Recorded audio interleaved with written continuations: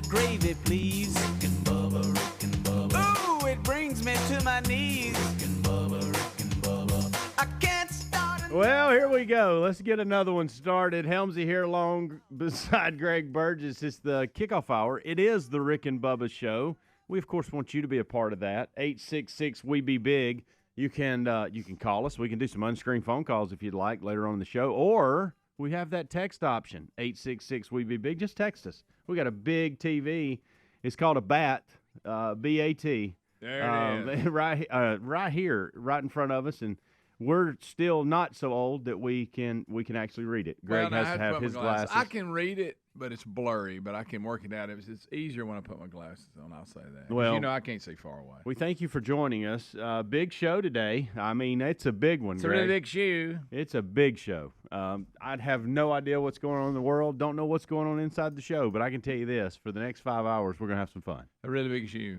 A really big shoe. I do want to take this time right out the gate and wish one Braden Helms a birthday. What? Braden Helms' birthday today. So he is 18. 19. 19. He's 19. Wow. How about that? So settling in college over the last few days. I think Amanda's a little jealous about how we've been communicating. Oh, you've been kind of took the lead on that? Well, you know, I will get out in front of technology. So, you know, I'll Snapchat. So that's one of the things me and the kids do. We snap pictures throughout the day of things that we're doing. And inside that app, you can also text. And so we go throughout the day. And I will say this. I already miss him. And I'll tell you, it hit me yesterday. So he's basically taken over the whole downstairs at our house. You walked down there and it was empty. Well, when I came home every day, the first person I saw was him down there, and it would be like, hey, how's your day? How's your day? How was practice? How was your practice? I mean, we had that. I mean, my first 5-10 minutes every day at home, and so the last 2 days I've been like, hey, it's empty down here. That's right. There's nobody to ask how'd your practice go? You looked around you looked at the dog and asked them. And there was not any food left out, and there was no empty water bottles laying around. And I was like, what's going on down here? Yeah. And no clothes on the floor. So he was about 4 when you showed up to work here? Yeah. Wow. Yeah, how about that? I remember he was a little guy. Yep. So it is his birthday today. He celebrated last night by going to Buffalo Wild Wings with some of his new tennis buddies on the team. And so happy birthday, Bray. Love you and hope things go well today. Yeah, it's unreal. But, wow. Yeah, how about that?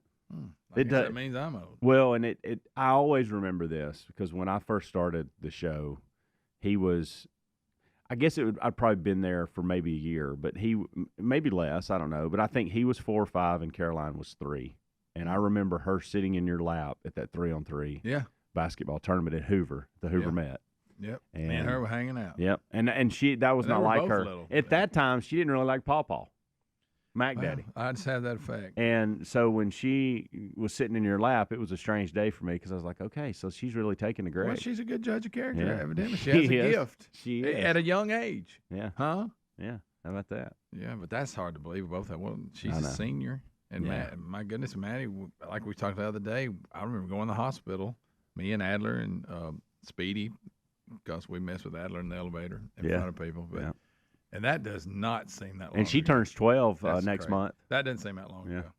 So, boy, it's fine. Yeah. Put the brakes on. Yeah. How about that? Good night. Well, happy birthday to Brady. Getting that college career off the ground. So Amanda is a little envious. She's probably a little jealous of our communication. So I have had to change. So she said, I would text him, like he'd text a picture yesterday. He was getting, there was something going on in the gym. They were doing some kind of student-athlete orientation, and he gave me a little glimpse of it. Well, I happened to be in Pete Matthews Coliseum when I got that from him, so I gave him a little glimpse of, I think the volleyball team was in there. Volleyball team was in there practicing. I just gave him a glimpse. And then later on that day, a couple hours, he sent me another picture of them on the courts. And then about an hour later, he sent me a picture. They were back in the gym. He was playing some basketball with some of the guys, and he had a little paragraph there. It's pretty funny. I'm not going to tell you what he said, but it was pretty funny what he said in regards to some of the international players on the team. Got it. And so we went back and forth, and so Amanda's like, Hey, so Amanda says, probably about 4 o'clock yesterday, I talked to her, and she said, hey, have you heard from Braden today? And I said, oh, we've been texting all day. I heard from him a lot. She goes, what are you talking about? He's texting you? And I said, well, we do our Snapchat thing where we do pictures and, we put text. And she's like, well, I said, well, hey, you're the one that has told everybody in the house you don't want to snap. Like, I just embraced it, and now every day I'm snapping Caroline, snapping Braden. We're snippety snap. I know what's going on in the world with them. Well, what did he say? She said this. She said, will you ask him to do this, this, this, this, and this, and ask him about this? And I said, no, because I want us to continue to text. Yeah, because that's going to make him go dark. Exactly. Yeah, I'm out. Why would I do that? Why would I mess up a good thing? Now he's asking too many questions. Right now we're talking about tennis and sports and Buffalo Wild Wings and his international buddies that he's met. And come on. Any language he's learning? Yes. We'll leave that alone. If I ask him about shoelaces and is the toilet fixed, what in the world? He's going to go dark. Yeah. I'm not going to ask him about that meal plan. That's business This talk. is all stuff that's going to drive him away. Yeah. So, anyway, miss him. It's his birthday today. So happy birthday away from home. How about that? This is a couple things. One, it's the first birthday I think he's ever celebrated at home, not knowing he's coming back. And Amanda's already started to. Hey, do you think y'all riding up? I know it's impossible for us to go today, but do you think we can go Saturday or Sunday and just go to that little? She's found a new diner up there, right by the campus. I think it's called Pops or Poppies or Papa's. It's fantastic, by the way. Meat and three. Oh, she's found that, and I think she'd drive up there every day if she could. And I said, I tell you what, let's go up Sunday. Let's do it Sunday. Because I said, I've got some things Saturday. We can't Friday. She's like, okay, sounds good. So we'll go see him. We got to take him some shoelaces. He goes through shoelaces. He slides on a hard court a lot. This happens from time to time with men's players, and they just go through shoelaces. The shoe's fine, but they turn their foot over when they slide into a certain corner or a part of the court, and it just frays them. So he goes through them pretty good. And again, it's just an excuse. We talked about this a minute ago with something else. It's just an excuse to see him, which is fine. Yeah, which is fine. There's plenty of shoelaces around. Yeah, he can walk in a Dollar General and get. You have a special set of shoelaces that he must have. Yeah. So, but it's a weird time for us because Caroline's on the go all the time. She's school, tennis, job, friends, so she's constantly on the go. And Maddie's at that age where she's starting to do stuff with friends a lot of times. And so, like last night, she was at church with friends. Caroline was doing her thing. Braden's gone, and I walk in. It's an empty house. And Amanda's up there, and I'm like, hey. I've been there, buddy. I like this. This is kind of nice, but I do miss him. I've been it there. is That weird. House gets empty. It's weird walking downstairs and it being empty. Oh, yeah, I remember all that. Yep. So, there it is. Pop's Cafe. Good deal. I like those type of places, meat and threes. Fantastic. I'm all about it. It's a really good spot. Give me a little cornbread. Well, I had meatloaf and mashed potatoes and pinto beans there the other day. Oh yeah, and it was excellent. Can't beat it. Yeah, and it's one of those places too where, they've made a couple pies for the day, and that's all they're gonna make is those two pies. They're gone. And they're gone. And so we were late. Like it was like 2:00 when we had late lunch, 1:30. And the lady said, "Hey, got 2 pieces of pie left. If y'all want them." It's one of those places. Oh, I'd be there every day. Oh, love it. All right, when we come back, Greg, you've got a gift over here. You need to thank someone. I don't know what it is, and I can't wait for you to unveil it. Yeah, and then also got a handle I'm in. Oh, I like it when you're in handles. One, it gives us something to talk about, and two, I like you in a handle. Can't have nothing. Can't wait to hear it. We'll be back. Hang with us.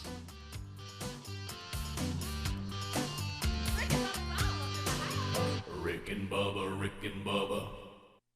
You asked, and the folks at MyPillow have listened. They're finally bringing you their most requested offer. Get the queen-size premium MyPillow for only $19.98. MyPillows are made with a patented adjustable feel that will work for your needs regardless of sleep position. They help keep your neck aligned. That's not all. Get their 6-piece kitchen towel set and famous MyPillow bed sheets for as low as $25. Go to MyPillow.com/BigBox. That's BIGV as in voice OX. Use the code BIGBOX at rickandbubba.com. RickyandBubba.com. You've heard us talk about Raygun before, but there's no better time to check them out than right now. They just launched their upgraded model of the best-selling everyday earbuds. You get the features you know and love, like that optimized gel tip for a custom fit, 3 customizable sound styles, and active noise cancellation, ergonomic design, and multi-point connectivity that lets you pair with 2 devices at once. And get 15% off plus free shipping at buyraycon.com/bigbox. That's BIGV as in voice, OX. Or find the link at rickandbubba.com. Have you heard of cancer-fighting foods? The American Cancer Society discovered diets rich in fruits and veggies may actually lower your risk of cancer. You should considering doing what I do, and that's add Field of Greens to your daily health regimen. Each fruit and veggie in Field of Greens was doctor-selected for studied health benefits. Get 15% off and free rush shipping at fieldofgreens.com and use the new promo code BIGBOX. That's BIGV as in voice, OX, to get your discount. As we approach another critical election, how do conservatives come together to fight and unite? One way is by joining AMAC, the Association of Mature American Citizens. By joining AMAC, you'll be uniting with over 2.1 million American patriots. Check out amac.us/bigbox for all kinds of benefits, retirement planning, and discounts. AMAC card-carrying members get savings on travel, roadside service, and an array of other cost savings. Take advantage of 1-year membership for $1 by going to amac.us/bigbox or go to rickandbubba.com. Well, summer's here and everybody's got a favorite outdoor activity. Maybe it's golf, bike riding, boating, tennis. Ask 100 people, you get 100 answers. But if everyday aches and pains are keeping you on the sidelines, check out Relief Factor. Relief Factor is a 100% drug-free daily supplement that helps your body fight pain naturally. Give it a try at relieffactor.com or call 1-800-4-RELIEF. That's the number 4, and save on your first order, or head to rickandbubba.com for a link.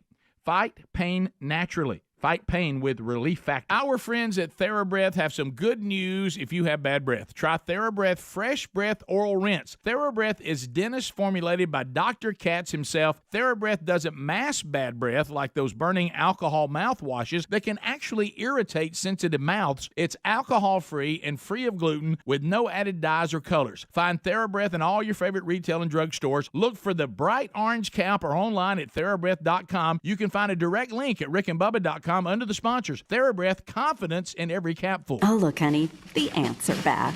Wow. We leave one itsy-bitsy speck of food out, and they appear out of nowhere. Yeah, it's pretty hard to believe we used to try to get rid of these guys. Now they're just part of the family. To be honest, I liked our family the way it was before they came. I guess it's time to call Cooks. You don't have to live with pests. Get proven protection from Cook's Pest Control. Call or go online for a free quote. Cook's Pest Control. Helix Sleep mattresses are terrific, and the Helix lineup has 20 unique mattresses. How will you know which one is right for you? Take the Helix Sleep Quiz and find out in less than 2 minutes. Once you pick your mattress, Helix knows there's no better way to test it than by sleeping on it, so they offer a 100-day free trial. Don't want to take my word for it? Well, they've got over 12,000 5-star reviews. Head to helixsleep.com/bigvox to save 20% on your mattress order plus a free gift, or go to rickandbubba.com under the sponsors. Can't pay the IRS, receiving threatening letters. It's about to get worse. The IRS is hiring an army of agents targeting hardworking Americans like you. You need Tax Network USA. Tax Network USA has brilliant strategies to solve your IRS problems quickly and in your favor. They've resolved over $1 billion in tax debts and offer a best-in-class guarantee. Schedule your free consultation and call 1-800-245-6000.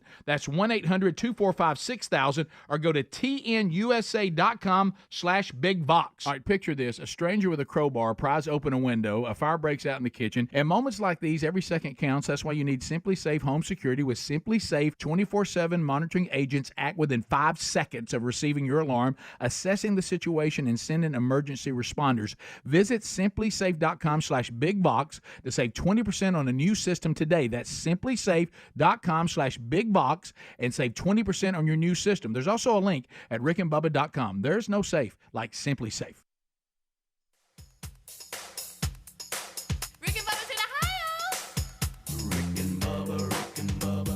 21 minutes after the hour, It is the Rick and Bubba Show. It's the kickoff hour. Helmsy here alongside Greg Burgess. Speedy out this week. He'll be back next week. 866-WE-BE-BIG is the number to call. And I realized a minute ago when I said that, it's odd to try to text We Be Big. So it's 866-932-3245. 444. Gregory, what so you get you a little package over there? I got a there? little package the other day. I went in there on my desk, and there was a package, and we get stuff every now and then. Are you sure it was for you? It actually was, and especially because I'll read you. Had a note in it. Oh, somebody wrote you a letter. And, I guess it's because, the camera's on during the commercials, sometimes during the kickoff. Yes. Well, I always have some reason a spot on my back that itches. Yeah.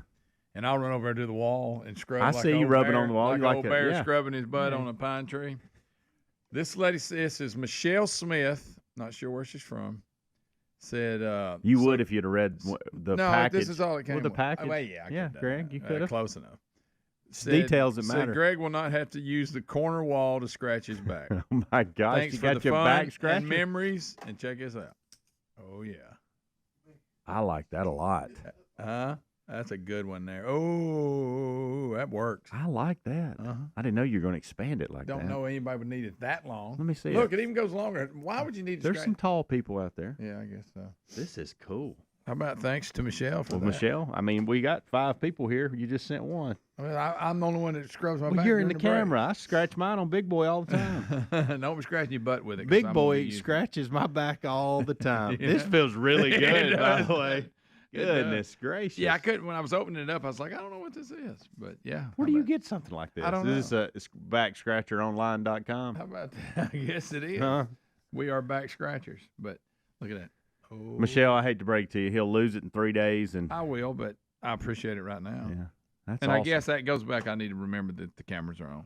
It can serve as a couple of purposes, too. You can reach over and slap me with it. True. You can use it as a pointer on the TV when we're breaking down things. You can reach across the room, scratch someone else's back. Yeah, you could. Maybe that's what you need to do. Yeah, Maybe every hour on the hour. When Rick's reading brought to you by us, you can scratch my back. You can scratch Speedy's head with it. So, but anyway, I want to thank Michelle for that. That's awesome. I'll be using that. That is really, really cool. That's I've seen back scratchers before. That's a sure enough that's good one. That's a good one there. It is. That's serious. That's better than the old plastic. It really is. Of course, all good things come to an end. I was happy about my back scratcher yesterday, but then I got home, and I'm sitting in the den, and I'm like, and this is probably 6 o'clock, maybe 5:30. Sun going down, and I'm like, I feel kind of muggy, Oh no! And I go, oh no. So I go and look at the thermostat. I got it set on 71. It's 74 degrees.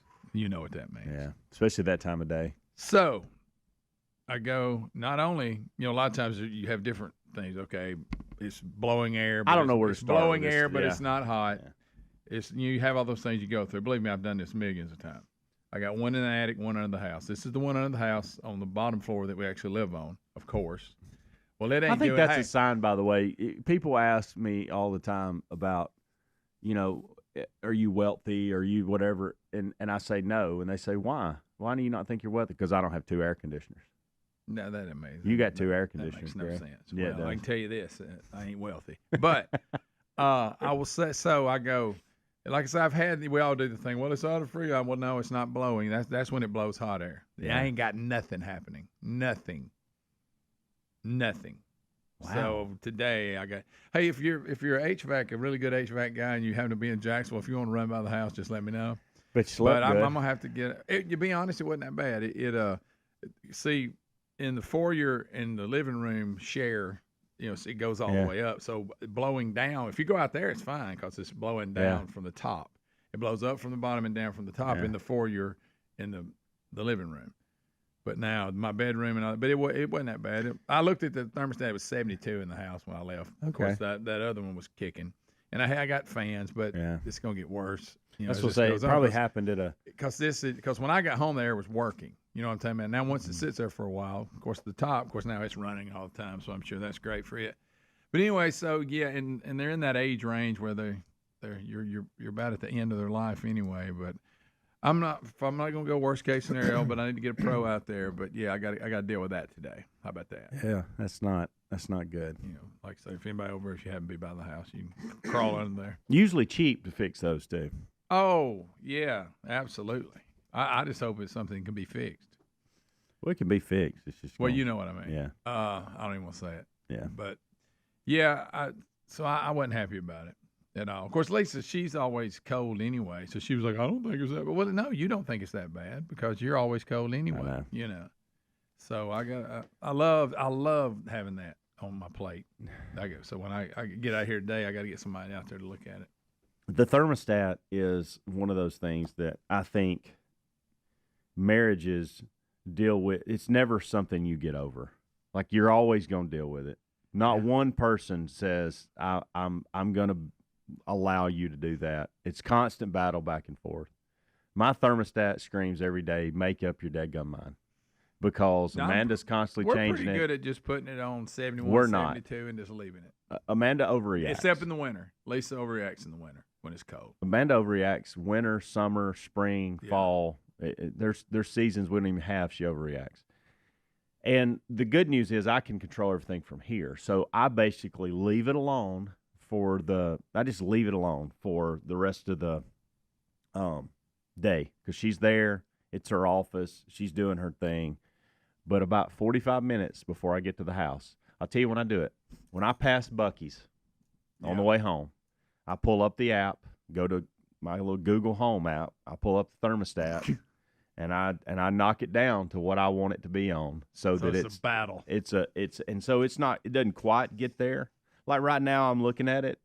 She's got it at 73, and that would be hot for me to be sleeping in. I wouldn't like that right now. Yeah. But I'll leave that alone. I'm not going to touch it. But this evening, to get me to go to sleep, I'm going to get it on down there 70, 71. Oh, yeah. She's not going to be any the wiser. I'm like you. I want it cold when I'm trying to sleep. The beauty of this is I can set this to 71, and it'll stop doing that at like 11 o'clock. Oh. It'll go back to whatever she wants it to be. And then I can now she's going to change it up and down all day. She's going to empty the dishwasher and get hot. And she's going to run by and jerk it down to 68. And then she's going to be doing her work, and she's going to be sitting by the vent, and the dog's not going to be laying over it. I'm really taking her there. The dog's not going to be laying over the vent, and she's going to get cold. Oh. And she's going to go turn it up to 78. So, like I said, the winter is when Lisa is what I got to deal with because she's really cold all the time. And the heat pump, if it gets real cold, I like it because I don't like that smothering heat. Yeah. But in the winter, she'll run that thing up, and I'm like, just leave it on one, and we're good. And if you need a little jacket, put it on. I let her do it. But then when I run by, when I see that beaver smiling at me on I-20, old Bucky, I pull out the Google Home and I fire it down to 71, and I'm comfy when I get home. And then she don't know because by the time everything unfolds, she gets in the bed and she wakes up and it's 73 again. She don't know what happened. Rick and Bubba, Rick and Bubba.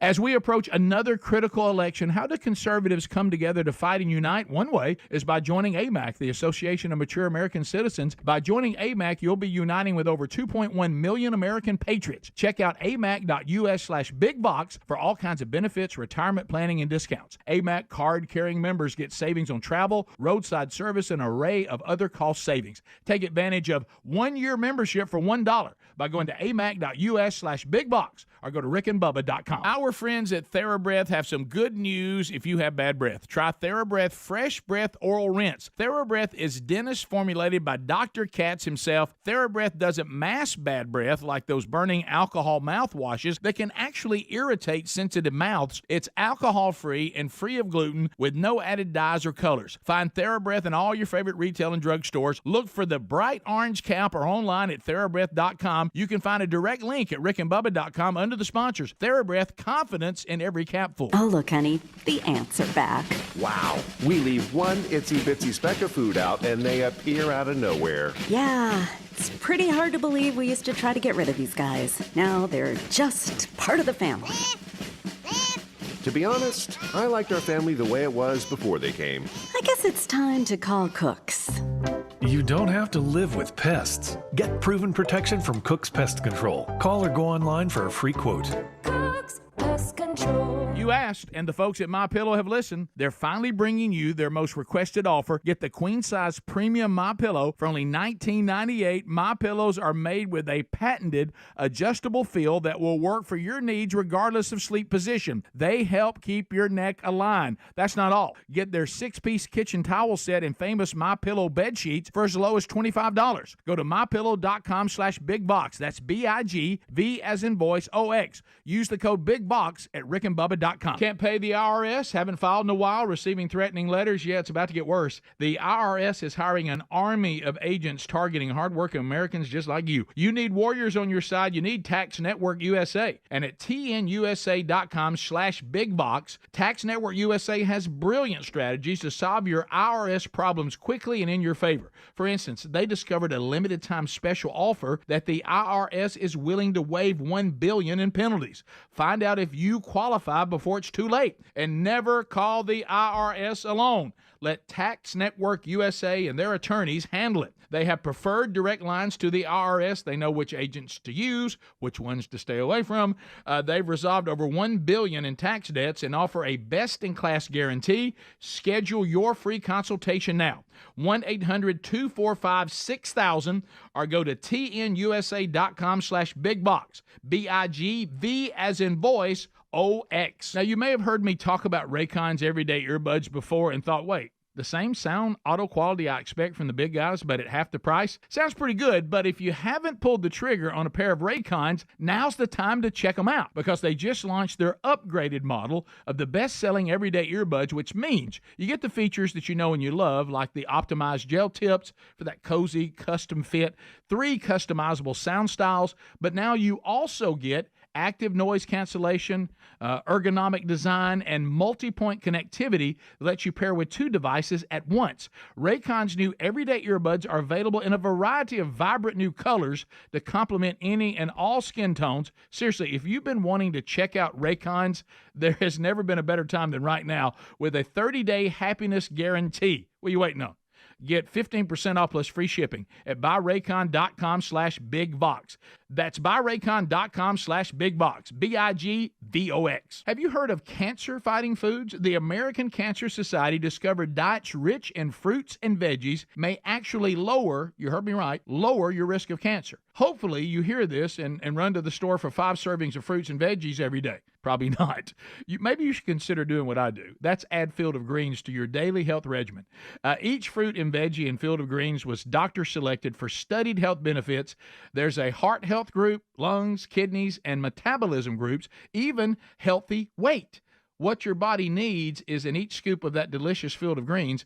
And will Field of Greens prevent, treat, or cure cancer? Well, of course not. But it's so powerful, it promises at your next checkup, your doctor will notice your improved health or you get your money back. My doctor loves me doing this. So if you'd like to get 15% off and free rush shipping, go to fieldofgreens.com, use the new promo code BIGVOX. That's BIG and then V as in voice, OX to get your discount. Or go to rickandbubba.com. Rick and Bubba's in Ohio. Rick and Bubba. Pass the gravy, please. Rick and Bubba.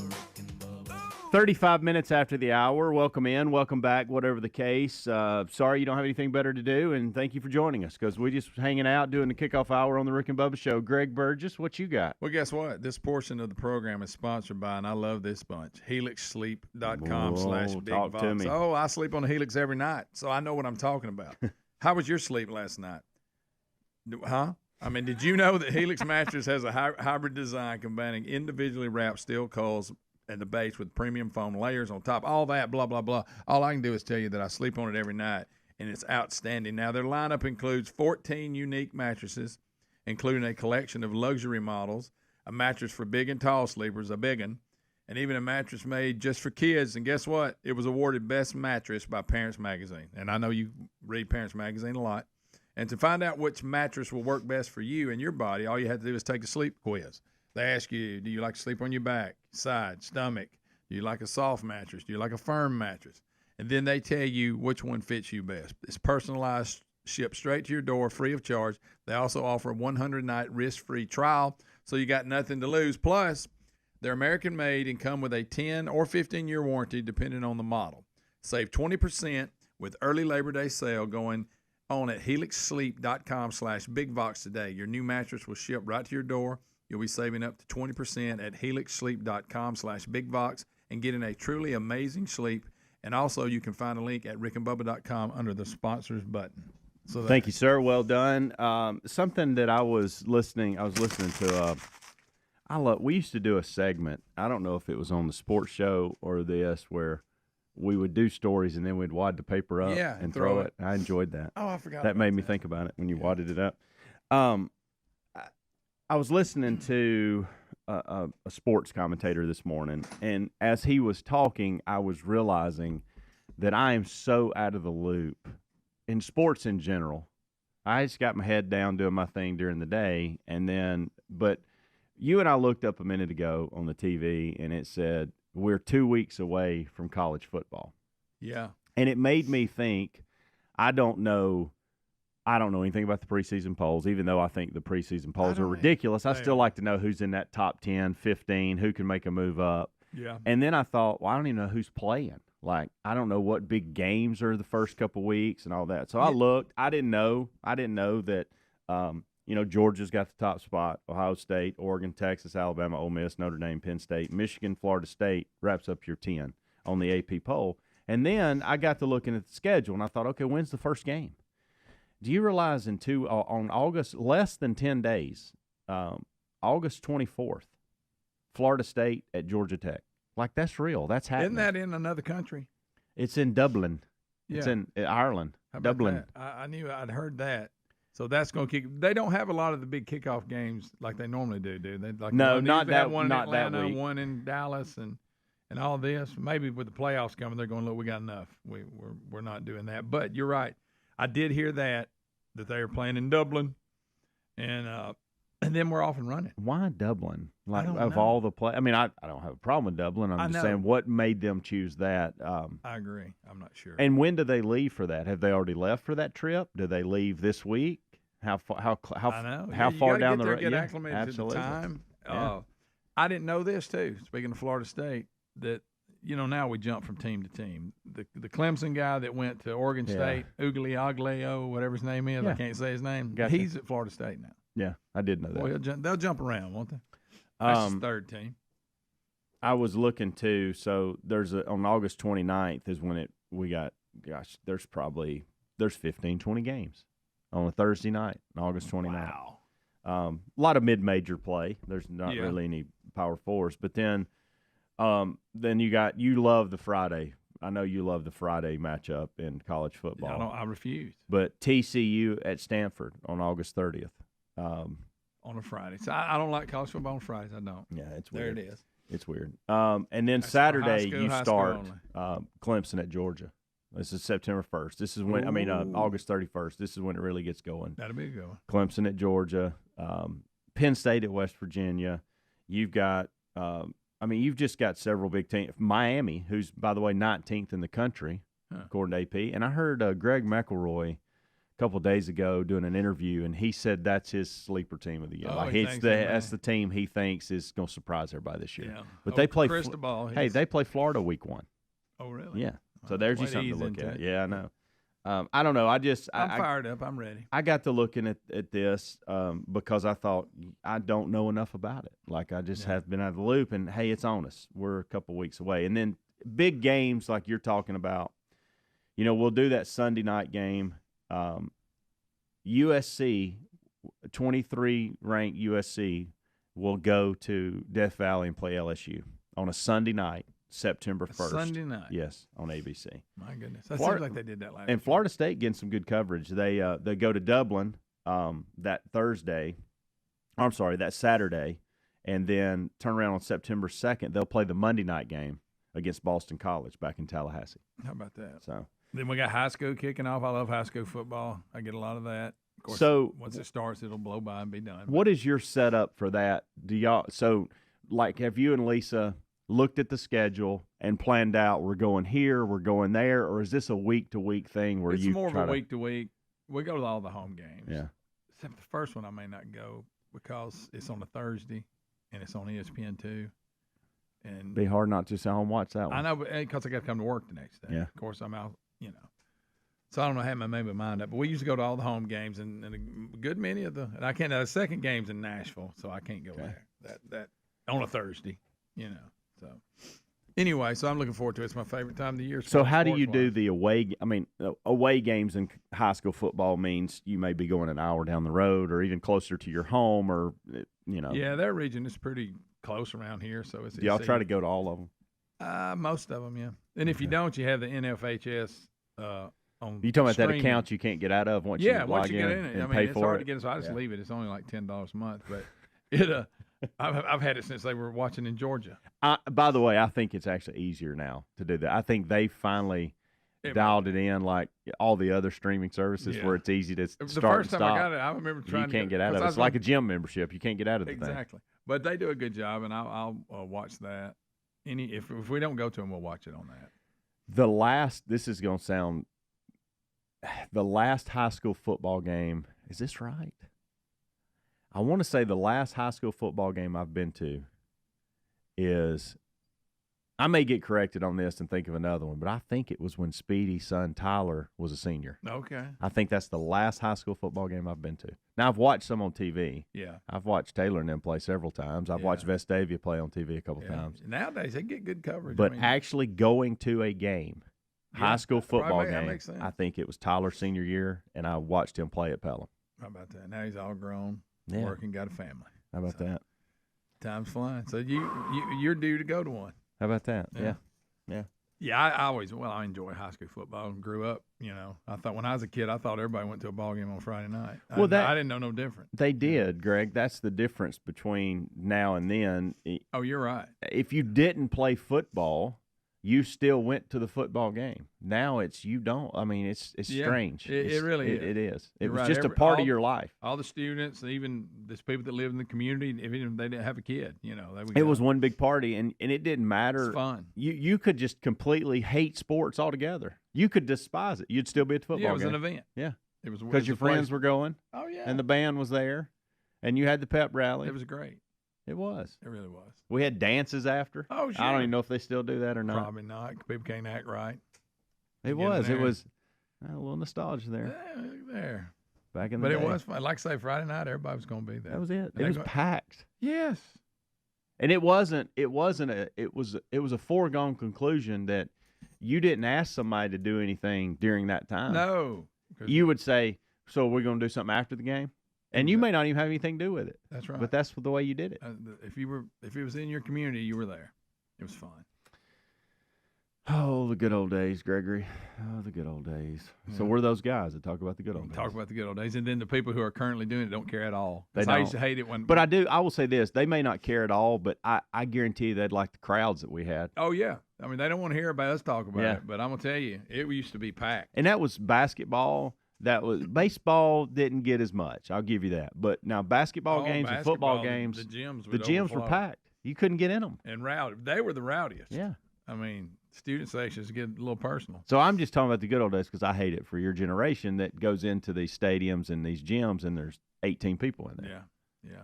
There's more than that. I get it. It's exaggeration. Okay. Yeah. Amanda don't put the air conditioner on 78 either, but 78 sounds better than 74. It does. I mean, I'm still as hot, but 78 sounds better to the audience. Absolutely. Theater of the mind. Absolutely, Greg. Come on.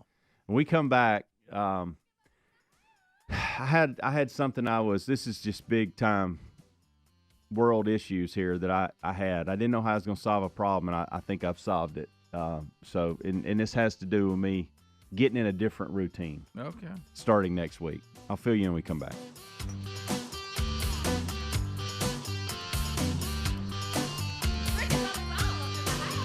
Rick and Bubba, Rick and Bubba.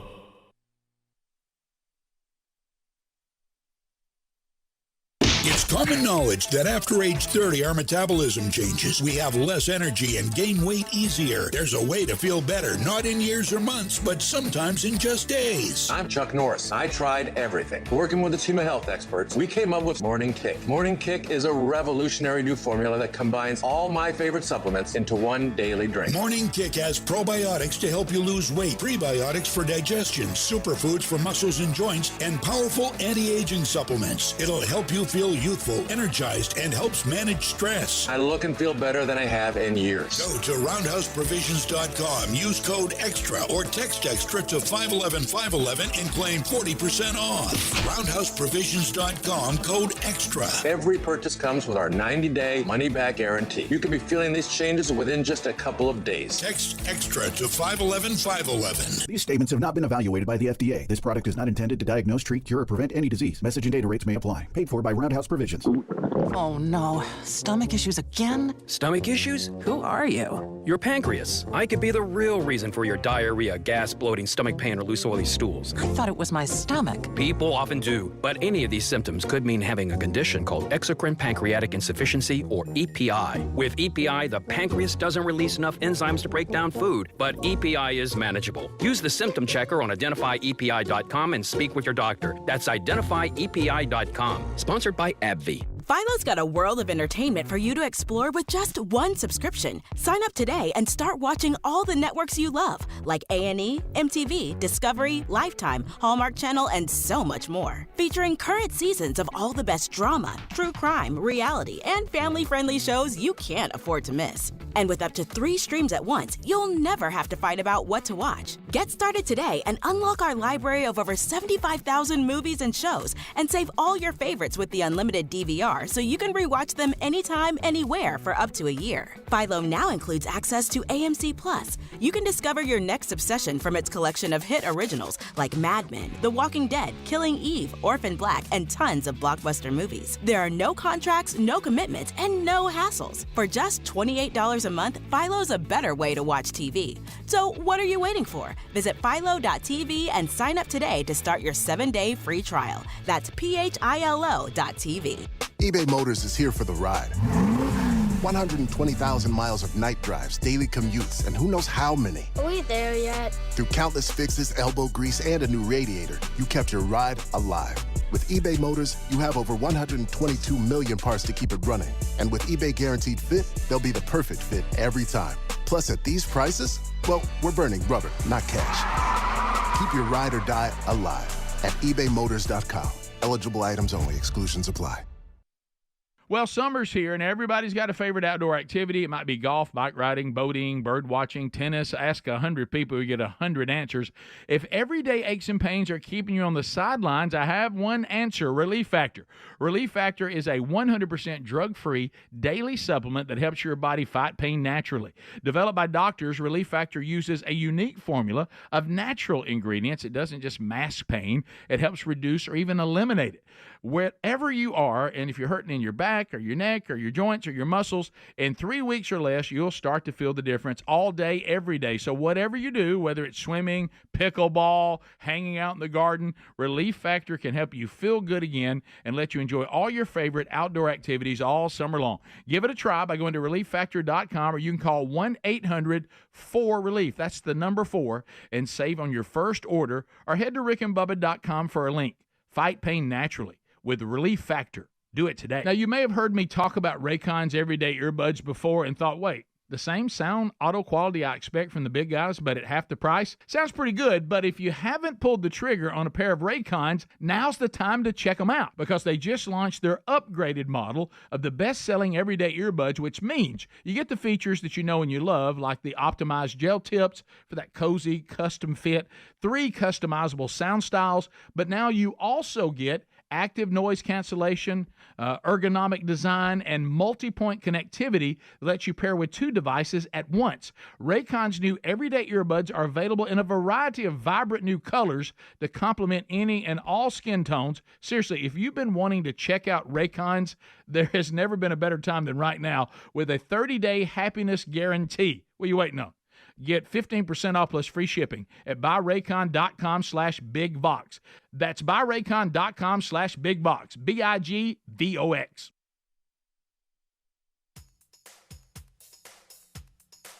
Rick and Bubba. Pass the gravy, please. Rick and Bubba. Ooh, it brings me to my knees. Rick and Bubba. I can't start another. 51 minutes after the hour, it is the Rick and Bubba Show. It's the kickoff hour. We're just here kicking things off. Helmsy alongside Greg Burgess. Rick and Bubba join us top of the hour along with Adler and the TV option. So look forward to that. Speedy out this week. He and his lovely bride are at the beach hanging out. I think they're like in Pensacola or something. You know Speedy. He likes a good deal. Oh, yeah. He got a good deal, and so he's down there. Got his shirt off, showing off. Want to take just a few minutes and do something that I meant to do yesterday, and because time does fly and it gets away from us and we get busy in here, I do not want to forget to do this. So last week I did make the announcement that this was my last week on the show. Yeah. And I've been in and out a lot over the last couple of weeks with coaching duties and those things. And for those of you that don't know, maybe hearing this for the first time, I am the women's tennis coach at Jacksonville State, and now are also taking over the men's program. And the plan was to go to the end of the year and the golf team. No, not yet, Greg. That's 2026. Oh, okay. And so the plan was to go the end of the year and then move into that full time. Well, taking over both programs, it's just I can't run those programs in the way that they need to be run and still get up at 3:30 every day, do 4 or 5 hour show, and then go to Jacksonville. And so so tomorrow is my last day, official last day as far as getting up. There's still some behind the scenes things that I'm going to do for a little bit and transition to Greg and Speedy and Adler. But as far as getting up in the mornings, tomorrow's my last day of doing that. And I got to tell you, I'm excited about that part of it. That's a good thing. Gonna miss y'all, of course. But the reason I even brought this up is because I made the announcement on Thursday, and I got to tell you, and Greg, don't make me get emotional here, okay? No. I have been overwhelmed the last week with the emails, the text messages, the phone calls. It has been. I have just sat and read some of the stuff that you have said to me, and it's just unreal. And so thank you, audience, for the last 15 years. It has been. You can build up a lot over 15 years. I mean, and you don't. I mean, you say this all the time. Audience says this to us all the time. They feel like they're family. Sure. And what I will tell you is we feel the same. Well, first of all, that's the goal we have in mind when we do this. But second of all, the things that you are putting in these emails is we feel the same way. Sure. And absolutely. I try to respond to all of them. It's hard. And it is. And I think I have gotten most of it done. But I just wanted to take a minute and thank everyone because it has been. I have been caught off guard by the things that y'all have said over the last week. It has been so wonderful. I've been sharing it with my wife and not the kids because they don't, they don't really understand. But when you do something for 15 years and we forget, we come in here and have a good time as buddies and friends. I told y'all the other day that we got to laughing so hard in a commercial break a couple of days ago. I had tears in my eyes, and I was laughing so hard. And I was sharing with someone at Jacksonville State that I don't know that I come to any other place in my life ever where there's a moment where I'm laughing so much that I have tears in my eyes. Yeah.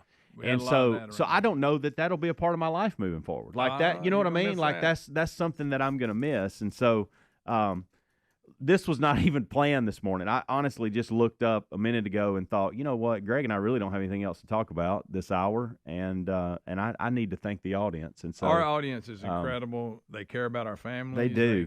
Here's the thing: the jerks that show up are not part of our audience. That's just people playing the game. Sure. We don't consider them part of it. Right.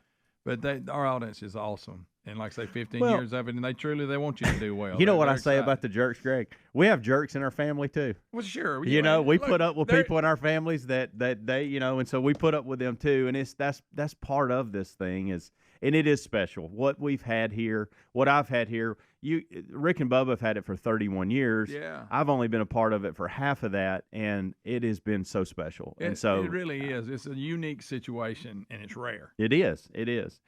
And that's the thing. For 15 years, I have gotten up every morning, and my goodness, it's been early, but I've gotten up every morning. It's a strange time of day. It is. And I've got to go hang out with my buddies every day. Exactly. I mean, there are worse things to do for a living, friends. And you're I right. got to tell you. The best moments are when we get to go I on know. something off air. And we have fun on air, too. We've had It some great is. memories It of the time is. I wrecked your story. I apologize for that. But No, but it's fine. Off air, I mean, there's been times when we barely got back to the break. Cause I know. And I am going to miss that. I'm going to miss the audience tremendously, believe it or not, and going to miss you guys. And I told somebody the other day, I will probably see you more now than anybody because our paths are going to cross a lot. Absolutely. And I honestly, like Rick and I have been talking on the phone lately. We still chat a ton. We're chatting now more on the phone than we ever have because I'm in and out, and that's probably be the same. And so, I'm going to see Bubba a good bit as well. So it's I did resolve an issue yesterday. One of the things that you and I do every morning is we go get us a cup of coffee after this hour. We kind of hang out, solve some world's problems. Oh yeah. I don't really have a good coffee situation at the office of Jacksonville. What? So I resolved that yesterday. Oh, you really love coffee. I got me a little Keurig machine and got me some pods and so now I'm ready. And cups, the throwaway cup. I like the throwaway cups. Yeah. And so you don't have to clean them. I was like, Helms, that starts on Monday, buddy. You better solve this coffee issue or you're gonna have to go, somewhere and get it. So you went ahead and took care of that. I will say this: if you ever want to meet me and just hang out for a few minutes, there's a good chance most every day. If you'll just stop at Buc-ee's between 6 and 8, I'm gonna be there because you got Buc-ee's covered. Yeah, so it's well, we're gonna miss you around here, but like I said, our paths are going to continue to cross. Yeah, I do want to say this too. This is funny because I have had people that email me about golden ticket seats because that's something I've been in charge of the last few years, and we've got an overwhelming response to that. And there are no seats left. I've told you this, and we've told people, and it's listen. Nobody wants to hear no, and I try to kill them with kindness when I tell them, listen, we just don't have any seats.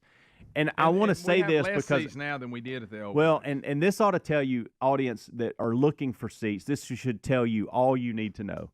This week, I told my wife she could not come to the show. There you go. She wanted to come Friday. She wanted to come tomorrow with a buddy of hers. I think that's a little ridiculous. And I on your part, I said, babe, you can come any day this week, but you can't come Friday. We got 12 people in the seats this week. I can't bump people for. Helms, I believe we might go. I mean, they could have went and screen calls or something. Well, I mean, she had options. I told her, your family, you can come Monday through Thursday. These people have waited. We can't do it. So. Just know that there's no favoritism. Hey, there's no favoritism. So the family of the Rick and Bubba audience and my own personal family, I've had to say no to them too. So, but thank you. That didn't go over very well. Listen, we may do something like this again. I don't know, but I just wanted to. I have been overwhelmed by everybody sending me emails. I'm not surprised, and I'm not either, and I'm really not. I mean, when you think back over the years, I'm really not surprised. I think it's the details and the things that they're giving me is what makes it emotional because they really do care. That's the thing. The details they give you. It's not a simple thank you for 15 years. They get into your personal life and detail it out, and it means a ton. So thank you so much. Love you guys very, very much. All right, boys, join us next. Hang with us. Rick and Bubba, Rick and Bubba.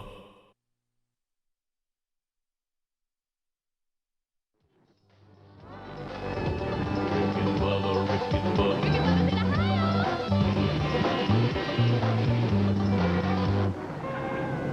Rick and Bubba, Rick and Bubba. They all up in the house. First, that visit took, I was there about 2.5 hours, but all of that wasn't in the chair, When we come back, we got Pete, actually. Pete Van Wieren will be with us. We'll be just talking to legendary Braves announcer next, so stay close. Rick and Bubba, Rick and Bubba. Rick and Bubba, Rick and Bubba.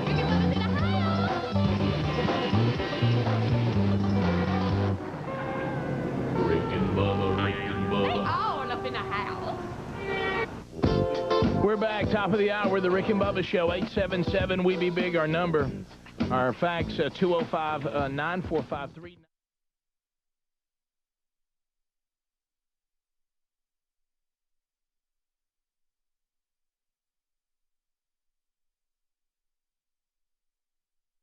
How's that grill? Man, that's a beautiful thing right there. Hey, Mark. And I noticed that you sing it a little bit different now with the new grill. Yes. Well, it's taking a little getting used to. There's a couple of letters you can't pronounce. Like because I was sending a lot of air through those T's. Say 4466. 4466. 4466. 4466. Punt formation on set. Ready, hit. But this is just the temporary, Mark. When we get the permanents, a little more air will get through there, so it won't be a complete blockade. Well, no, it sounds really good. Do you feel the urge to show them off a little bit? Can you see them, Mark? Are you looking at them? Yeah, I'm looking at them right now. They look good. Hey, Mark. How are you? That's a good look. When somebody has cosmetic surgery, depending on what it, do you feel the urge to want to show them off a little bit? Well, I want to smile at everybody. I would say yes. You just, because I've not historically that explains it a lot then. Yeah, historically I've not been a good smiler. Yeah, that's how they come up with so many of those Girls Gone Wild videos. Yeah. Right. Well, how about these? Yeah, you figure if you have the work done, you might as well show it off. Somebody said, I don't know what happened. She was like a librarian. Next thing we know, she got a shirt over her head. Yeah. You know what I mean? I wouldn't know about those. Yes. But Mark, it's really amazing to me how many people have veneers. Oh, it's everywhere. And I would think. Did you see all the before and after pictures we had the other day, Mark? Yes, I saw them. Did you see all of them?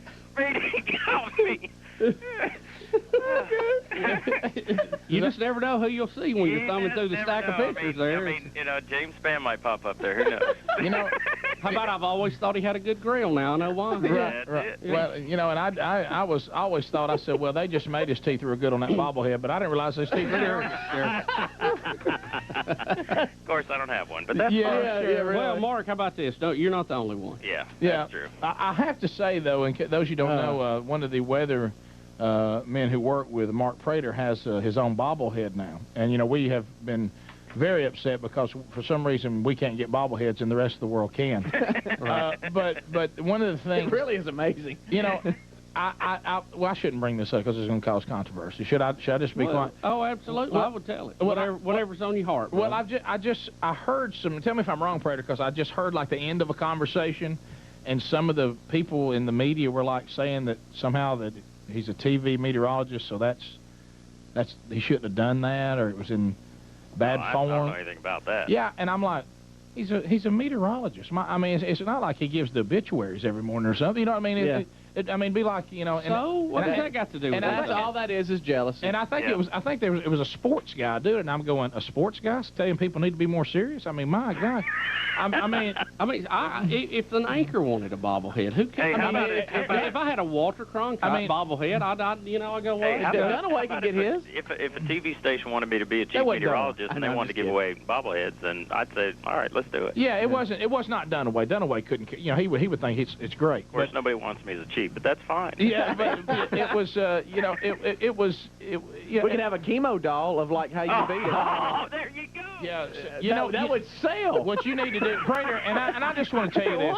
With its own little IV bag? Yeah. Sure it would. You're not playing the chemo card enough. Yeah. See, I would go into management, and I would go, how come I don't have a bobblehead? And you say, what is it? Is it the chemo? Hey, y'all don't like it because I had to shave my head? Yeah. And, buddy, you just see him scrambling to get you a bobblehead. I would get fired today. Now, 5 years ago, it'd been different, but today I'd get fired. They're going, hey, can I be an intern? Yeah. And somebody said to ask you about your visit to Chapel Hill this weekend? Actually, yeah, I went to Chapel Hill over in Northport and had a chance to speak with those folks and share some tips. Something about destiny? Oh, wow. So we're going to go there. Well, no, we're just here on we're just getting these things up on the screen. You were in Tuscaloosa. Not to be mistaken with Mike Price's Destiny. Right. Came out and did a little thing for me, and obviously had, some different teeth compared to what Bubba has now. Yes. And she brought out a Mark Prater bobblehead doll. And what she done is taken a Franchoni doll and put my face on it. So they had. I do have my own bobblehead doll. It's just right. that it's kind of Franchoni-ized. Well, let me tell you, the good thing about it is that may be one of the things, because there is a ton of Franchoni bobbleheads in a warehouse somewhere. Yeah.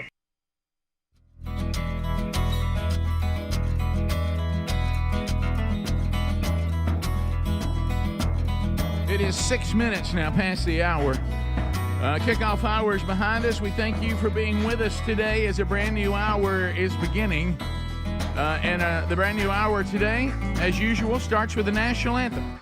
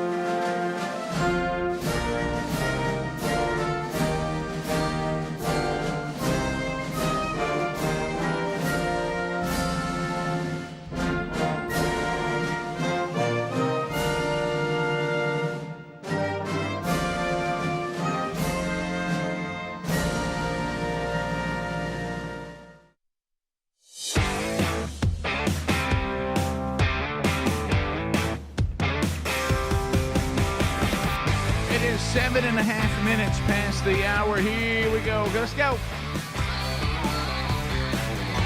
From Sweet Home, Alabama to the world,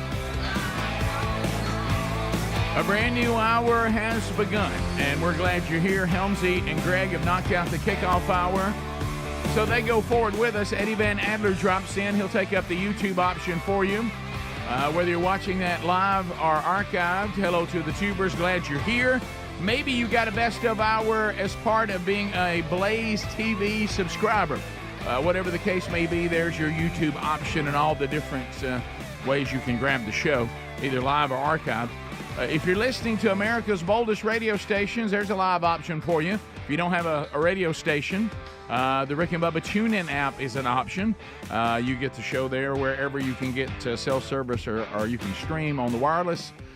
You can get our show live. Also, there's full shows archived on that 24/7 Rick and Bubba channel, too. Another audio archive option is the Rick and Bubba podcast channel. Daily audio archives are there.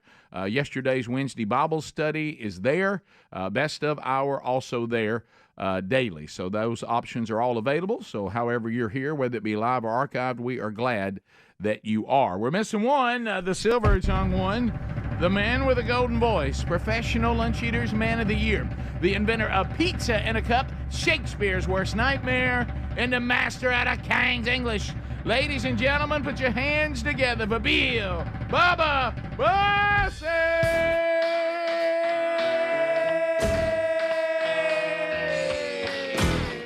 Howdy, Bubba. How about it, Rick Burgess? Friends, neighbors, associates everywhere.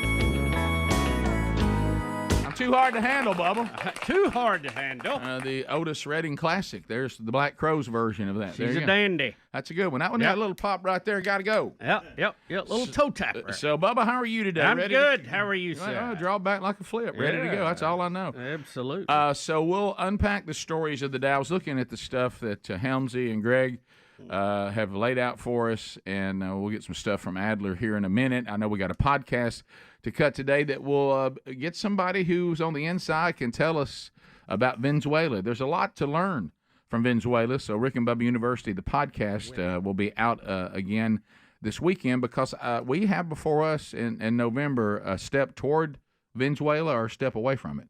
And the end result of socialism, you know what? The results are in again. So we'll talk about that. That'll be the focus of this weekend's Rick and Bubba University, the podcast. We continue through Hebrews 11, the Hall of Fame of Faith yesterday. That archive is now available on the YouTube and podcast channel. And again, as most everyone who weighed in on it, some of the great theologians of our faith say, I don't know that you'll find a greater test of faith than you will find when Abraham was asked by God to sacrifice his son. And that one, the writer of Hebrews reviews that one back from Genesis 22, and we unpack that along with some other stuff. So if you are interested in that, that's available to you today. So, but I'm looking over the stuff, and can we not get past the Raygun thing? I mean, another Raygun story. Yes, Raygun is on fire. I mean, there's just stories stacked in it. Now we're calling Raygun's one that people are demanding that Raygun be held accountable for unethical conduct. Yes, the Aussies, Rick. They said used her influence to worm her way in there. Yeah, so you're thinking the girl we saw yesterday, right? Yes, breakdancing was a lot better than Raygun. She was. A lot of people are saying Raygun like. I think she appointed herself to some position. Yeah. I can't remember, but anyway, husband may be involved. Yeah, I tell you what, I know this. The other girl was obviously better.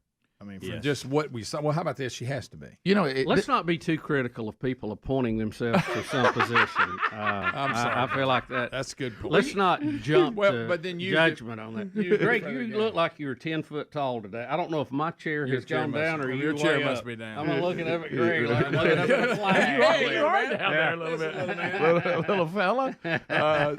But this is where we miss Speedy. Let me drop down. This is where we miss Speedy because yesterday was the Bible study. Yeah, oh gosh. And every one of these chairs are labeled with our initials. Yep. And Speedy would have made the attempt to put every chair in its proper place back. Yeah. And we didn't. We just slung them in each little spot. Well, what happened yesterday? There were chairs everywhere because of no Speedy. Yeah, is it a B? That's a G. It looks like G7. I don't care. They're all the same to me. Yeah. I don't. You got Greg's chair. Yeah. What's going on? So, I looked yesterday to be sure that they were at least over here. I put these two in, and I looked to make sure they were the right ones. But yesterday, because Speedy, he is on top of it, and I walk in here. We're only about 30 minutes from the Bible study starting. We don't have chair one in here. I completely forgot. And so Adler and I start scrambling to get them set up. Because Speedy, I just forgot. I got in there uploading the weekend show. And got buried. Well, it wasn't no big deal. And I was like, because usually we'll bring them in before the show's even ended. Put them in the hall anyway. Yeah. But so, I thought it was like Thursday. It was fine. We got it done. It wasn't no big deal. And we'll find out where Bubba's chair is. It's one of these back here. It's fine. It doesn't matter. I just need to get it adjusted here. Honestly, though, Greg come down about a foot. Honestly, I can tell. I guess it's the way we all are. All kidding aside, that's why Speedy labeled them. When you sit in these chairs day after day after day, hours on end, for some reason they do kind of adapt to your weight and to how you see it.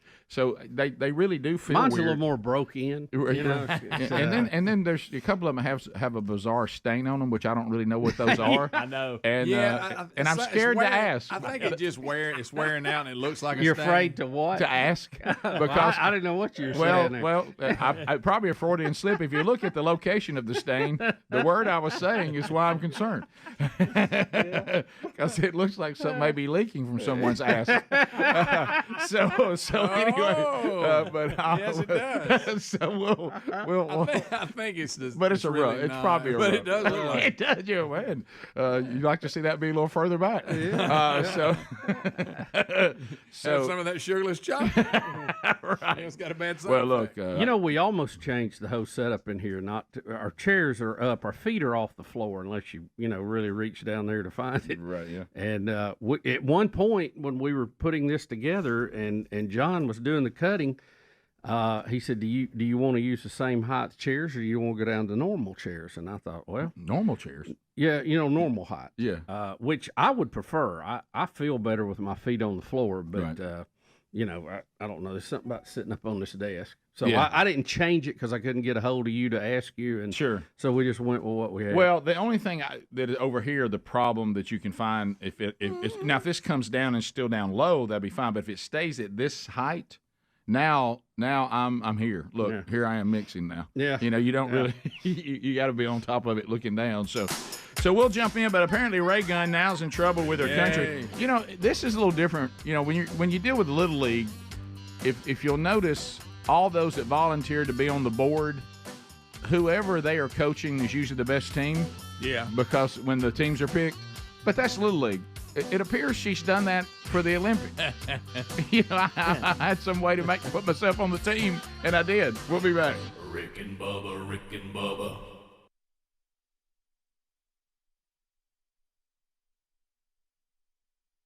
You know they are. What if we just took the head off of it? And just paint over. Yeah, and everybody go, why have they got a University of Alabama golf shirt on? Yeah. Now, you may, one day you may look on the shelf and it's just gone. Yeah. I mean, look, they were Barners. Yeah. Sure. Well, you look one day, it's gone, and never said anything to you. Not even goodbye. Think about leaving. So I got up, I looked at my dress shirt, it was gone. And you talking about bizarre Next stuff. day you see it on the shelf? Yeah, and then I found it across the street. Those people had more money than me. It was up on their dress. And it gave them the same speech about staying. And but you know what's funny too? Talking about irony, the Alabama won the SEC baseball tournament. Yeah. And they're going to play in the NCAA tournament. Do you see where they're going to play? College Station. No, they're not. Oh yeah, right out of the gate. Right out of the gate. Is that funny? Yeah, it is. And then they said that a lot of people thought they'd come up when they got the new coach, Mike Price, get him a bobblehead, but that's just the way he walked across campus. Right.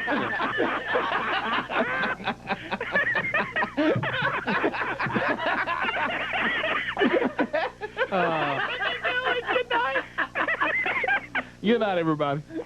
So I'm glad that went well though. So they had your little skit set up when you got there. Yeah, it was a nice little deal, and had some barbecue and all that stuff. So it was great. I love being able to share testimony. It's a lot of fun. Well, as far as the weekend, weather-wise, a lot of us didn't know what to do because, my kids were screaming, "What's that big ball in a fire in the sky, Daddy?" Sure. And because we had not seen the sun where we live in a number of weeks, and how long will it last? Not very. No, it's actually going to be a pretty good week around the South. We'll just have a couple of slight chances of showers, but it's really not looking too bad. And Sioux Falls, I think, should be okay. Just a few passing showers. They're about to have their best chances of rain coming up next couple months. So being that we've had so much rain in this part of the country, I just have a feeling like August is going to be a drought. You know what I mean? Well, it's like, do y'all always feel like we used up all of our rain? I agree completely. I think much of the South's going to be hot and dry through August, and we're going to be just begging for rain. Yeah, but Look at that grill. The good news is we've had so much. Surely we're okay. Well, I could tell that we had like a day and a half with no rain because my wife summons me to the yard. All right, there's weeds now. The grass, I know you cut it last week, but it's already up to the ankles. Sure. You must get out and cut again. Oh, yeah. And how about this? This shows all of us how good our yard could look. You know what I mean? Right, yeah. I mean, mine's cut. I have never seen my grass look so good. Everybody's yard in the neighborhood is green now. Yeah, it looks good. The only thing, we've had so much rain where we live, I find myself a little intimidated by the plants. They kind of give you that look like, hey, we got it going on. Well, you think you live in a rainforest somewhere. Like some of that vine stuff that grows over things. Say, hey, you going to mess with us? Well, hey, you're coming here tomorrow. Yeah. We'll have this whole place covered up. We'll get your car. We'll get your car. Don't leave it out here in the driveway. Well, thanks a lot, Prater. All right, guys. Have a good one, buddy. And see you, Mark. And good luck in your pursuit of a bobblehead. You now join us as wondering, are we just not bobblehead worthy? I mean, we've got two, and then, of course, a couple of those that were sold on eBay. But other than that, well, we'd have to redo them now, Rick, with my new grill. That's right. Yeah. When I become a chief meteorologist, I'll get all of them. I've noticed you got a little gap between your teeth. Rick and Bubba, Rick and Bubba.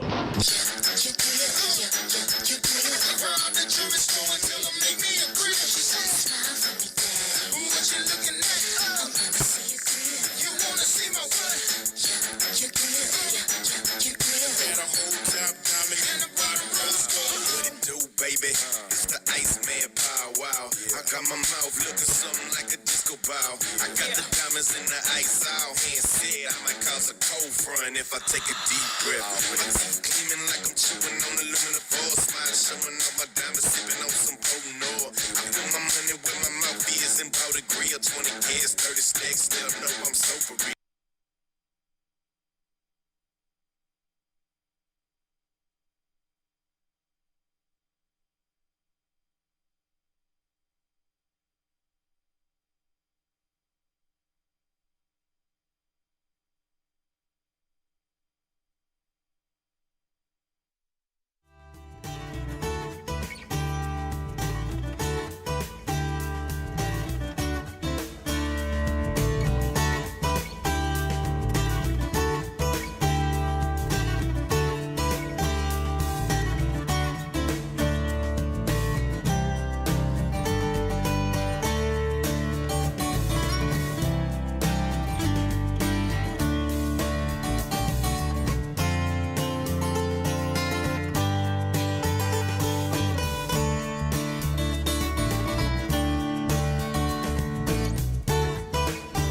Here we go, 21 minutes past the hour. Thank you for being with us today as we work our way through another one.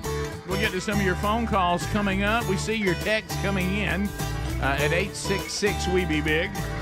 So we mentioned Raygun update today. Now the Australians are signing some petition that demanding that there be some sort of transparency and ethics when it comes to putting Australian, and they use the word athletes, into the Olympics. And as they look at how Raygun put herself as the representative for Australia in the one-and-done breakdancing category, they're saying there were people better, and she put herself there. Before we dive into Raygun, yeah, can I just say one thing about the bed music coming back? Yeah, there? sure.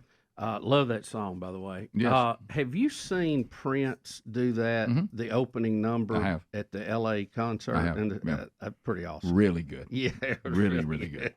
I never thought I would like a version better than the original. Yeah, or say it's, and I'm not saying I like it better, but in the same neighborhood, that it was very enjoyable. Well, sometimes when people tamper, now, I don't know about that outfit he had on and those things on his legs, but and he can play, and the sheer length of the song. Now look, that was about a 30-minute song. It was, but it was great all the way. It was great all the way through.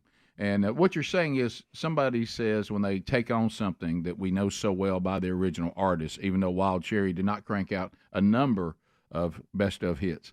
I think they had one more. I can't remember. Maybe, but then you go, well, when they did it, I liked the way they did it, and I enjoyed it immensely. Because sometimes people do it, and you're like, well, I don't like that at all. Right. And but it's really good. But anyway, that's all. I didn't have anything else to say on that because that's pretty much the story on how she got to be the break dancer, and so the Australians are embarrassed by it, and they wanted to. Now so what is the tie-in here? Was it her boyfriend?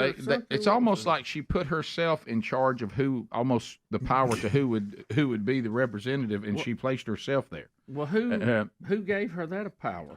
Said she manipulated the Olympic selection process to her own advantage by setting up her own governing body for breakdancing. Oh, so she made up. There wasn't one. There wasn't one. And she became it, and also was the pick to go. And it also says here, and if you think that's funny, somewhere Rush Probst is weighing in on ethics when it comes to coaching. Yeah, believe it or not. By the way, that is a story today. I thought it was Babylon B. I did too. Those of you that are outside of Alabama, he's nationally known to a degree that some of you may understand the irony of this, but Rush Probst, a very controversial high school coach out of Alabama. Controversial is an understatement. Yeah. We just had the Hoover High School coaches that had to resign over the video that we talked about from two. Rush just resigned from his last job after 1 year. Greg is reading an article today that Rush Probst is weighing in on the proper way to handle players. Yeah, and the integrity of coaches. And the integrity of coaching. Yeah. I couldn't believe it. I thought Greg was messing with us. I know, Bubba, you did too. So just know that's out there. And I'd like Greg. I ain't in on this one. I'm out. Greg made a second point. What kind of journalism is this? Yeah, who thought this was a good idea? Who says? I tell you who we need to talk about coaching ethics in high school is Rush Probst. And it didn't like that. He was coaching last year. Greg, the proper way to handle kids. Well, you got to coach with integrity. And Greg, you can't demoralize them. No, do not do that. And he never did that. All you guys, you think you scholarship worthy? You know who holds that key? Who do you think holds that key? Ding. So anyway, well, good for them. So Raygun. So well, keep in mind this was nobody ever had breakdancing teams before, so there was no governing bodies, and she decided she really wanted to be in the Olympics. I can't believe you can just announce you're the governing body for a sport for any country. I mean, how does that even because happen? nobody cares. Yeah, right. I mean, if we were going to have. What's that beanbag game everybody plays? Cornhole. Yeah, God, none of us fun like to play, name. hard to say. Another sport with a bad name. Right. If we were going to have cornhole in the Olympics, I couldn't just declare myself the cornhole expert to pick a I champion. guess you could if you go through the proper channels. Let me say, though, looking at somewhere the Olympic Committee has to okay this. But think about it. If it's your country, okay, let's say your country. I can't just run on the court and declare I'm the tennis coach at Jack This State. shows you. Well, yeah, there's people have to decide that. Hey, you almost can. You almost can. Actually, you can't you? Let's go back to this.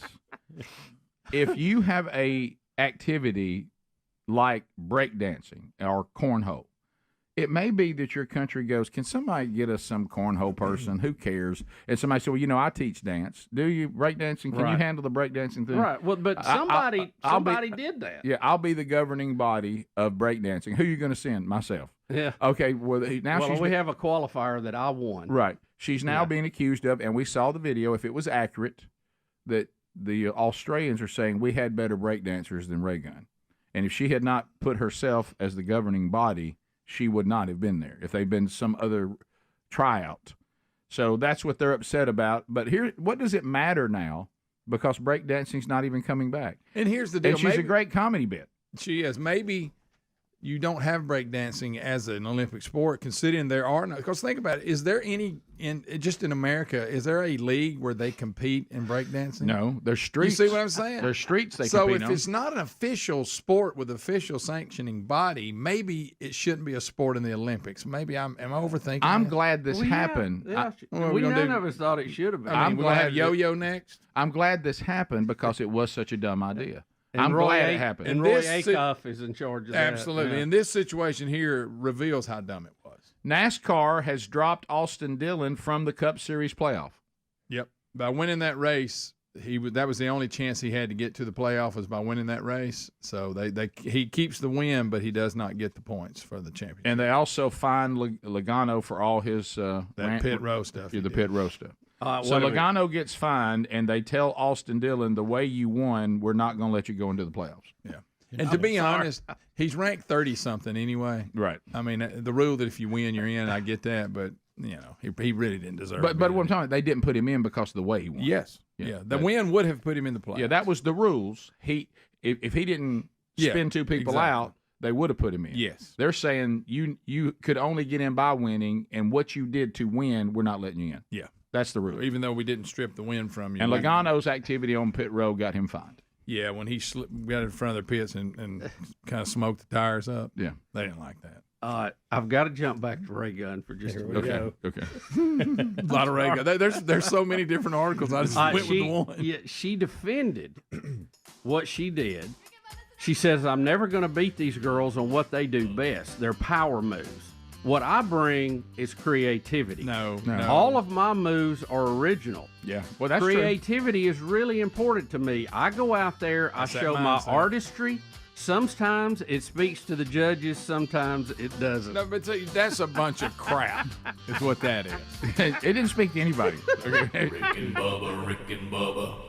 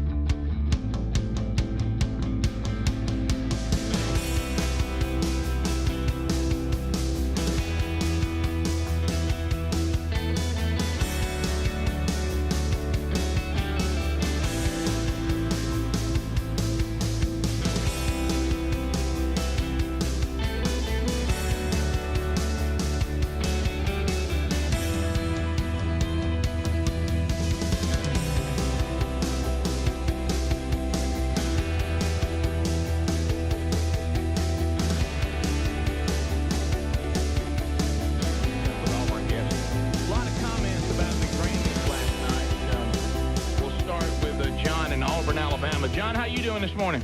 Hey, Rick and Bubba, what's up? John, welcome to the show, sir. Hey, check this out. I'm Mike Thomas's buddy. Y'all know Mike? Mike Thomas. Help Lighting and Lamp? Yes, I sure do. Yeah, sure do. Uh-huh. Hey, did you hear about Mike's credit card? Yes, we did. I was there. Maxed out. Oh, yeah, Yes. Bubba was there. I remember that story. And then it happened to Speedy. Nothing like entertaining clients. Oh, yeah. Do you remember we told that story, and then you and I went down to that restaurant that time? But anyway, go ahead. Hey, check this out. I might be wrong, but I think I'm 99% sure that agreement is a word. But is it a word that means what he was trying to say, like we're all in agreement? I think that's how he was trying to say it. I've heard it said that way, though, like agreement. We're all in agreement. Up. It'd be marked lock up. On this show, any word could work. How about this? The English language, it could be. He could be just exactly dead on. Who knows? How about I want him to be wrong, though, because I want him to be greatly embarrassed. But because what he was trying to say was embarrassing.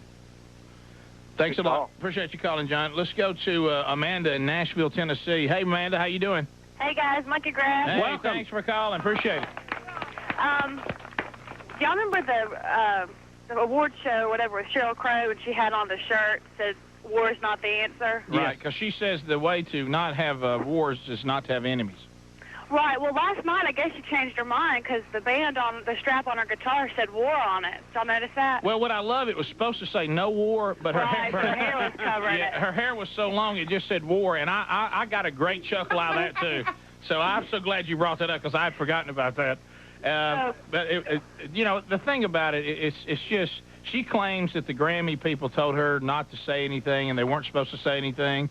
The CBS... Well, we're all in agreement with that, right? Yeah, and the CBS folks said, no, we never told anybody not to say. They can express themselves however they want, but within reason. So I don't know that dictionary is going to have it, Speedy. Yeah. From D's third grade. It's not a word. Yeah, so, that to me, just think, Cheryl, if you wanted to still do a message, you need to be smart enough to pull your hair up in a ponytail or something. Sweetheart. But I'll tell you this, it was a very nice outfit she had on. I thought she looked very nice. And I didn't, the song that, this thing with her and Kid Rock is strange, isn't it? Did you see his guitar band? That was a seatbelt. Yeah, that was pretty funny. That was pretty cool, yeah. Yeah, I'd like to ask Kid Rock. I wonder if he's a big war protester. I can't picture that. Can you? No, he's probably more of the laid-back hippie, not, all peace. We can call Todd Jones and find out. Yeah, that's true. All right, well, I try to think back to what anybody would say at trade school, and then I would know, so. Bubba, do you realize how funny it is that her guitar strap just had the word war on it? The only thing that would have been better if it had said no more war, and all you could see is more war, That would have even been better. All right, let's go to Ellen in Birmingham, Alabama, listening on Y94.5 and watching on Turner South. What's up, Ellen? Good morning, guys. Hey, Ellen. Hey, I had a question, actually, that I was a little bit confused about. Okay. And I'm not a big hard rock fan at all, but I thought Fred Durst was talking about the hard rock category in general and not about the war. No, I thought he said that this category needs to go away. No. He said war. He said the word war. Okay. Yeah, we'll play it for you again. He said we're all in agreement that this war needs to go away. We need an English teacher. Is agreement a word? No. It may be, but even if it is, I don't think I do know enough to know in that. Wouldn't you say we're all in agreement? Yes. Right. I know enough to know that's what he should have said in that sentence. Now, agreement might be a word that's used for something, but agreement? If we're all in agreement about something, we are not in agreement about it. All right, here we go. Before I say the rest, I just really hope we all are in agreement that this war should go away as soon as possible.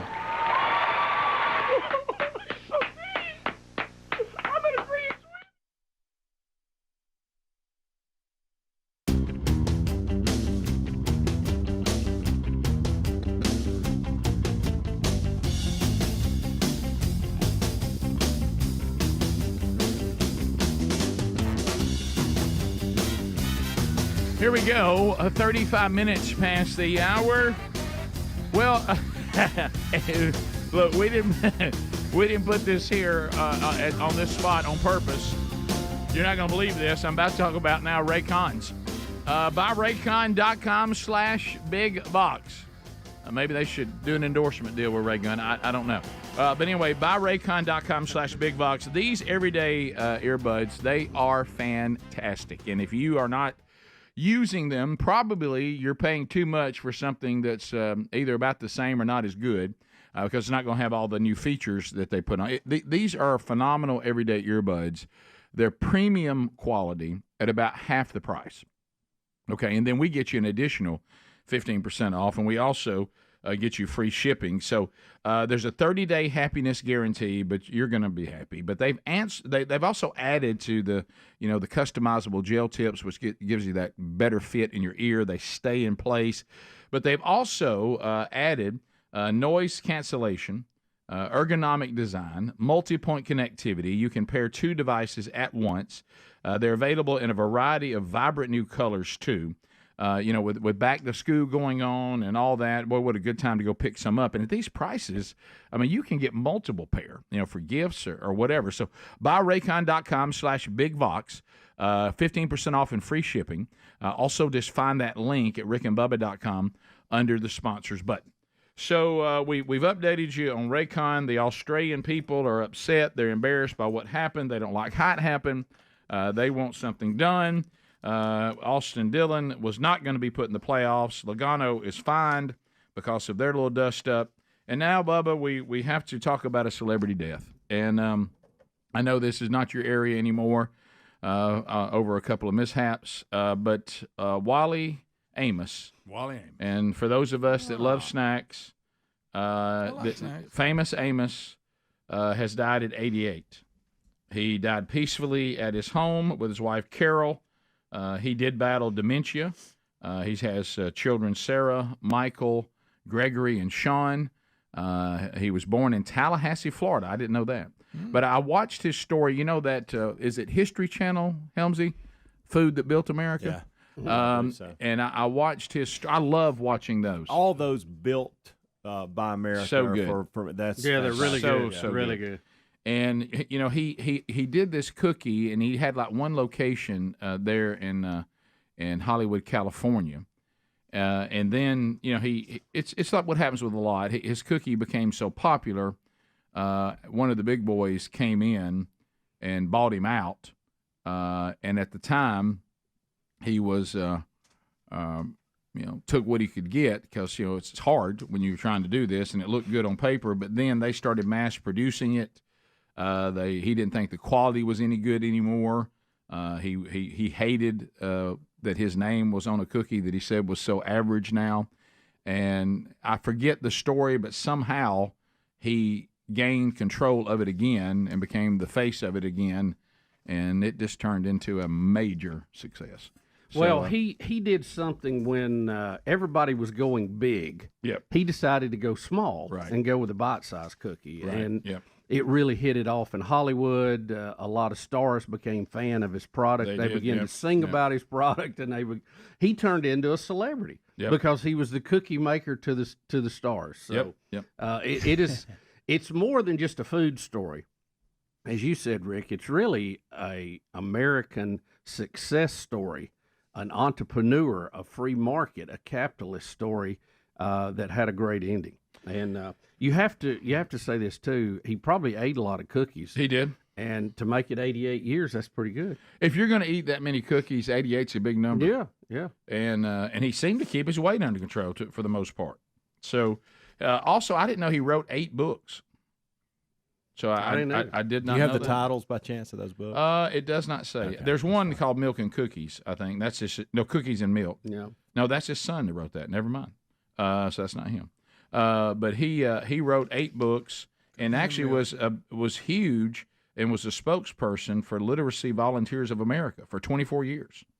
And George H.W. Bush in 91 actually presented him with the National Literacy Award for just his writing and what he did for that. So now Amos said in an interview in 2007, even though he had become very famous, thus the name Famous Amos, that fame was highly overrated. Yep. So he didn't seek the spotlight, but his cookies put him there. Right. And they are good. We have them in our snack area upstairs. I bet you do. They're still number one. Did you ever, I'm not familiar with him co-founding Uncle Wally's Muffin Company. No. Anybody ever had an Uncle Wally's Have not. muffin? No. Rick, I'd give it a whirl if I had one. You a big muffin guy? I like muffins. No, I'm not a big muffin. I like a muffin. You know what's good? Get I your like blueberry. cookies better. And if you can get it right out of the oven, and then cut a little slit in the top and drop a little butter in it. Yeah, That's butter. good stuff. His children have also praised famous Amos for teaching them the value of hard work, believing in themselves, and chasing their dreams. And always do my best. He was a true, original black American hero, they said. I would just say American hero. Yeah. Well, I think, when... Pretty good cookies. Yep. It goes back again. This is the land, and we've completely lost this. Back to this election in November, which is a biggie. Not for personalities, but for ideology. And this country is the land of opportunity when it's set up the way it was supposed to. Now, it is not, hello, leftists, it is not the land of guarantees. It's the land of opportunities. Back what we were talking about, the young lady yesterday that was trying to decide if she was a Democrat or Republican, which, by the way, that was a big hit with the audience. They say it should be like a baby prediction. Let people call in and they tell us how they feel about things, and we tell them what party you're closely affiliated with. And you find out that she kind of liked the idea, and she agreed with it, that what the founders wanted about liberty. Tiny government, stay out of my life, allow me an environment where I can maximize through liberty my God-given potential. But it's not a guarantee. And sometimes people may dream and want to do something, but they're not gifted enough to do it. Right. And that's okay. You can still try it. And then there's some people like us that aren't gifted at something, but still find a way to make it successful. But you do that through finding a way to do it. You're working it out. How about I didn't know this, okay, and I know why they put it in the story, but I didn't know he was black. I didn't know famous Amos was black. You didn't know that? Had no idea. You never saw his Bubba iconic just Panama said hat and his face on stuff? No idea. Okay. How about that? No idea. Until Bubba just read it like that, I had no idea. Yeah. Yeah, that was their quote. I know. Yeah. Well, I will say, and I agree with you, Bubba, completely, but I think also what's important about that is when you have a political party that keeps telling black people there's no hope for them in America. Exactly. And America is evil and America hates them. And then you like we always say, not everybody is on the same road as far as difficulty. Some people are born into families that have influence. They're born into families who have money. Whatever. And then some people start from nothing. So the roads, none of us are delusional to say the roads are exactly the same for every single person. What we are saying, and Amos is an example of this, no matter what road you're on, if you will get a good idea, if you'll work your tail off and you'll quit whining and actually go to work and quit looking at your obstacles and focus more on your opportunities, you can be radically successful in this country if you'll just do those things no matter your road, no matter what obstacles are in the road. If you could do it in the time in which he did it, you can certainly do it now. Oh, yeah. Well, you look at. I know. Yeah, we are the land of opportunity. Right. Now, we don't all start the race at the same place. Mm-hmm. I don't think anybody's saying that. But, No. But you do have the chance. And that's all you can ask But that's for, not really. always ethnicity either. And I know I'm not Right. allowed to say this because the left will go after me today. Look at J.D. Vance's story. Yeah. You talk about somebody that looked like he didn't have any hope to go anywhere. Yeah. I mean, he didn't have any advantages. He just made it happen. So it applies to you. The roads are not the same. People have all kinds of deals they have to work I always hear the thing is that the roads are exactly the same. We're just all in different vehicles. Well, no, that may be true. Yeah. I've heard it also like we're all in one big ocean, but we're all in different vessels. Yeah, and that different one. boats. Yeah, those kind of right. things. Yeah, it's I like all those little examples. And I do. They're all to the same point, but I think, and you're right, but I think the greater point is for us to go, but you can't sit around and whine and make excuses of the difficulty of your road or how rickety your automobile is or how small your boat is. Yep. If you will just get after it, you can navigate the water or the road. That's it. But now if you sit around and complain about it all the time and say, poor, pitiful me, then probably not. No. 15 minutes to the top of the hour. And there's always that delusion, too, that people have that they're the only person that's had difficult things. No, how about a lot of people do? Most everybody to some degree. It's an easy sell to tell yourself. Oh, yeah. We'll be right back. Rick and Bubba, Rick and Bubba.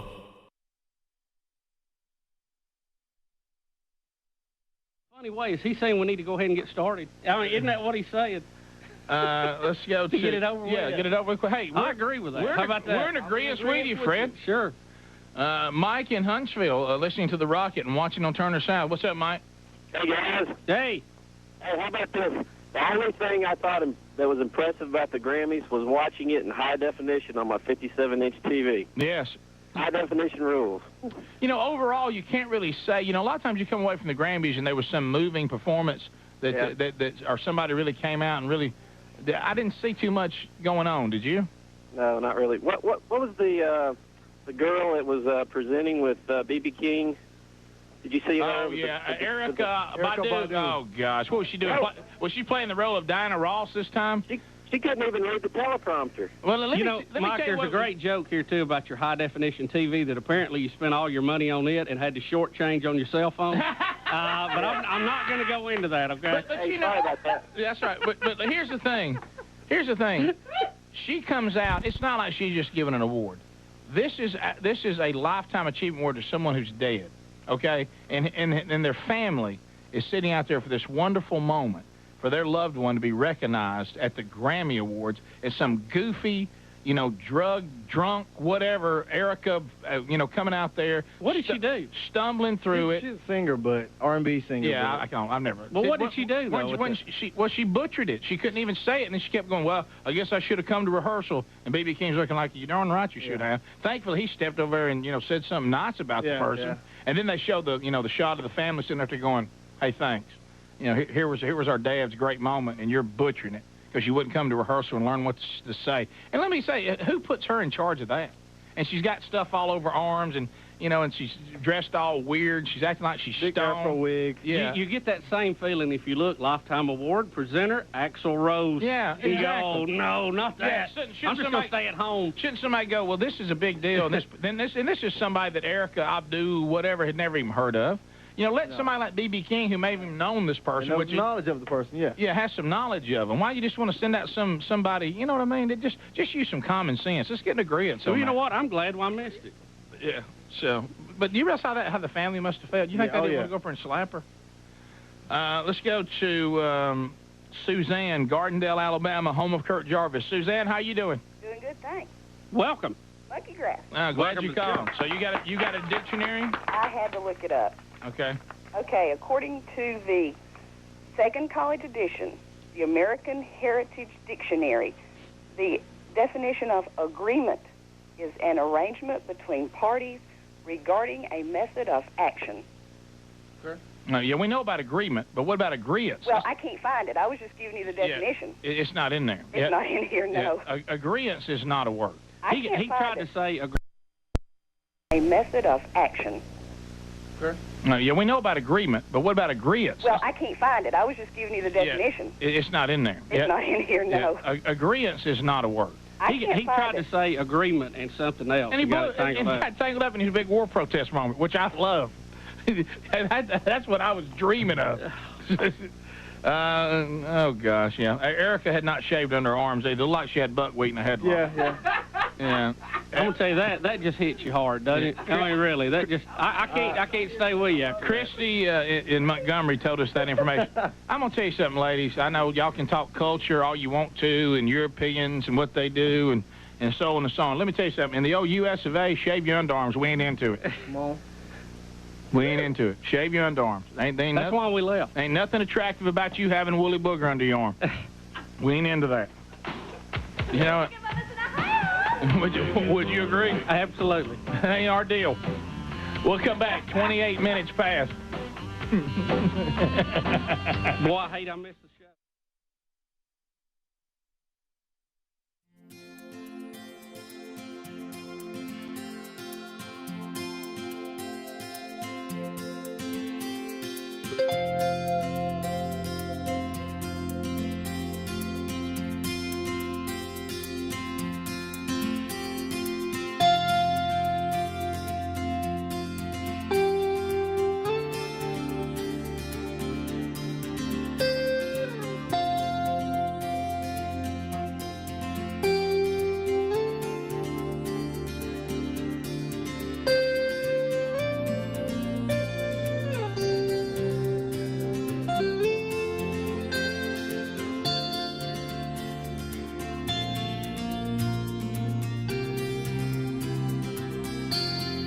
10 minutes to the top of the hour. Thank you for being with us again today.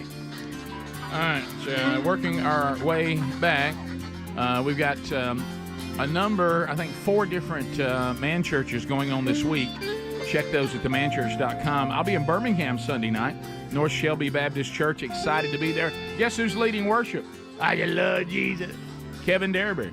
So Kevin Derryberry will be there. I'll be there, and they'll be kicking off the men's discipleship strategy. You can plug into one of our curriculum as well. I think it starts around 5. Those details are at themanchurch.com. Free event, and I'll be there, North Shelby Baptist Church, Lord willing, Sunday night. Bubba, Sir Charles brings us back from the break. Hey, this is, I was one. Hey, Rick. Hey, man. Where's Bubba? I turned down something, man. So, Charles, there's a story today, and I heard you trying to figure it out. I'm kind of the same way. I thought that we did a story. Am I remembering this wrong? That it couldn't have been more than a year or two ago. The current setup on whatever this TBS thing is TNT, right? That Charles and those guys weren't coming back. That they were not getting renewed. That's what I heard. Did we do that? Did we not have a story about 2 years ago that Barkley had signed on for like a 10-year deal for some now that I don't huge remember. amount? Yeah, and with TNT. But now, if I understand this correct, TNT got left out of the new NBA contract, which is an 11-year deal. It begins next year, not this year, but next year. That's right. Okay. And so they're not going to have the TNT panel there. What do they call it? Inside Basketball? What's the name of their show? I don't know. But anyway, everybody knows Inside the NBA. Inside the NBA. I don't know if that's it or not. I just threw that out there. Ernie Johnson, Kenny Smith, Shaquille O'Neal, and Barkley. Right. And so, I know Barkley's been making a lot of jokes this year about having his resume out on the internet if anybody's hiring. He sounds like you. Yeah, I know. Indeed.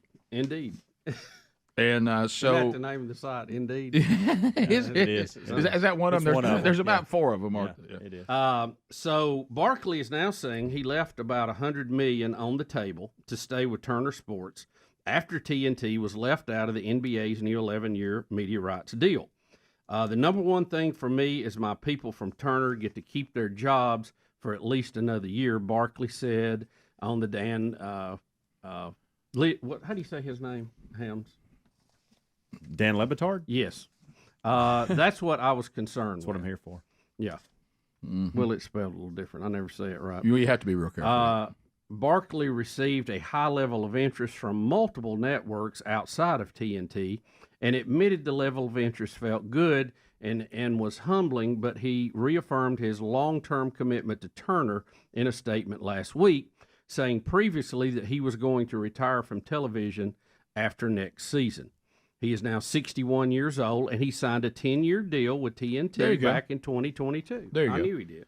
So if he signed it, was he saying because the NBA rights no longer are available to TNT that made his contract void? I guess he could have taken a deal with someone else? Right. And he's claiming other outlets that will have the NBA offered him $100 million, and he turned it down so he could stay through the final year of him being at TNT. Is that what he's saying?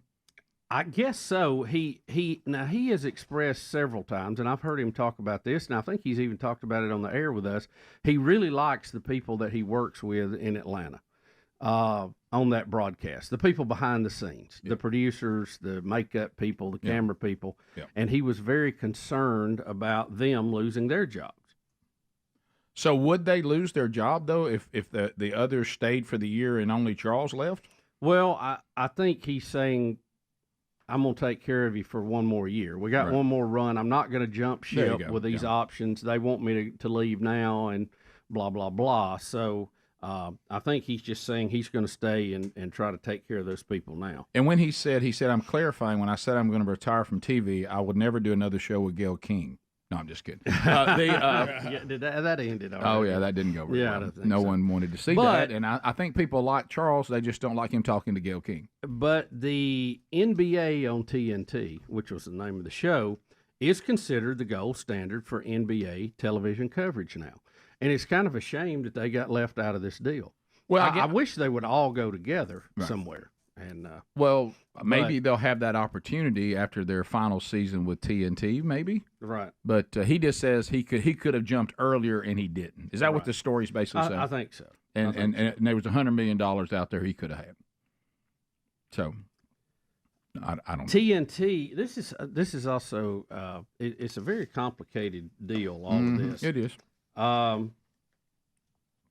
TNT is saying that they issued a statement last month saying they're taking legal action on the situation. Given the NBA's unjustified rejection of our matching of a third-party offer, we've taken legal action to enforce our rights, TNT said in the statement. We strongly believe this is not just our contractual rights, but also the best interest of the fans who want to keep watching our industry-leading NBA content with a choice and flexibility we offer them through our widely distributed WBA video-first distribution platform, including TNT and Max. Right. So apparently, I don't think TNT thinks this is over yet. So we'll see. Yeah, I didn't understand this other statement in the story too. He was talking about, I'm humbled that people threw all these crazy numbers at me, and it felt good to know that, and these other networks. But I don't understand this when he says, like I say, they're going to pay me to go and talk about nothing.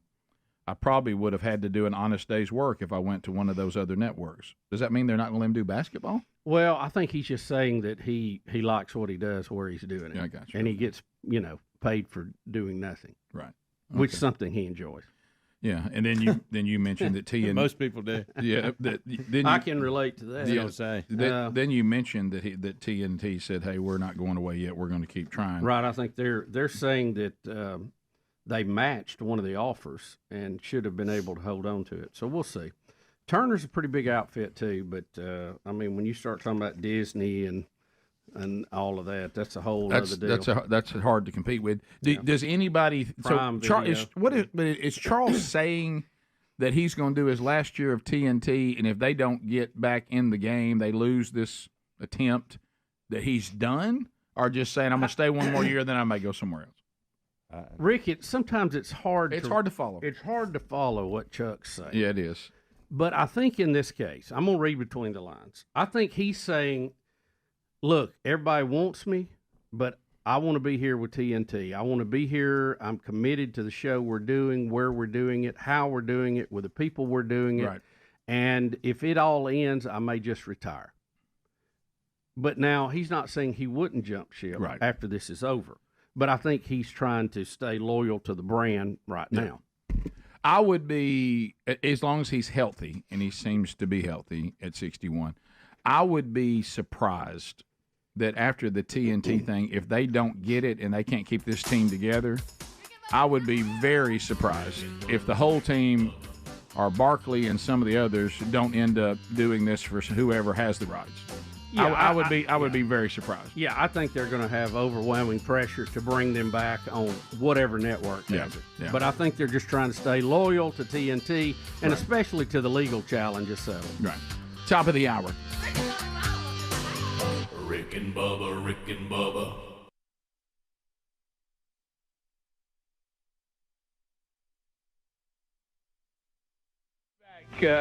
And we've got you want to do a contest or something? Sure. We'll give you a chance to win some stuff from the Rick and Bubba prize closet. So hang on. Rick and Bubba, Rick and Bubba. Rick and Bubba, Rick and Bubba. I can't start another. We're back. It is 34 minutes past the hour of the Rick and Bubba Show. Interesting concept here as we come back. The lines are full of people ready to play, but they don't know what we're going to play. Well, that's a good sign. Yeah, but it's drive-through password. Probably not good news for all of you because I doubt you're at a drive-through on hold right now. So it is drive-through password. That is good stuff right there. So I'm sorry. Now the line's quickly clearing, but find a drive-through. Oh, I knew it was going to be good over there. Yeah, I knew it. Somebody right there went, God, get over here. I knew my country. Look, there was somebody sitting there with a New Testament in front of them. I was ready to know the good book. I listened real close Sunday. I might be in there. Yeah, drive-through password. So find a drive-through, get set up, and we'll be ready to go. We were talking about the Get Me Out of Here, I'm a Celebrity TV reality show. I watched Friday night with the big crocodile controversy. Oh, yeah. And where they all pitched their fit, and Robin Leach said we're having a meeting with the producers right now and all this. But I couldn't figure out. They said she was not in danger. The little Playboy bunny who everybody wanted. Nikki. But she had to go get these stars out from under buoys in a muddy water with crocodiles in it and a snake that was in there that they didn't know was in there. And they were pretty vague though when they asked, could you get hurt? They kind of said, hey, no, but they weren't really as defined in going. They had a guy on the shore holding a rifle, ready to shoot them with darts if they went after. Yeah, that was the. Well, what if he misses? Yeah. What if that particular alligator is immune to that? That was Robin's. That was his. That was Robin's. You mean to tell me? Oh, and he said that's our line of defense. But and Alana last night, how about this? She had to go down in water, I need to find out about that because I don't know what happened last night. She had to bob for stars, and it's like there's like all kind of stuff. Well, let me say this. I mean, just like in little boxes. She had to go in the box and bob down up in there. She was bobbing in a box? Yes. Now, let me tell you this. They can say what they want to, but as a viewer, I'm loving it. Oh, yeah. Oh, yeah. Get in there with those crocodiles, man. That was huge. Well, I saw a little bit. And I wanted to see her get attacked. I saw a little bit of it last night. They went behind the scenes and showed how they were doing it. But I didn't quite buy into everything they were saying. They said, you know, we've got all these robotic cameras and we've got camera operators, but they don't know they're being, you know, that the camera's on them, and they're hid in this rock. But the rock had like a big hole in it with a lens sticking out. Right. And I went, you know, I know I'm not an expert on the Outback, but that right there does not look real to me. Now, you know what I mean? I will say one thing. Downtown Julie Brown seemed to not know that they were still broadcasting when she leaned up in, what's-her-name's ear and says, if you say one more thing about me, I'm going to hurt you. Yeah. And tried to whisper it to her where nobody could hear it. Let me tell you something. You say one more thing about me, I'm going to hurt you. I just usually need to know that. I will say that. Don't you physically threaten me. She physically threatened me. Don't go there, girl. Don't you go there, girl. One of the critical items that downtown Julie Brown should have brought was eyeliner. Yes. Okay? Yes. I have never, ever seen makeup make such a difference. I tell you what, though, Alana was impressive last night. She got up in there, and she got 10 stars. And this one was like this freaking crazy possum, black-haired, wild thing that was sitting there going, I mean, she went up in that box, and came out with a star. Now, how are they going to stop that thing from biting her on the nose? I don't know. I don't know either. How about this? That one was just somebody would have been hungry. Sorry, gang. Well, how about this? They got 1 out of the crocodiles out of 10, and that was a gimmick. She never found it. They gave it to her because she was crying her eyes out. Tonight, downtown Julie Brown has to go try to get the Bush Tucker trial deal. Bradley in Fort Payne, are you at a drive-thru, Bradley? Yes. All right, Bradley, hang on. Rox, we'll get back to you, but hang on just a minute. All right, you know how the game is played. When we hear the speaker, we're going to give you 60 seconds. You have to make the drive-thru person say the word that Bubba gives you. You can't say you're on the show or say any part of the word. Okay. And it's a word or a phrase. Okay. Or it could be proper name in this case. Yeah, we're waiting for the speaker. Hold it up so we can hear him good, okay? Okay. Bradley, your word is Sheryl Crow. Sheryl Crow. Ready, go. Okay. Yes, before I order, I'd like to ask you a question. Can you name some popular female singers maybe on the Grammys last night? Oh, I would say probably J-Lo or Britney Spears. J-Lo. No, she... I can't understand. She said J-Lo. Her last name is also a bird. That's good. That's good. 30 seconds. Please help me. So you're killing me. You're killing me.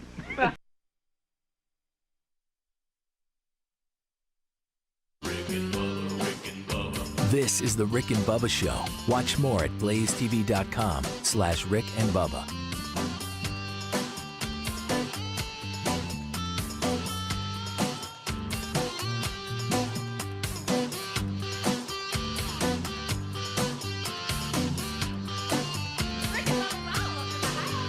Rick and Bubba, Rick and Bubba.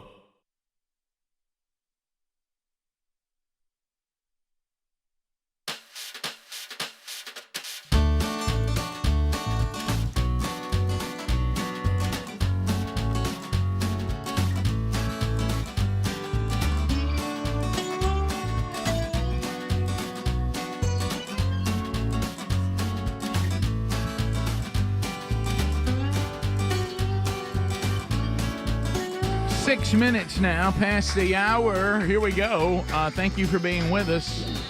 Today, Greg, Helmsy, Adler, all here. Speedy is vacationing. He should join us coming up again on Monday. Another Rick and Bubba University, the podcast recorded today, back out this weekend. Our topic, Venezuela. And also, yesterday's Bible study archive is now available to you on our YouTube or podcast channel. Welcome back, Bill Bubba Bussy. Rick, glad to be here. Thank all of you for joining us at the little party we call Rick and Bubba. Bubba, today, August, an active month for the old Rick and Bubba show. You and Betty celebrating 35 years. Yep. And it was an odd thing with Helmsy, winding down his time here at Rick and Bubba. When he discovered... Rick, my contract's ended. Wasn't renewed. Hey, tone down, Brookie. But anyways... People are idiots. They really are. Well, I've never even had a contract. I know from pretty good source. Can I just tell all of you, and I've had to tell people, just it'll help you therapeutically. It really will. My. Make the commitment that I made. Stop trying to reason with unreasonable people. Yeah, it's a waste of time. I've stopped. If someone's reasonable... then fine, it's worth it. But if you realize pretty quick, it's like the time you got a little give and take. Yeah, and you realize it's an unreasonable person. Remember the time you tried to explain Bubba so clearly to a flat earther that there was no way this was possible? Yeah. And no matter how many times you presented factual information, they said exactly the same thing back to you. Yeah. You realize then, I'm wasting my time. I'll never get this time back. Yeah. So you just don't do that anymore. We don't have that kind of time left. But now the condescending Mountain Brook attitude, I'll give him that. Right. I can have that from time. Now I don't have their money. Right. That's old money. That's old money. Yeah. You really need that money to have that attitude, though. Sure, you really do, and that's what makes it bad. That's why I need to apologize from time to time. You're not old money. You're new money. Greg, I got on pretty good authority. Bubba, I'm no money. Contract didn't get picked up. Bubba, I would be no money. Not old money, new money. It would be no money. No money. But Helmsy and I realized that my wife Sherry is having her birthday today, and so is his son Braden. How about that? Same day. 19 years old today. So Braden's 19. I can't. Are you supposed to say how old your wife is, or is that supposed to be? I want to check with her. That's a good question. But anyway, so Sherry's birthday. She's older than 19. She is, even though she looks sometimes like she's not. But by the way, that I think the more I age and the better she ages. Is starting? She's always looked like everybody says, "Well, now who is this? Is this? Is it?" I get the same. Yeah, thing, is this one ticket? Is one ticket? Yeah. And every time we eat out, they ask that. But Sherry, happy birthday, baby! What a blessing to not just to our family. I mean, she's such a gift to so many people, and we'll celebrate her today. And just love you. So we talk, just on a little bit of a serious note, and I say this on behalf of all the married men here. We joke and kid around a lot about the husband-wife thing because there is so much comedy in it, and it is funny. But we have really, really tremendous, impressive women as wives, and we have all done very well. So they're really impressive women. So Sherry, happy birthday to you today. I love you so much, and thank you for the gift you are to so many, and the gift you are to me. When God sent you to me, it saved my life. All right, so other things to discuss. You're not going to believe what I'm going to say next. Why don't we just play the video? Okay, I just want you to hear it. Oh boy, from him. Is this him or just a reporter? It's actually him. I'm not even going to say who it is. I just want y'all to watch and listen to this. And since those who are not watching on YouTube, I'll tell you who it is if you don't recognize the voice. Here we go. Will we see you play NFL again? We're still training, still pushing. So hopefully we just got to get one of these team owners to open up. What would it mean to you to play NFL again? I mean, it's something I've trained my whole life for. So be able to step back on the field, I think that would be a major moment, major accomplishment for me. Also, I think it's something that I could bring a lot to a team and help them win a championship. That's Colin Kaepernick. When was that? This is recent. This is like now. No, y'all are making this up. He's doing it again. Is this that his star gets so dim when no one's talking about him, he always has to come back and say, "Hey, nobody wants me again. I'm trained here, ready to go." How long has it been since he took a snap in the NFL? I'd like to know that. Somebody, Helmsley, find that. When was the last time Colin Kaepernick played for a team. There's a report here that Jim Harbaugh offered him a coaching job with the Chargers in January. Okay. And he didn't take it. Yeah. My goodness. Guys, he's not going to take any of these He said things. he talked to Kaepernick about getting hired as Chargers after he got hired, about a possibility of him joining the team in a coaching capacity. It has been 2016? Yes. Okay. So he's he has, 36 now, I believe. He has not stepped on the field since 2016. Okay, so 8 years ago. And the time to me when, if he had an ounce of credibility, which it was only about an ounce, when he had those tryouts set up, and then he would claim, I don't like the location. Oh, yeah. And change it at the last minute. I forgot about that. That was it. I mean, none of us have listened to him, I hope, since. And I know some of you who are watching on YouTube, you thought, why do they have the Olympic women's boxing champion? That's not who that is. That's that's the different person. What we just had was actually Colin Kaepernick. That was not I-Man. Did you hear him again saying, if just one of these coaches take a chance on me, if somebody step up. 2016, guys. Yeah, okay. That's now this has just become embarrassing. I mean, been training for this all my life. I can help a team. 8 years is 2 high schools ago. Yeah. Yeah. Well, yeah. And is all of almost you, a decade. Everybody in here has already said on multiple occasions, the NFL is not in the business of having wonderful players that could win for them, and they won't put them on the field. No. Right. They'll do anything they can. They will look, Yeah. especially by now. Anything. But now that it's calmed down, right? And he's not, the kneeling thing is not the number one story. Mm-hmm. If they truly thought that he had the ability to help them, he would be out there. Does he not have any friends? Is there no one? Oh, I think this is how I operate now. This like is his you business, said, isn't it? My name falls out of the media. Right. I do an interview.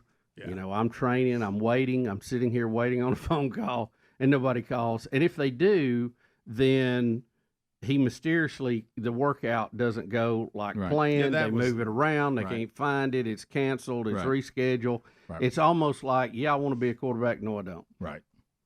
So plus, didn't he call the NFL slavery at one point? Yeah, don't forget that. He did. He had that whole little special. Here's what's sad. Do you remember when he was the toast of the NFL? Oh, yeah. I mean, they were saying this is the new era of a quarterback, and then, of course, the defense figured out the offense and got a little more difficult for him. Yeah. But and then he just faded into weirdness. Again, I hate to say it, a woman came in his life, made him crazy. Yeah. We see that a lot. And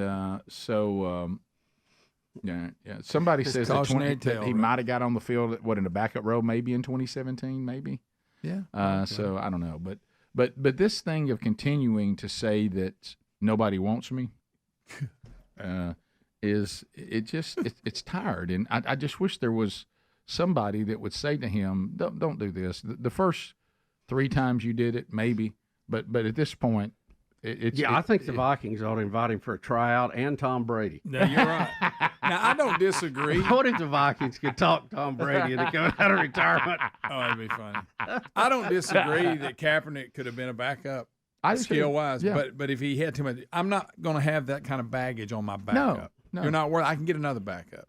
But if you didn't have all that baggage with you, you would. I think he probably, at that time, 2016, I think he probably had a chance, not necessarily to become the starter day one, but we see people play a role. Listen, he's at the Vikings and he's still doing his thing. He's a starter right now. If little things like that. That's my point. But they let him be your backup and show up and bring all the baggage with him. It's just I ain't got time for that. All right, so Greg, if he had not, Cam Newton was the same way. Yeah, right. Exactly. That's what got him. If he would not have gone bonkers and just simply said, "Hey, I'm not quite starter level yet, but I'm going to be a backup and keep banging on my craft and working hard." That's it. He would have been playing for somebody, because the starters get hurt all the time. All the time. Oh, yeah. I mean, it's so.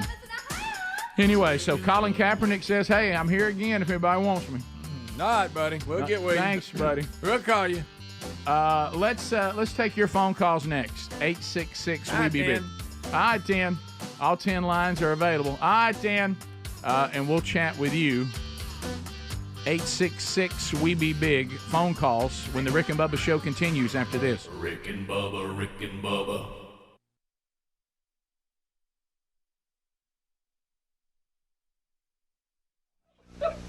No, 20 seconds. Did you hear it? What'd she say?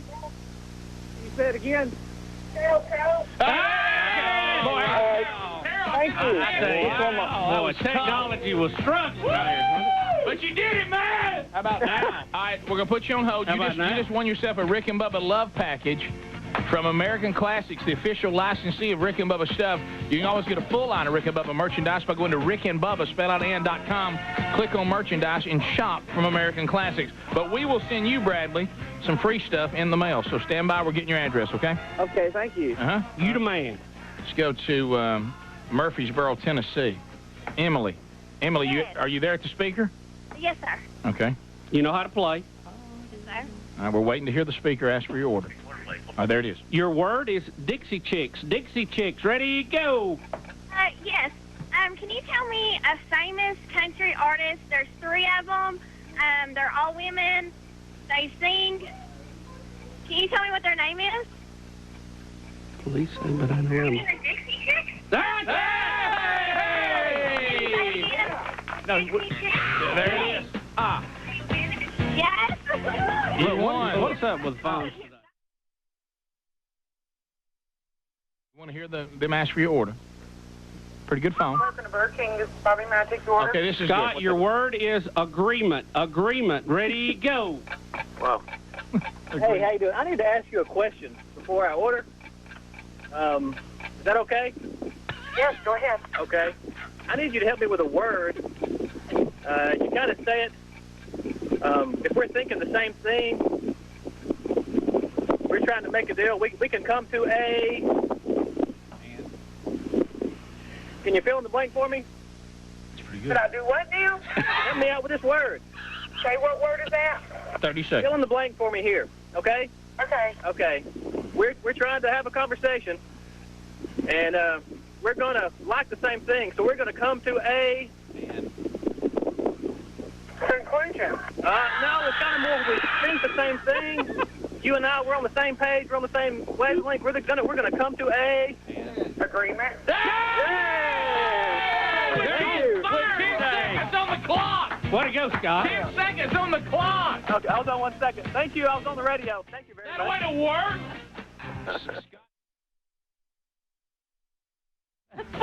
How about this? In the time we could get them bobbleheads, that they could build their own restaurant and already have their own drive-thru.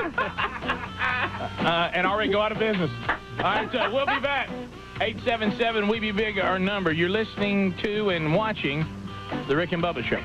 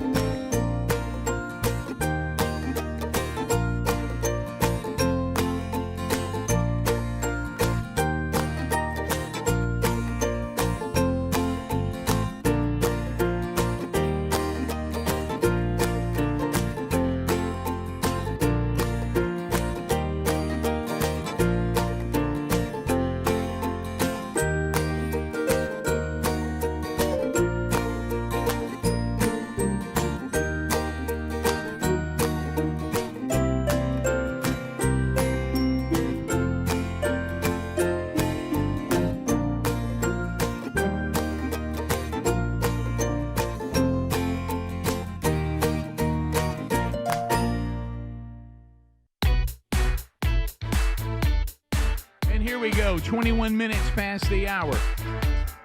Phone troll. America is speaking at 866 We Be Big. Largest number of people, shortest amount of time. Release America while they can still speak. Comments, questions, bringing information to the table. No meaningless shout-outs, no shameless plugs, no baby predictions. This is designed for, here we go, rapid fire. Everybody. This came to us years ago when some of you were saying, hey, we can't get in. Can't get in. So we expanded to 10 lines, a bit controversial in talk radio. Most people say you can't manage more than 4. And usually we find out that's actually true. But still, all 10 lines are available. That means a bigger sample of people, and then we get you ready to go. And because of the buzzer, the line is moving quickly. Helmsy has a timeout, so does Bubba, if they deem your call worthy. So here we go to Larry in Birmingham. Trolling. Keep them phones a trolling. Here we come, phone trolling, phone troll. Larry, welcome to the Rick and Bubba Show. How are you today? Harry. I'm doing good. How are you? Good. Hey, man, a monkey grad. Thanks for the call. What's on your mind? Here we go. Hey, man, I want to give Watson Treadway a big shout-out. Oh, I'm sorry. No shout-outs on the troll. That's an instant buzzer. Someone not following the rules. You're acting like Raygun. Let's go to Kay. Kay, welcome to the Rick and Bubba Show. 30 seconds. Go ahead. Hey, so y'all talking about Colin Kaepernick. Everybody forgets that Jason Kelsey, he was one of the first people to kneel with him. Now everybody loves Jason Kelsey. Oh, but Kay, you know why, don't you? Yeah, because of old Taylor Swift. No. Because Travis Kelce's still really good, and he's winning Super Bowls, so he is more beautiful than he is crazy. and Colin Kaepernick isn't. Yeah. If Colin Kaepernick was winning championships like Travis Kelce, no one would remember him kneeling. No one. But the fact that he did all this controversial stuff and then made the mistake of not being good anymore, or not being good enough to get away with it. If you remember, when he broke into the 49ers, he brought in the read option, and he was very successful at it. And it transformed the quarterback position. People start going, oh, we're going to have running quarterbacks in the NFL. Well, the defensive coordinators made adjustments to slow that down, and it kind of took away his star power, so to speak, because he was not the classic drop back in the pocket passer. So when those kind of things happen, and if you can, really it gets down to this. You can quote the great Al Davis, who said, just win, baby. That's right. That cures everything. It does. It cures coaching problems, player problems, because if fans are honest, you just want to win. Yeah. And the little things that bother you don't bother you when you win. If you start losing, suddenly they become real important to you. We know many coaches over the years that have had problems off the field. Nobody cared about them while they were winning 10 games, bowl games, and championships. Right. But let them fall down just a little bit, the program back up a little bit, have a few problems, then all of that gets magnified. We continue. Let's go to Alan in Asheville. Alan, go ahead. 30 seconds. Good morning, guys. Hey, buddy. I was going to, after the show's ended, will y'all still be doing merchandising that still can go to the store and purchase? Probably not very long. It might be there for a little while, but at some point, the reinvestment of that wouldn't really make any sense. So bottom line, get it while it's hot. Get it while it's hot. Thank you. Let's go to Jackson. And then it'll be a collector's item. That's right. Jackson in Birmingham. Jackson, go ahead. Hey, y'all. Hey, buddy.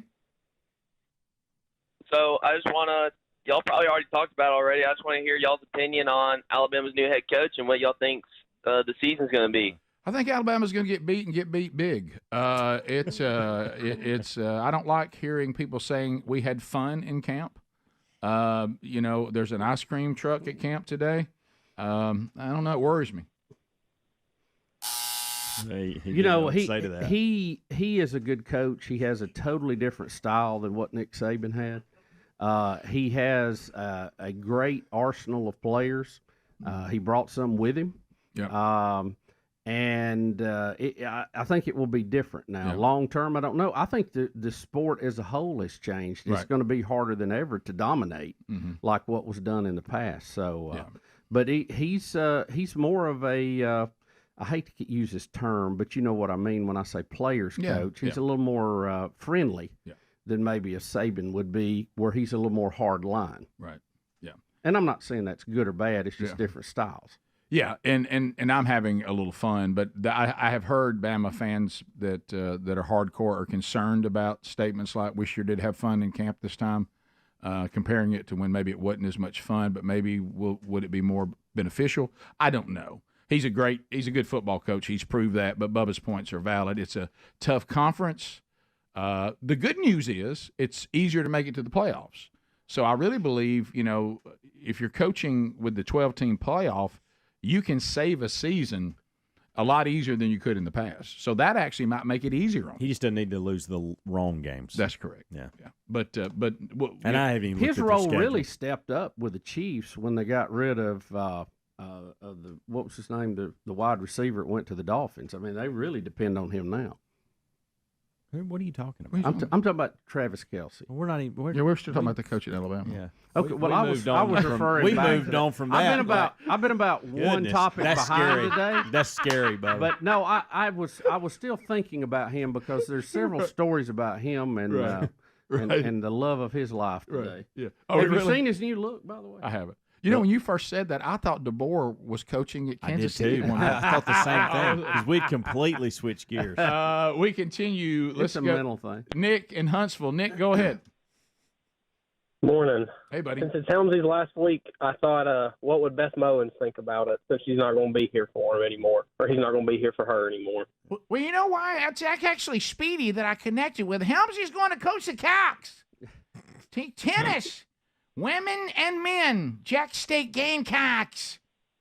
Amherst Stadium. Burgess Snow Field. Be near the tennis courts. Bubba will be buried up on the hill. So that's By the way, walked on the new turf yesterday. Looks good. You like? Oh, did you? Yeah. Good? Yeah. That logo looks good in the center. We continue. Greg doesn't like the new Gamecock. I can tell. He doesn't. No. Well, It's actually an old game. That's what I tell everybody. I say it's actually old Gamecock that's got a new fresh look. Can you run me a list of things Greg likes? Good point, Yeah, Greg. I started. Great That's a point. real short list. Patrick in Alabama. Patrick, go ahead. Speaking of Greg, when he said earlier that he was going to call Colin Kaepernick back, I don't believe him. I don't think he was being honest. I don't think he was ever going to call him back. Don't look to me. I'm a step behind. Is there a mist in here? Will it soon affect me? Will I leave reality as well? It's one of those days that pink fog is in the air. Oh man. All right. It was a mini stroke, not a full stroke. Right.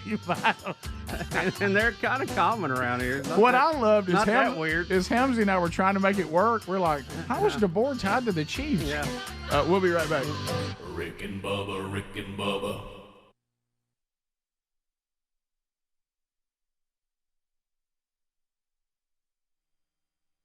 Rick and Bubba. We're back. Pulling the 12 minutes to the top. Ricky's door. They didn't want to talk to young Rick no more. When they saw his mama, his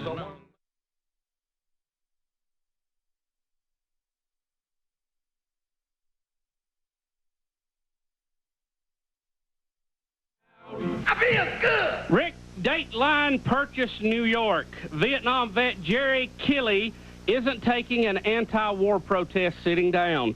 As a matter of fact, Kelly ran onto the court with an American flag at the Manhattanville College women's basketball game. The counter-protest occurred yesterday afternoon in a game against Stevens Tech, an upstate New York school. As she had done all season, Manhattanville senior Tony Smith turned away from the flag during the national anthem. Oh, come on. Kelly went onto the court with his flag just after tip-off. He says the player's anti-war protest is a disgrace to herself and to the flag.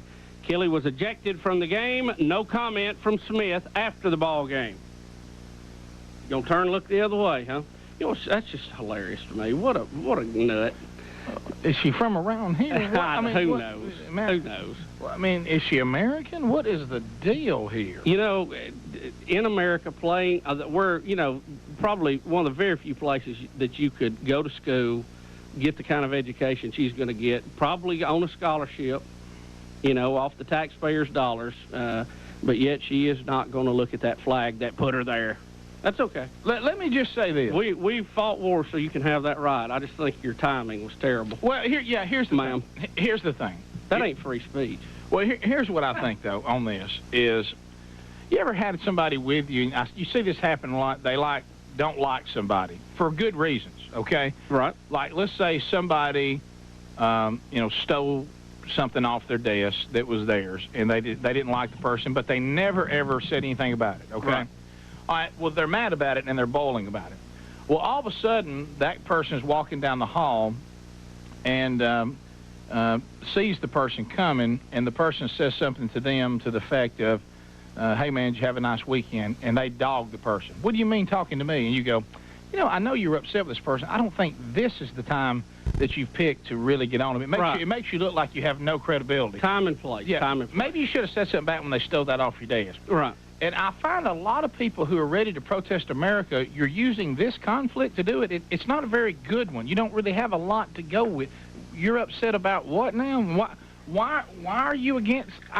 If you're going to have a war protest or protest something we're doing, this is probably just not a very good one. Have you seen? What are you hanging your hat on? Let's see. We're going in to overthrow an evil dictatorship that kills their own people.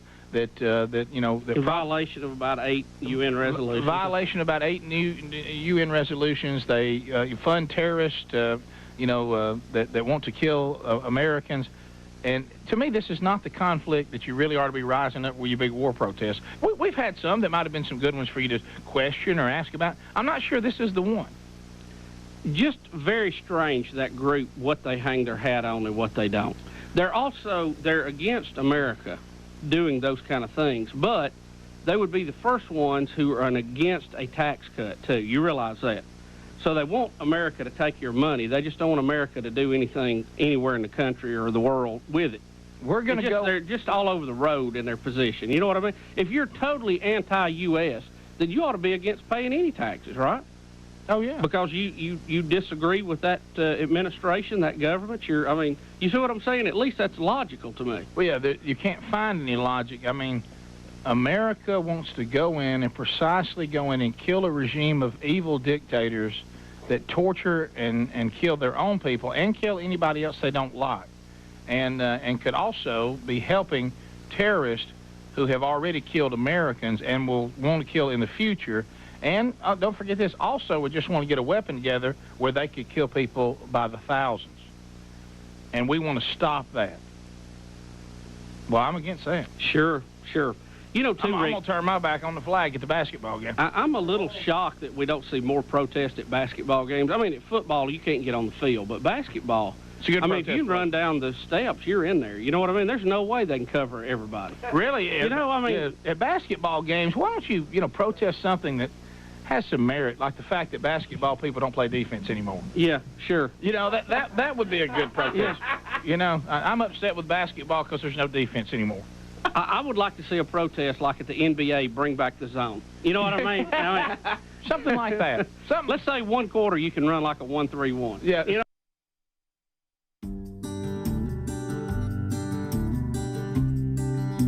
Here we go. That's all we know, baby. Wide open. Wide open. Thanks for being with us today. TaxNetworkUSA.com/bigbox. Who needs help? Is the IRS after you? That feels good, doesn't it? Well, look, this current administration, they're putting thousands of IRS agents into the field, and they're coming for you. Will they be going after the uber rich, the very uber rich that the Democrats demonize? Absolutely not, because that would include them. Also, they know there's a big fortress of lawyers between them and the person they're after. But when it comes to hardworking Americans, easy to pick off. And predators always go for the easy kill. So why don't you get an advocate that is there for you? So if you haven't filed in a while, or maybe you're getting threatening letters over something that maybe you owe them more, taxnetworkusa.com/bigbox. The team has brilliant strategies to solve your IRS problems quickly and in your favor. They've found some limited time special offers that the IRS is willing to waive $1 billion in penalties. That would help. So why don't you find out if you qualify before it's too late? Never, ever call the IRS alone. Let the attorneys at taxnetworkusa.com/bigbox work for you. Get a free consultation now. No obligation, but find out what they can do by calling 1-800-245-6000 or go to taxnetworkusa.com/bigbox or go find the link at rickandbubba.com under the sponsors. Bubba, we've got a couple of quotes today from Mr. Trump. He is talking about, people have been a little critical of Trumpster lately, saying, hey, don't be your own worst enemy. Just talk to America about the problems they have and how not only can you solve them, you showed the last time you were president that you have solved them in the past, and let's stay right there. Seems to be an easy victory for something better than what we have in Biden-Harris. So Trump is out there, and one of the things that people have been making fun of, and he will too, is that it seems that Kamala Harris, when she hears things that people like about proposals that the Trump administration, things they're going to do if they are put back into power, if it's something people seem to like, she just pretends she's going to do it too. So he comments on that. Here he is. Kamala Harris won't end the economic crisis. She will only make it worse. And why hasn't she done it? She talks about it. She's doing a plan. She's going to announce it this week, maybe. She's waiting for me to announce it so she can copy it.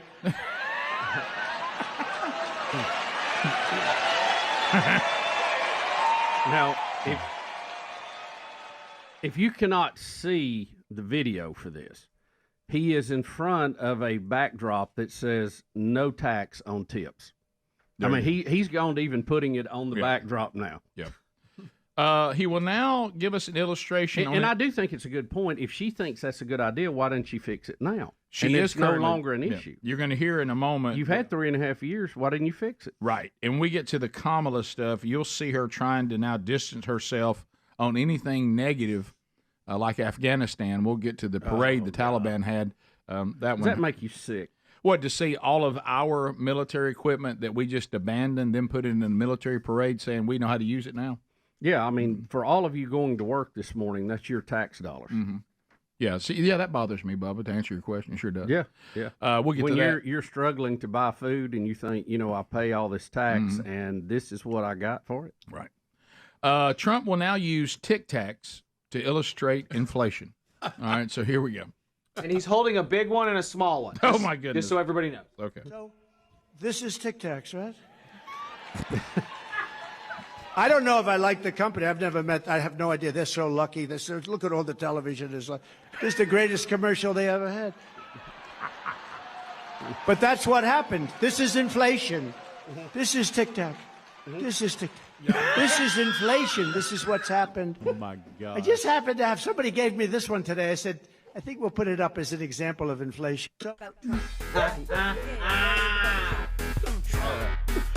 So that's gold right there. This is Tic Tacs. See, Saturday Night Live needs to do. Oh, that. they will. Yeah, that's. You can count on that. And also do our vice president who keeps saying all of these things she wants to do that contradict everything she campaigned on last time. Correct. And back to your other point, which everybody's making, you're the vice president now. You and Joe Biden y'all haven't done any of this while you were in power, and you're still in power. If you want to know how it would look to have Harris, you can just look what she and Biden have done, and you can look at what Trump did and then make your own decision. But, that one, you'll hear about that one again. I still think maybe a little more moving was the woman crying in Philadelphia yesterday saying it's really as simple as a $2 bell pepper now costs us $5. Yeah. And those kind of things hit everybody. Now Trump will make fun of wind energy. So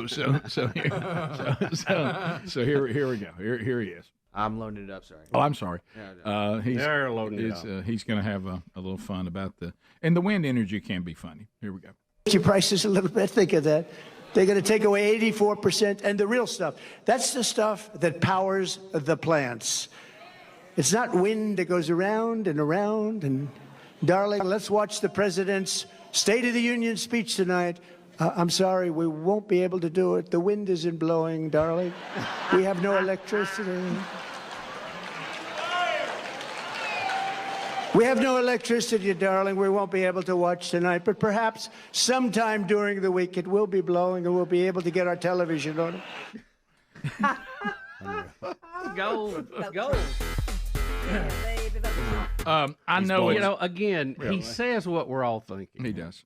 You're just not used to seeing someone at his level say it that way, and that's the intrigue and the fun of it, really, quite frankly. Yeah, Bubba has given. Also, what's killing him? That's the whole right. Like I love it. I sit here and laugh. I don't it's think fun. that hurts him as much. Yeah, but he's got my vote. It's the That's name it. calling stuff. But yeah. yeah. But he's doing that too. Yeah. Like, that's. I think he Bubba's throws by every time he talks. Yeah, I think Bubba's point about these alternative energies a little deeper than what Trump just said. Even though it's funny, is that these things cannot power the things that we need powered. They can't replace what we currently have. It isn't there yet. No.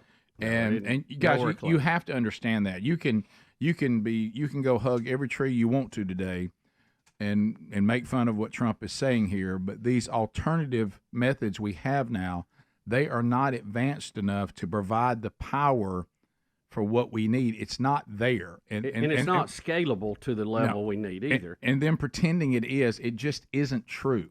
That's why you can't declare that all this is going to be done away with, and you can't declare, like we have said and Bubba said 1,000 times, petroleum. They're not telling you that all the other products that I mean, you can't even drive an electric vehicle with tires if you don't have petroleum. No.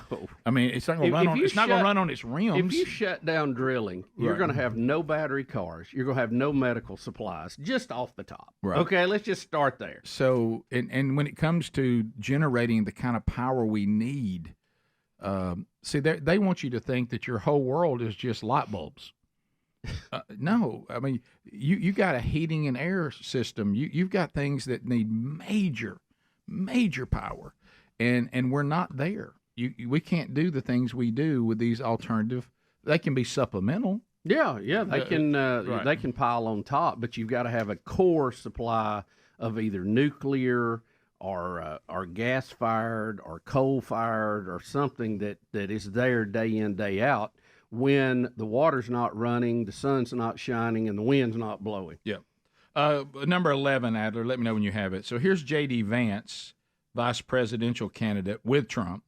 A New York Times reporter tries to play one of these games the left will always play, where they claim like inflation is down. But you have to be careful. What's the base number they're using? And J.D. Vance calls them out for that. Here we go. Sir.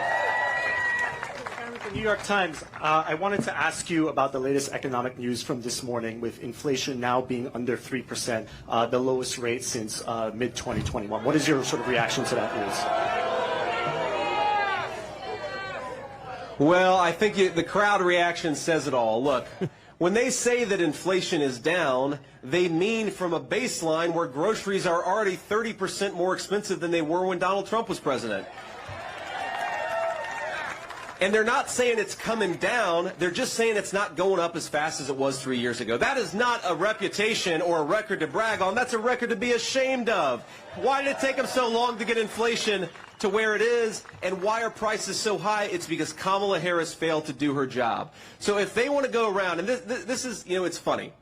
Kamala Harris, on the one hand, will say, on day one, we're going to tackle the affordability crisis. And like I said earlier, Kamala Harris has been the vice president for 3.5 years. And I think, ladies and gentlemen, she's in effect been the acting president, because we all know Joe Biden isn't home.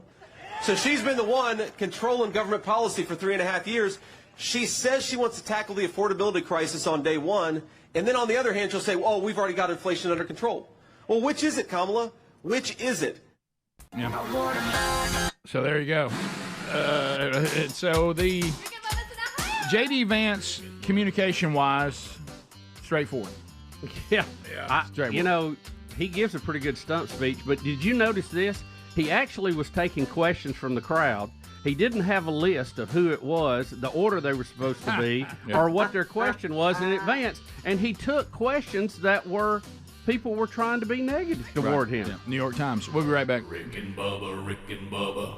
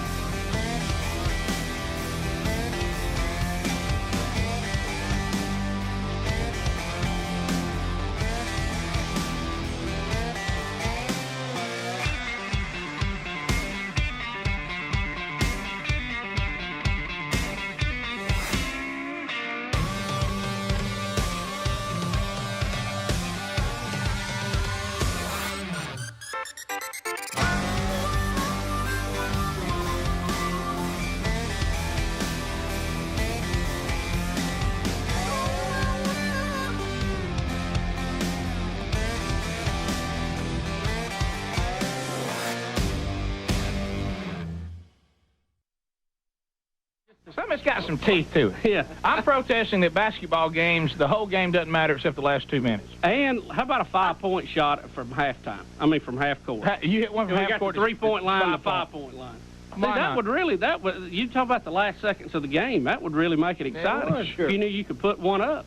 Sure. If they fouled you, you got 5 foul shots. Right. You'd be shooting all night. Okay, here's number 3. Timeout. Okay. There's so much more to protest at a basketball. Oh, I know.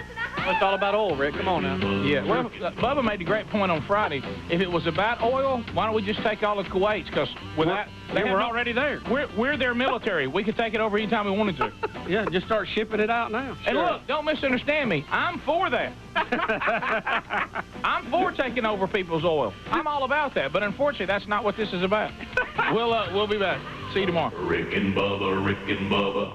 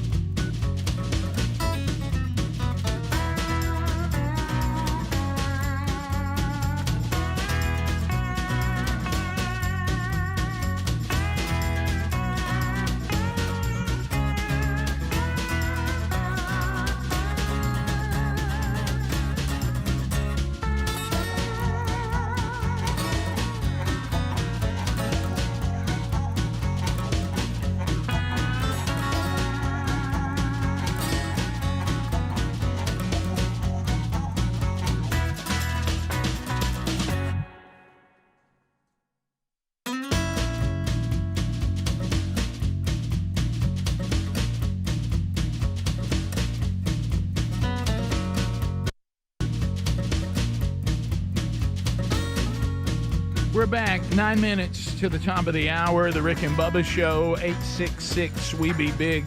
Thank you for being with us today. Hello, America. Come on, say. Okay, so Speedy's still on vacation today. He should be back on Monday. So we played some Trump quotes. J.D. Vance, as Bubba pointed out, it was odd to watch a politician who's running to be the vice president actually take questions from journalists without getting the questions and deciding who gets to talk to him, and then actually taking their attempt to kick his legs out from under him and say, well, let me tell you what they're saying here, and now get back to the truth. What an odd concept that was. Now, keep in mind, the current VP has not done a press conference yet and is now getting questions about why you're not doing press conferences. Yep. Speaking of her, we got some Kamala quotes from her today. Oh, well, let's hear the theme music, Rick. Yeah, do you want to hear? We're going to sing it today? Just because this is full blown, and including, let's all sing it together. Adler, we'll do 2, 3, and then we'll hate ourselves watching 4. Everybody, here we go. Kamala Harris update. Kamala. Everybody, come on. Everybody, let's go. I'm a man without conviction. Let's go. I'm a man.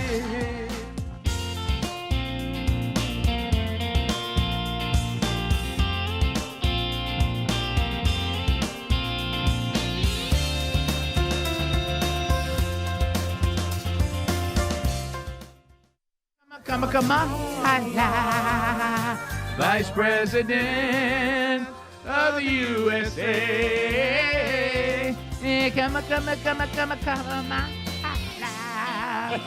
Wants to be president in 2024. So we now will hear from this person wants to be the next president. And she is going to let us know, and Babylon Bee's had a field day with statements like this. Here we go. Dealing with inflation. We believe in a future where we lower the cost of living for America's families so that they have a chance not just to get by, but to get ahead.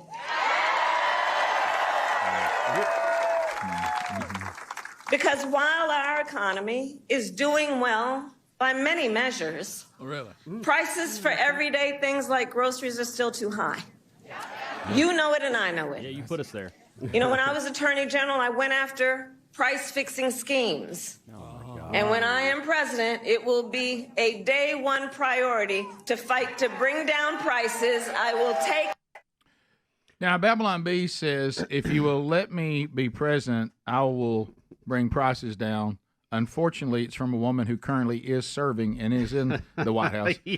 You got your hands on the wheels right now, Madam VP. Why don't you fix it now? We don't need you to drive us. You've been driving us for 3.5 years, so we don't really have to wonder what it would be like. And you and Mr. Biden and whoever else is running the country now, y'all have driven all these prices up. So you sound a little bit like an arsonist who wants to put out a fire.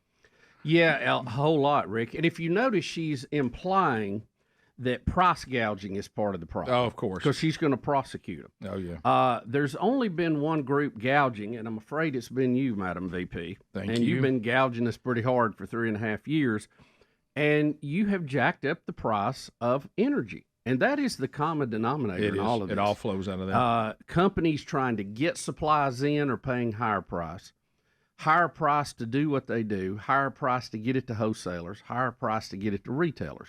And guess who pays for that? That is us, the consumer. So it's really not that complicated.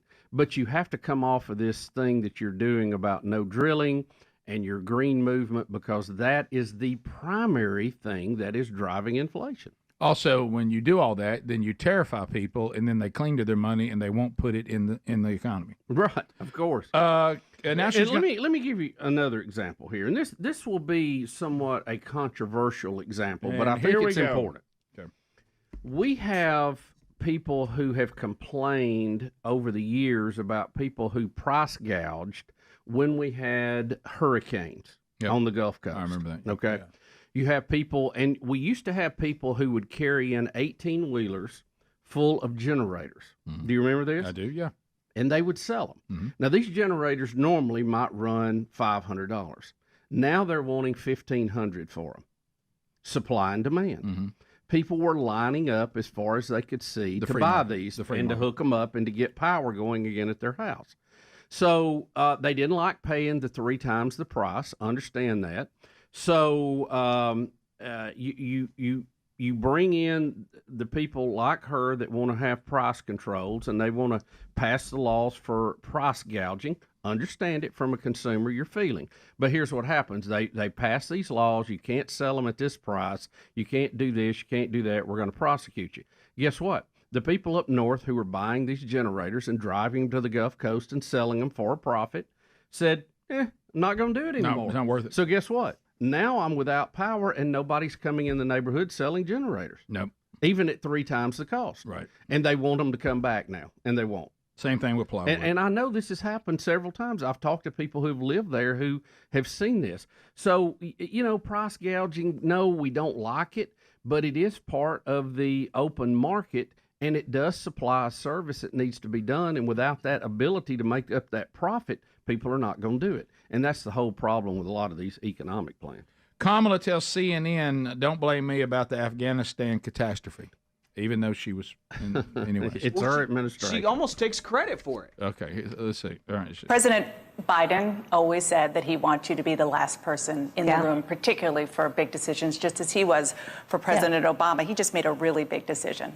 Afghanistan. Yes. Were you the last person in the room? Yes. And you feel comfortable? I do.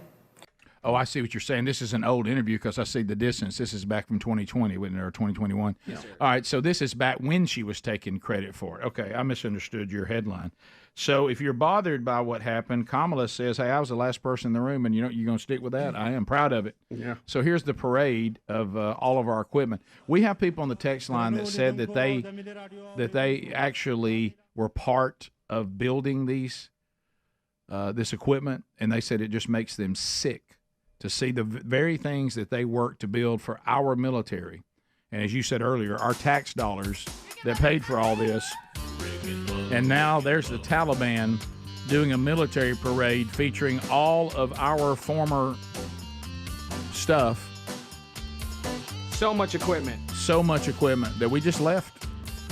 And now they said we got it in our military. Wow.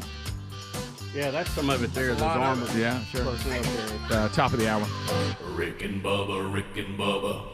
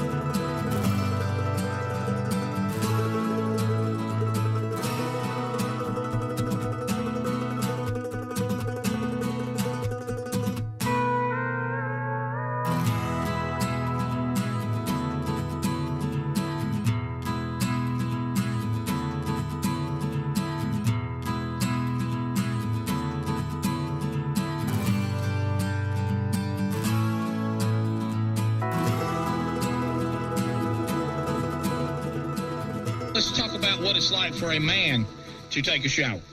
Now, for you? How women take a shower, how on was that? I mean, it was on. Solid.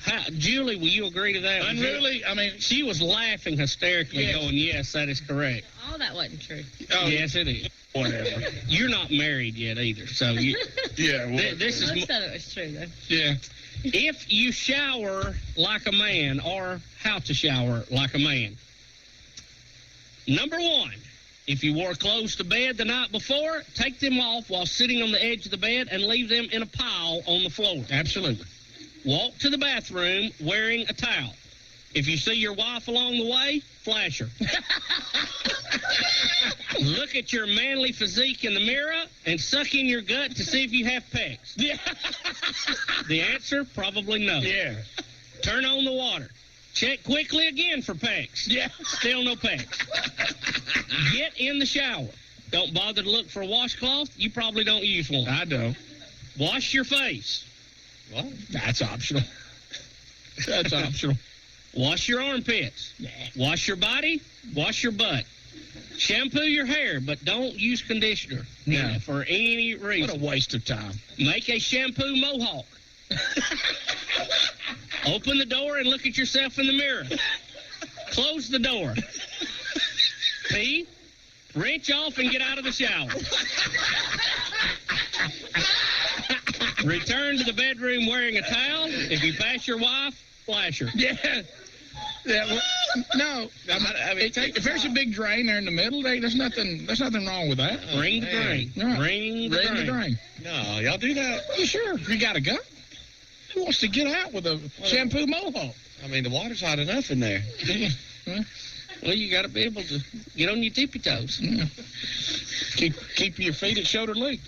The only part I disagree with is the towel part. Yeah, I don't wear a towel. I walk around the house butt naked.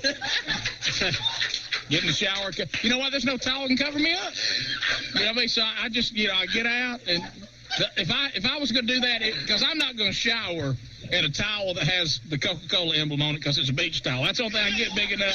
You know what I mean?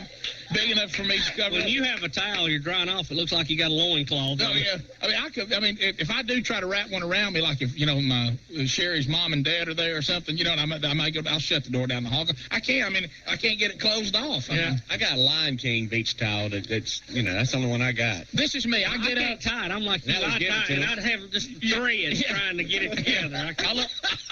I look like Tarzan that needs to drop off a few pounds. And we've all tied the towel around our waist and said, okay, it's tight enough. And after a couple of steps, just as you get out of the bathroom, it's gone to the end. That's why I don't fool. It's my house.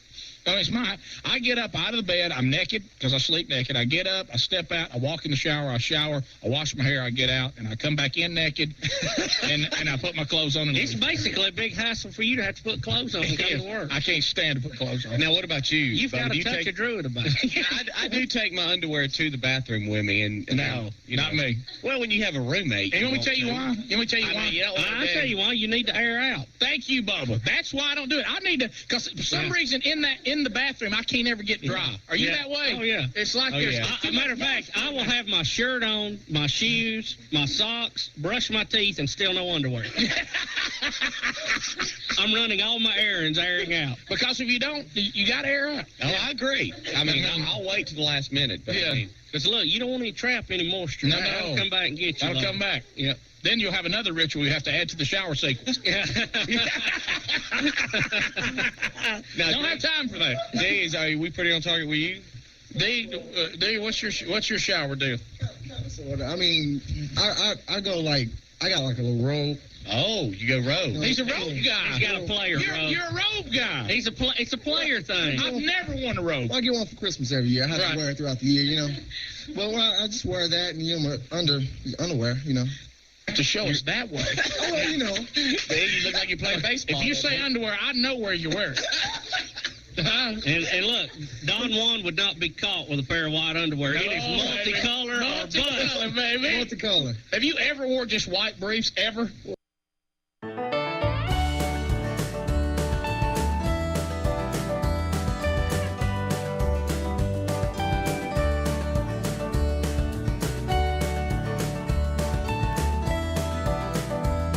Minutes past the hour, the Rick and Bubba Show. Thank you for being with us from the Big Boy Studios. I On the bleeding edge of technology, we come to you from Sweet Home, Alabama, to the world. Thank you for being here. Helmsy, Greg, Adler are here. Speedy on vacation. There's Bill Bubba Bussey. Glad to be here, Rick. Thank all of you for joining us. It is the little party we call Rick and Bubba. Rick and Bubba. Bubba, do you want to deal with some of this on the text line here? Do you want to take that on? Because I do think it's important when people start these kinds of things where you're like, you need to understand these things because this is easy for politicians to use. Can you roll it back down where it was? Well, it was there, and then something happened. Sorry. What happened? Well, it scrolls up, and you're always getting a picture of something for Greg.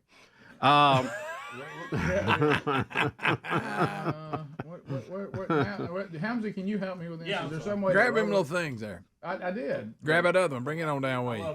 Get that over there. Grab that bar and bring it on down. Well, I know, but that one comes bring it down on to where we are. See, look at that. It basically said that. But that's not. Oh, this is the latest? I thought that was old. No, this goes. Yeah, that is old. Like old stuff's coming back. These are old ones. So go back to the bottom line is somebody said, well, there is price gouging going on. Keep going. Because how can these companies be reporting record profit? That one right there. And their CEOs getting multi-million-dollar bonuses, it means they're charging too much. Well, not necessarily. There always could be an isolated situation to that, but just because they're showing record profits just means they're selling more. Right. I mean, if you make, let's say you make $10 per whatever you sell, and you sell 10 of them, you've made $100 profit, right? That's what they report. Right. Well, if the next quarter you sell 11 of them, you've made $110 profit. So your profit went up in total dollars, but you wasn't charging any more than you were the last quarter or the last month when it was that. So you got to really look at these numbers, how some of them are presented, because sometimes they're misleading, and many folks like me are not a very good mathematician. So you have to look at that far as multi-million-dollar bonuses. Right. If you're the CEO of one of these big companies, one, you're pretty good to even get that spot to begin with, and they had to lure you away from somewhere else. So they have made a deal. I mean, it's a competitive market to get you there. Right. And you probably have a base salary and you have incentives, and those incentives are paid in the way of bonuses. So if your company sells X amount and the deal is for so many dollars on each one sold going to the CEO, and he gets $1 million bonus for it, then that's what they agreed to pay him in advance. That's all built into the thing. That's not because they had a big, trust me, they didn't have a big pile of money laying around. They said, hey, let's give this guy some money to take home. No. We got more money than we know what to do with. Yes, that's just not how it works. If you've never been in that industry, it sounds good. You can rebel rouse with it, but it's just simply not the truth. Right. It's like we remember sometimes, Bubba and I, when in the early days when we did some of our first contracts and people were like not sure about how the show would go, they would put in there if we were number one in a market, we would get a bonus. And I remember the boss saying, that is the easiest check I write. Yeah. Because if I'm writing the check that you achieved what you needed to achieve to get the bonus, we all did really, really well. Yeah. And it's all percentages and based off that too is how they, derive all that stuff. So if you've ever run a lemonade stand, you understand that. Well, and then going back to nice way to say it. Yeah, I don't know how nice it was, but it sure was clear. But when you go back to that, is what we were talking about is like you remember during the pandemic, everybody was going down the tubes except what? Grocery stores. Right. Grocery stores were making out like crazy. Now they weren't charging more. Right. It was just that this people were stockpiling and the putting big food box home stores were doing great. You remember? I don't know what that's doing now, but it looks like it's out of control. There we go. I'll just stop it. But what it's doing is it's saying now that. Now, what it was doing now is people were saying, like, let's go back to, remember, we had losses in advertising because we didn't think about that we'd have advertisers cancel because they were doing so well. You remember that? Yeah. All the e-commerce people you could get food delivered to your home or get anything delivered to your home, they were making out like crazy. Not because they were charging more, because their product was in high demand at that time. And we had some of them cancel advertising because they couldn't take any more business. And we didn't see that loss coming. We thought as long as we're doing well, the advertising will be there. Some of it was they were doing so well they couldn't provide the proper customer service to that many people. So they backed off the marketing. And then the other side, you had people who were ordered to close. You really can't advertise and ask customers to come in if the government has forced you to close. So our business really got hit on both ends of that. Oh, yeah. Even the ones open. If you're in the toilet paper business, you made out. Well, and a lot of the car dealers couldn't get supplies. So they said, why I can't advertise when I have nothing to sell. Yeah. So all of it kind of came home on our industry pretty hard. Yep, it did. So there you go. So that be careful when you start getting into that. Hey, they're getting all these bonuses and they're making these incredible profits. Because when you do, you're now playing into the hands of the left that will now convince you that some of the very people that keep our economy churning are evil. And then, because raise your hand. Does anybody work for companies that are doing poorly? If so, not for long. Yeah. Okay. Or working for a company that's losing money. Right. Well, that's what I mean. Yeah, it ain't gonna be long. It ain't gonna be long. I hope, it goes back to this. When I'm having surgery, I hope that when they're scheduling my surgery, that they have to work around my surgeon's trip to his mountain cabin or his lake house or his beach house, and I hope he's doing great because he's the best surgeon in the business.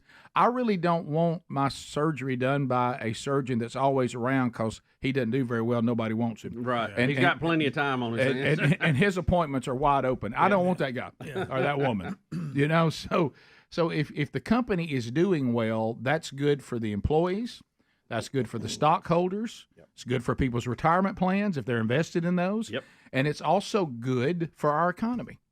All that works. We don't want to demonize companies that are doing well. And plus, to Bubba's point, you need to understand why they're doing well. Yeah, the free enterprise system is the greatest thing we've had to raise the standard of living for mankind in the history of mankind. Yes. And it works well. It has problems like everything else, but it is still the best game in town by far. And when on the other side of that, when companies are doing well and people are doing well, they're giving to charities, to ministries, go way up. Oh yeah. Well, capitalism has provided the advancement of the gospel into more places than any other system ever had the ability to. Just their spending goes up. Yeah. As you said, they have money to spend, so they're going to buy more cars, more TVs, more houses, all the stuff that drives our economy, and then all those people have money. Mm-hmm. It just multiplies out. It's really amazing when you really dive into some of the studies of if you follow a dollar through our economy, where it grows and where it shrinks. And, it's not always a popular speech to get up and give people, but it is the truth. No, I have any time, and you've had these conversations when people were doing partnerships with us, and I've seen it even being on the ground in some of these places. I'm yet to talk to a ministry, every single one of them. I remember one time when I was somewhere it was with World Vision, I think, in Ethiopia, and there was a couple other flags. You could see some European flags there, and I said, So what does America do for y'all? And he looked at me and said, without America, we don't exist. There's other countries that help a little bit, but nothing like America does. Without Americans that have this money readily available and this standard of living, it affects so many things. Look at research and development right now. We're trying to destroy it, but all of these universal healthcare, government-run healthcare places, they're not doing research and development. No. If you didn't have us, and why do we do research and development? Profit, capitalism, and so you got to be careful demonizing. I mean, I'm afraid capitalism might become Jack Nicholson and A Few Good Men. I just appreciate if you just say thank you. Yeah, right. You enjoy the lifestyle in which I provide, and then question the very way in which I provide it. I just appreciate if you just say thank you and going about your way. We'll be back. More Rick and Bubba coming up right after this. Rick and Bubba, Rick and Bubba.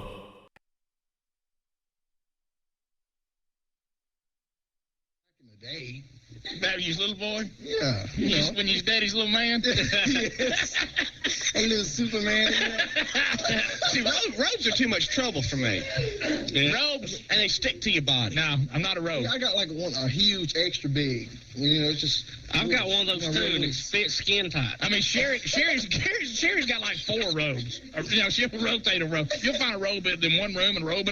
Yeah. You gotta be color coordinated. Yeah, right. How about today? I'm wearing my red slippers and my red robe. Yes. How about the people that don't dry off with the towel? They just put the robe on wet. Ooh. Oh, you got to dry off first. I see that. You see that? You see it in the movies all the time. Now, I'll tell you what. Let me tell you what guy I am. I am that guy that you will see with water drops on his back. I'm that guy that could not get this one group of water. You can't reach around that. I'll have right here. Yeah. I'll have a colony of water right here, and I'll put that shirt on and go, oh, it's still wet. But then I'll just go. I'll just dry on the way to work. Just open the windows, and there you go. But I don't do conditioners. I don't do any of that. I mean, it is. I wash my hair and just that's it. You know what I mean? Do you are you the guy that has wet footprints leading back? Yeah.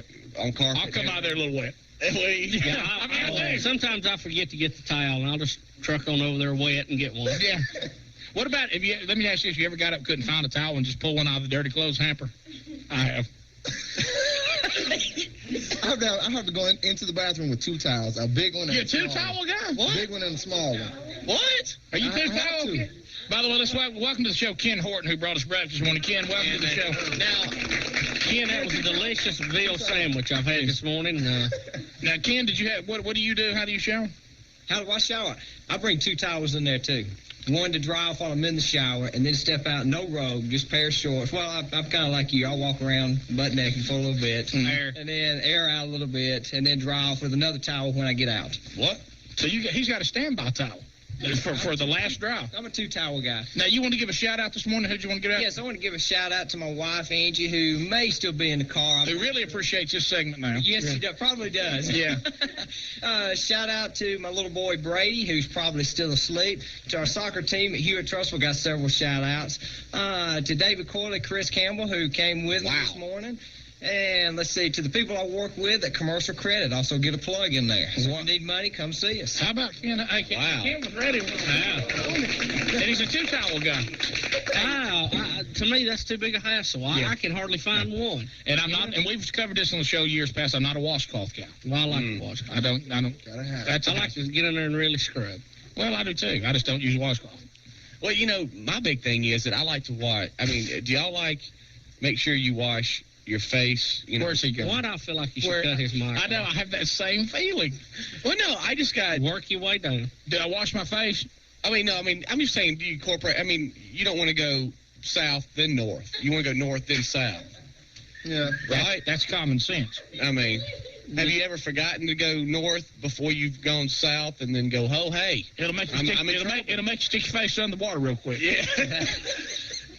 Or go without a washcloth. Right. Or you could go south, rinse off, then come back north. But you have to really rinse the soap. Yes. Mm-hmm.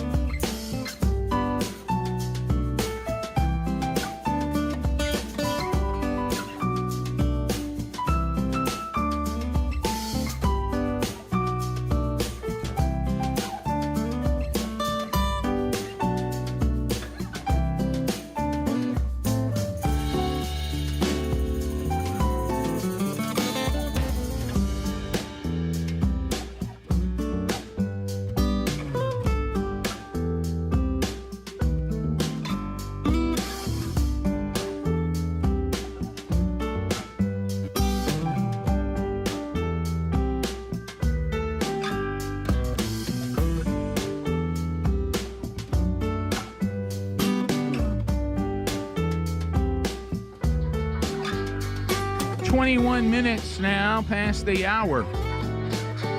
The Rick and Bubba Show, thank you for being with us. Okay, so things you need to know. We're doing a Rick and Bubba University, the podcast. We'll talk a little bit about socialism again because we'll be interviewing someone who can tell us the story, the rise and fall of Venezuela, coming up this weekend. So catch that wherever you get podcasts. Yesterday's Wednesday Bible study archive also available now on our YouTube channel and podcast channel. So, Bubba, we need to look into the world of the intelligence expert Mike Benz. People seem to be, because they don't like Elon Musk, they're celebrating the X Twitter, whatever it's called, X hack attack that messed up the beginning of the Elon Trump interview. People are like, yeah, that's great, yeah, in your face, I don't like Elon anymore, and I don't like Trump. But yeah, he's going to take it beyond the politics of this to explain why no one should be celebrating that. But, we played the clip yesterday, but I don't know if it really sunk into everybody. The reporter who is in the White House press pool now, this is, that's as high as it gets in the press. Yep. And he was asking the press secretary what could be done to shut down these things in the future. Yes. I mean, I couldn't believe what he was saying. Happened. But that's their mentality. No exaggeration. That's what happened. I don't agree with you, so I want your voice to be silenced. Wow. But Mike will talk a little bit about why no one should be excited about this attack. And he's a former State Department employee, and he's going to talk right here at the beginning about why is the State Department silent about this. No, you guys hear that? Is that? No. Yeah, that's the deafening silence from the U.S. State Department. Why has the American? This is a U.S. national champion. This is a major organ of U.S. soft power projection. Twitter, which has been used by the State Department, the U.S. military, the CIA, and 10,000 USAID-funded NGOs since 2006 to project international diplomacy. It was the darling of the Arab Spring. This is a U.S. national champion. If a foreign country went in and nationalized ExxonMobil, how fast we would set in. If they tried to mess with Microsoft, how fast a State Department delegation would be set up. How fast a condemnation statement from the Secretary of State in an immediate back channel would be established to threaten, if not carrots, then a lot of sticks in order to influence that government to protect a critical U.S. corporation. You have heard nothing. There's been no White House press release. There's been no State Department press release. And that's because this is unfortunately not a story of mind your own business. The fire is coming from inside the house. Whoa. Yeah. It's just ignorance. It's not understanding what's going on here. We don't celebrate that. And the attack, again, was really a fairly simple one, Rick. It was microphone there. It wasn't where they had exploited some type of weakness in their software, but they just simply had so many servers, so many computers worldwide trying to tie into it at one time, they basically locked it up. Right. And that's easy to do because you can do it from a long way off. Right. Now you got to have the numbers. Right. But you're not threatening assets by coming in the United States to do that. So this type of attack is something that's going to have to be looked at and dealt with. And Kamala Harris's campaign put out a statement saying these are just talking about Elon and Trump. These are self-obsessed rich guys who will sell out the middle class and who cannot run a live stream in the year 2024. So they're celebrating this hack, essentially. Another thing is that Twitter is where Joe Biden made his announcement that he's not going to be running in 2024. It's a very important platform for so many reasons. Yeah. Is it too important? We can make that argument. Do they have too much of a monopoly? We can make that argument. But we've got to keep these things clear and free from cyber attacks. Yeah, and that should be bipartisan. Yeah. If we saw the very same thing happen with an attempt to interview Kamala Harris, and that the Chinese are one of the foreign powers that do not want us to do well, we're able to hack it and try to turn it upside down, I wouldn't celebrate that because I don't like Kamala Harris. No, I would feel the same as I do now. Yeah, hacks are bad. Did y'all see that Social Security number and address hack? That every American's Social Security number and address may have been stolen in a hack. according to tons of different news outlets. Yeah, they can't, when they've passed laws that if they are hacked, they have to inform us. Of course, that doesn't apply always to the government. No. But, that's the biggest hack of all. I mean, they're the ones that give you the number to begin with. Here's some Chinese immigrants to our country, and they're letting us know that they've seen people like Kamala Harris before, and I think we would agree they're probably a little more knowledgeable on communism than we are.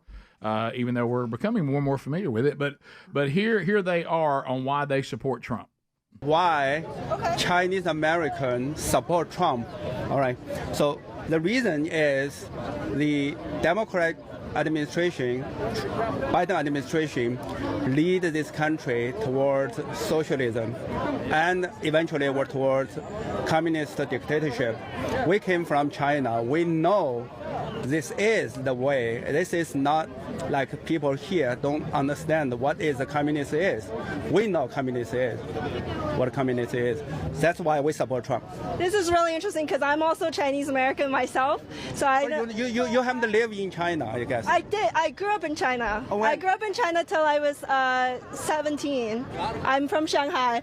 But yeah, I don't want to talk about my opinions because I'm a journalist. So I just want to hear more about your opinions.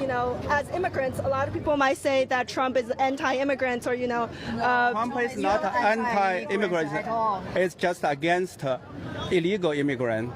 It must be lawfully. Yeah, how they having to educate this person who claims to be a journalist? Even they understand what Trump was saying about immigration. He's saying illegal. I don't know how you could make it any clearer. We've seen communists before. Yeah. You left when you were 17. You never got to the point as an adult that you understood what was going on. You probably weren't affected very much by it. I remember. You didn't know the difference. Did anybody know, honestly, if you grew up in a home? I know some people it was severe. They did. I wasn't aware of any standard of living. If my mom and dad loved me, we all seemed to be fine. I look back now and realize that, we lived in a really small house and Greg and I shared a bedroom till we left and became adults. But that didn't matter to me as a kid or even a teenager. It made no difference to me because I wasn't the one having to make it work. Right. I just knew I had food. I knew I had shelter and I didn't care about anything else. So I don't think someone who said I left communism when I was 17 has seen the severity of it, like those adults were. They're like, you don't want any part of that, and that's why we support Looks Trump. good on paper, but it doesn't work.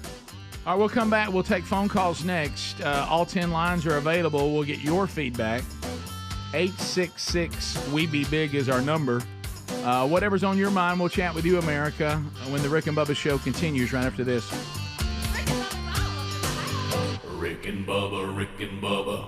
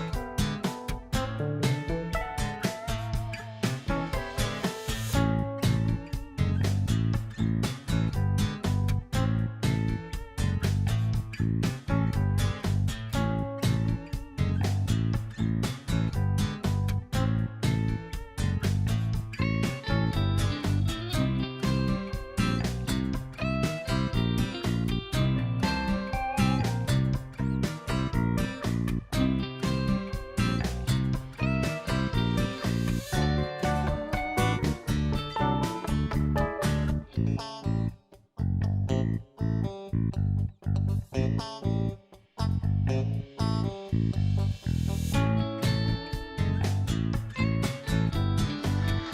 right, let's go. Phone calls coming in.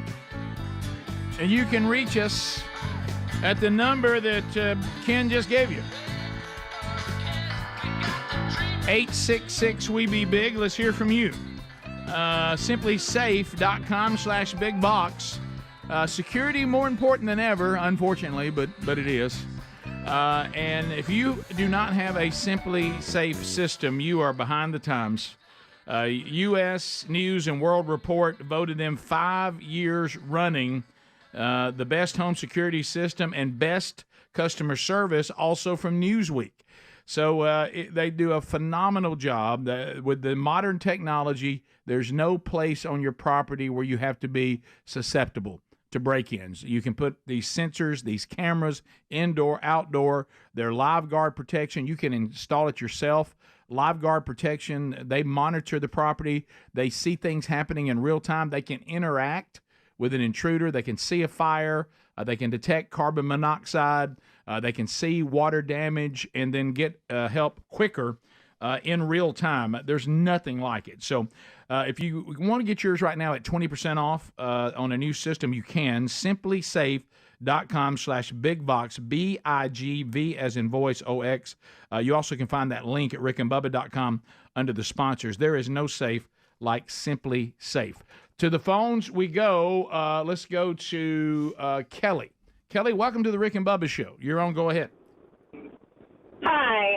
I just wanted to offer another perspective on that young journalist, thinking that maybe she was supportive of their opinion and asking them for more information, not wanting to share hers as a journalist and just wanting them to talk more, because I got the impression, I saw the interview on my phone, and I kind of felt that she was in agreement with them, but just my opinion.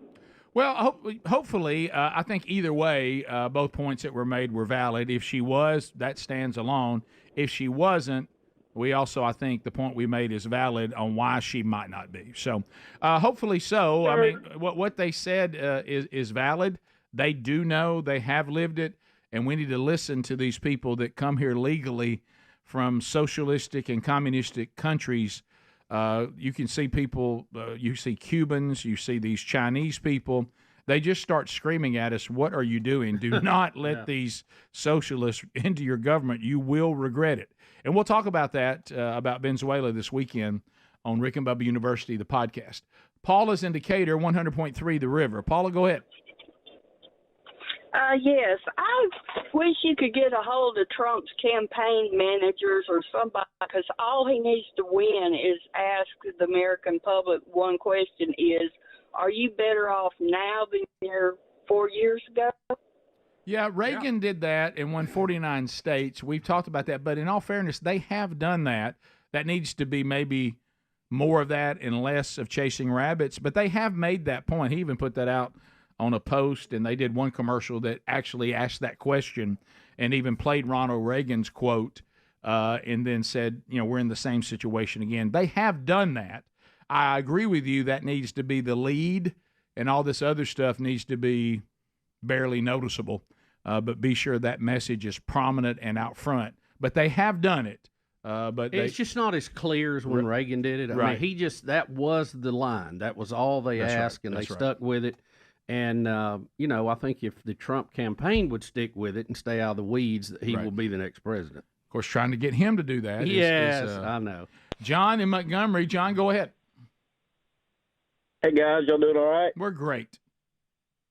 Well, good. Hey, I'm a minister here, and I'm trying to figure out how to encourage my church and encourage my people. And one thing that we heard last night from a guy, he said, the problem that we have is not anything political. It has anything to do with all these policies. It's a spiritual problem that we have in this country.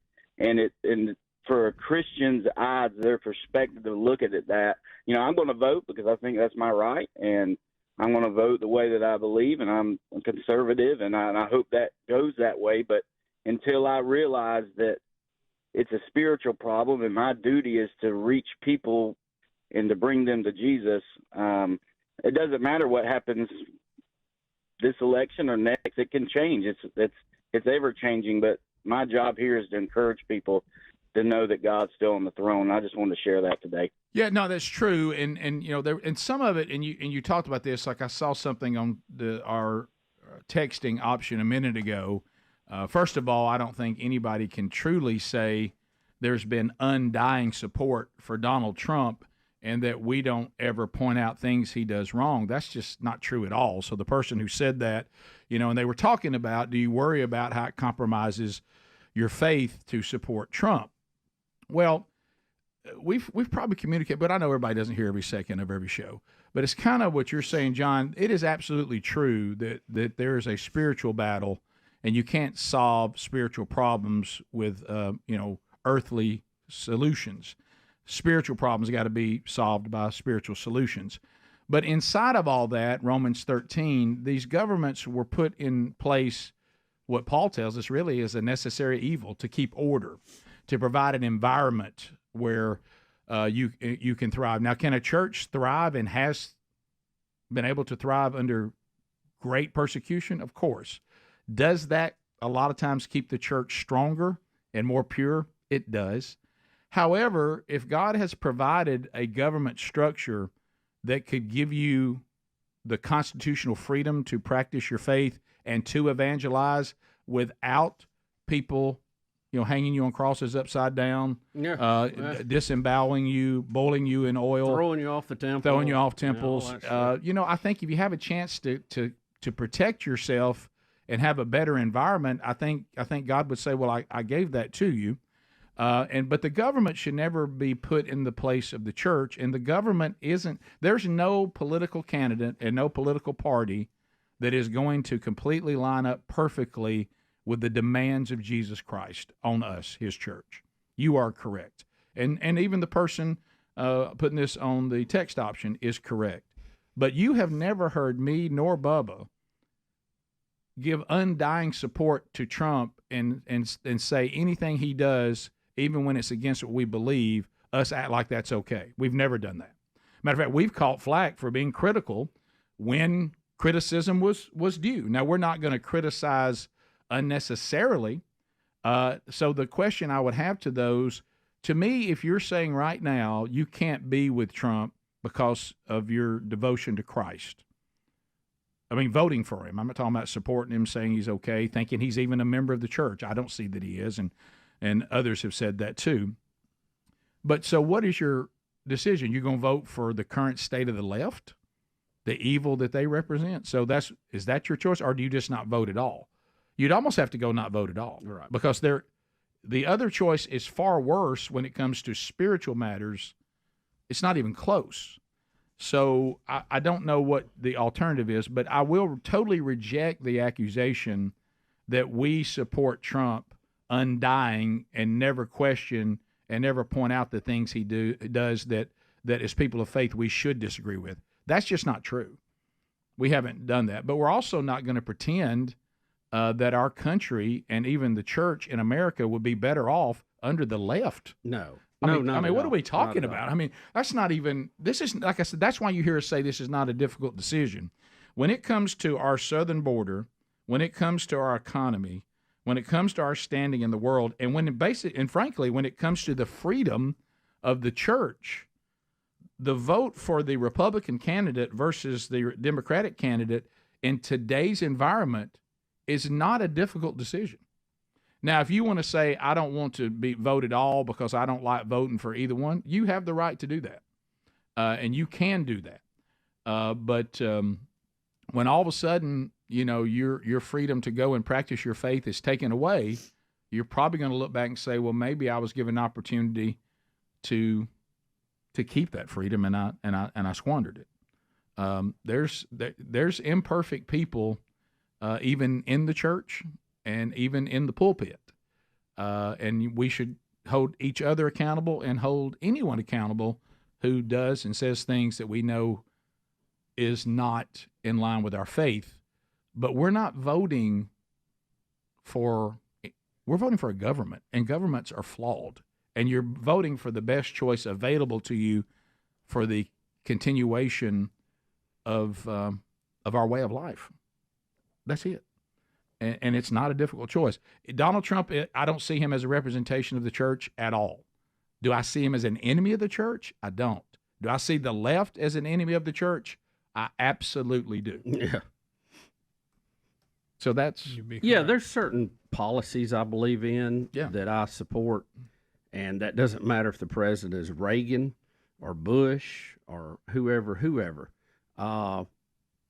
And that doesn't change. It may evolve over time a little bit, but, some of those basic policies I just think are the way that we have more prosperity in the country. And personalities aside, I will say this about Trump. We have met him and dealt with him on several occasions. He's always done what he said he's going to do, and I appreciate that as a person. Yeah. Now, do I think that he's a devout follower of Jesus? No. But as far as him handling the job that we have before us right now, compared to the other choice, it's an easy choice. And so I think we have drawn some pretty clear lines on that. So I would have to disagree with that accusation. We'll be back. More Rick and Bubba coming up right after this. Rick and Bubba, Rick and Bubba.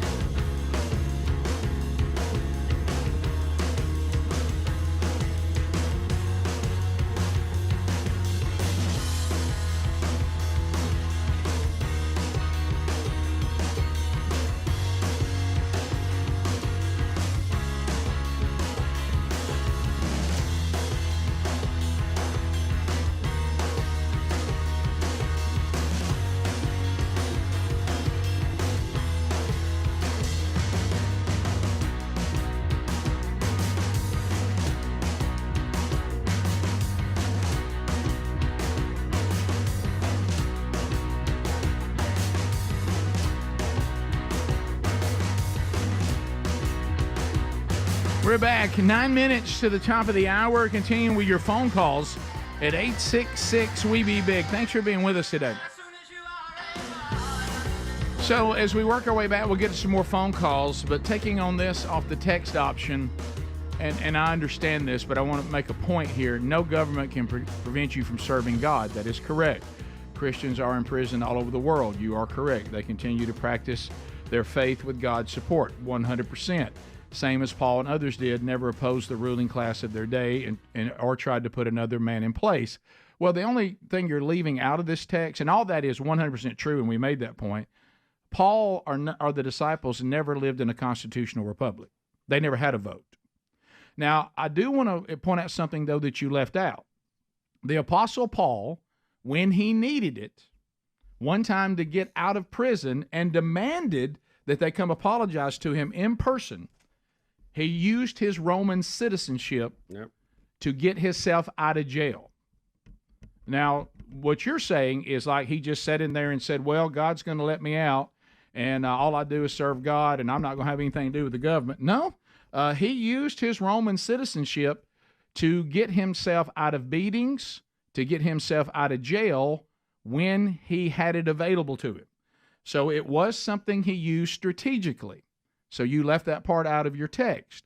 Now, you are 100% correct that when you see Jesus in his comments about give to Caesar what is Caesar and give to God what is God's, we often leave out that second part. But there was no real government agenda here. But Romans 13 tells us, and we even see this when God destroyed everybody but 8 people, and then we did a restart, so that God established governments basically to keep order.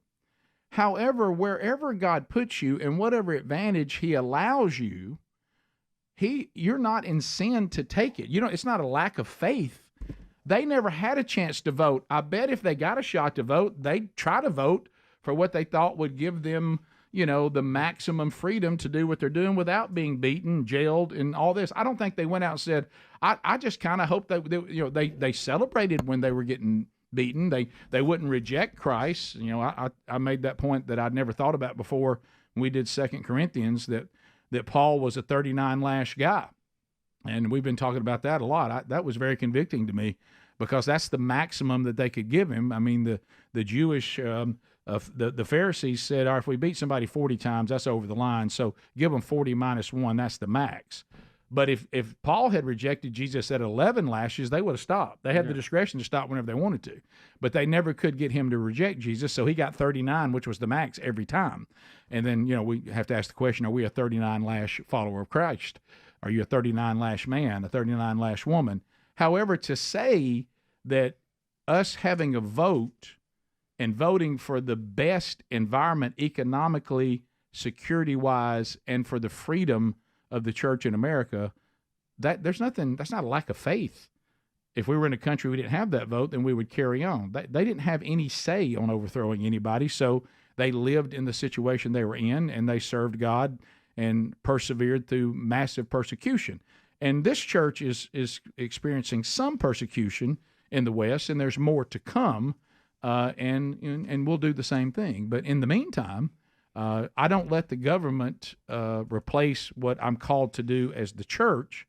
But if I'm allowed a vote for my livelihood and for the economy and for the state of things, if I'm allowed that vote, God-given, I'm taking it. You can use what's available to you. Just don't put it where it doesn't belong. Right, where we've had a problem now, when people start over-spiritualizing Trump and over-spiritualizing the government, I don't do any of that. There was a point I did more of that. I'm done with that. I'm not going to be endorsing candidates anymore because you always have to have, they're going to do something you're going to have to explain. So because they live in a land of compromise, and as a follower of Christ, that's not a land of compromise. So I won't be doing that anymore. But as far as casting the vote for the best choice I got, sure. And that's not lack of faith. Come on. He did leave out. Now, when the Apostle Paul could use his Roman citizenship, strategically, he certainly did. Well, and you left that part. You left that part out of the text. We're told, of course, I'm not a huge fan of this example, to be wise as a serpent and harmless as a dove, and that's being wise as a serpent. There you go. To the phones we go. Ron in Opelika. Go ahead, Ron. Hey, fellas, we sure enjoy your show. We've enjoyed the Man Church, and Thank you. we've had this issue with a lot of these older conservative women that neither one of these fellas deserve my vote. Therefore, I'm going to stay home. And our pastor had a very good point when Paul was encouraging Timothy in it's 1 Timothy chapter 2, verses 1 through 5, where Paul is telling Timothy, pray for leaders, kings, and it would infer even dictators, because they're taking people's heads off at that time, that you might live in a peaceful and quiet community while you pursue holiness and righteousness. There you go. Now, if you look at the contrast between law and order, peaceful and violent, what kind of choice do you have then to just either not vote and stay at home, that's a half a vote for the other person, or stand up and vote for holiness, pursuing holiness? Yeah, I mean, there's Paul telling Timothy to pray for leadership that would give you a more peaceful society. Yeah. Which means you can have some that gives you a less peaceful society. Yes, you can. And causes more chaos. Yes, you can. And we know who the author of chaos is. Alan in Nashville. Alan, go ahead.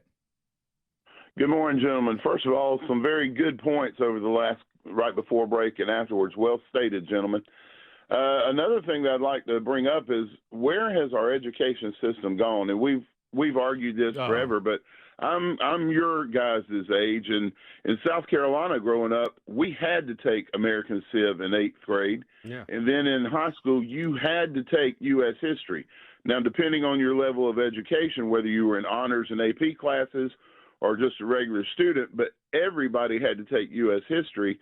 And now there's so many electives where you don't have to take things, that we're raising a society of young people that have no clue what reality of government we walk under, to be able to vote with education and information. Yeah, we are grossly uneducated, and when you look and compare that to the educational prowess of past generations in this country, it's not even close. Yeah. And when we introduced the Department of Education, that was a disaster. The federal government should have never been allowed to get involved in education. They're just going to be an umbrella organization to help you out. Yeah. They're not going to tell you what you're going to have to teach curriculum-wise. Yeah. No. Unless you want the money, of course. Yeah. Then they started passing out checks. Top of the hour. Rick and Bubba.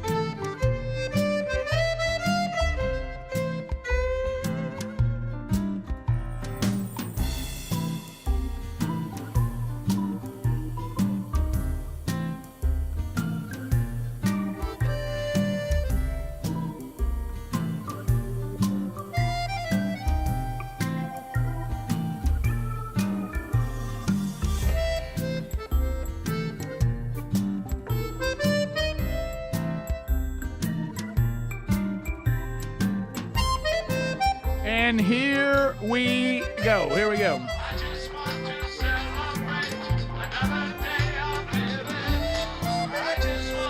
Celebrate another day alive. All right, as we start a brand new hour from the Big Boy Studio, Helmsy, Greg Adler, all here. Welcome back, Bill Bubba Bussey. Rick, glad to be here. Thank all of you for joining us. We only ask for 5 hours each and every day. Doesn't seem like much. You got 24 to deal with. Yep. Sure. I know, 5, 6, 7 of those you spend sleeping. But, sure. There we go. Some more than others. In case you are counting, people are I'd counting this down, Rick. I got 6 hours left. That's it. Yeah, Helmsy is still going to be 6 hours. available to us as needed for a couple of months, but he, as far as him being here every day, that ends tomorrow, right? Yes. Yeah, and you'll be headed on. I know y'all are sad, especially Greg. Greg's super sad. Greg was squalling in the corner. He was. I was. So he was, tomorrow is the day he was begging me not to leave. We should give our speeches. Is it tomorrow? Nah, I don't. Y'all don't need Our speeches about Helmsy? Yeah. Oh, yeah, tomorrow's Helmsy's speech. I have one, but I thought it was going to be later, but I'll move it up. I'm going to be shirtless the whole show in honor of you.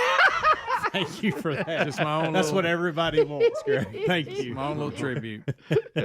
Bubba, you've talked about this before. Nellie from Nashville. If Trump wins and the economy gets better, and do you think businesses will lower their prices to be affordable again, or will they keep the prices to improve their profit margins?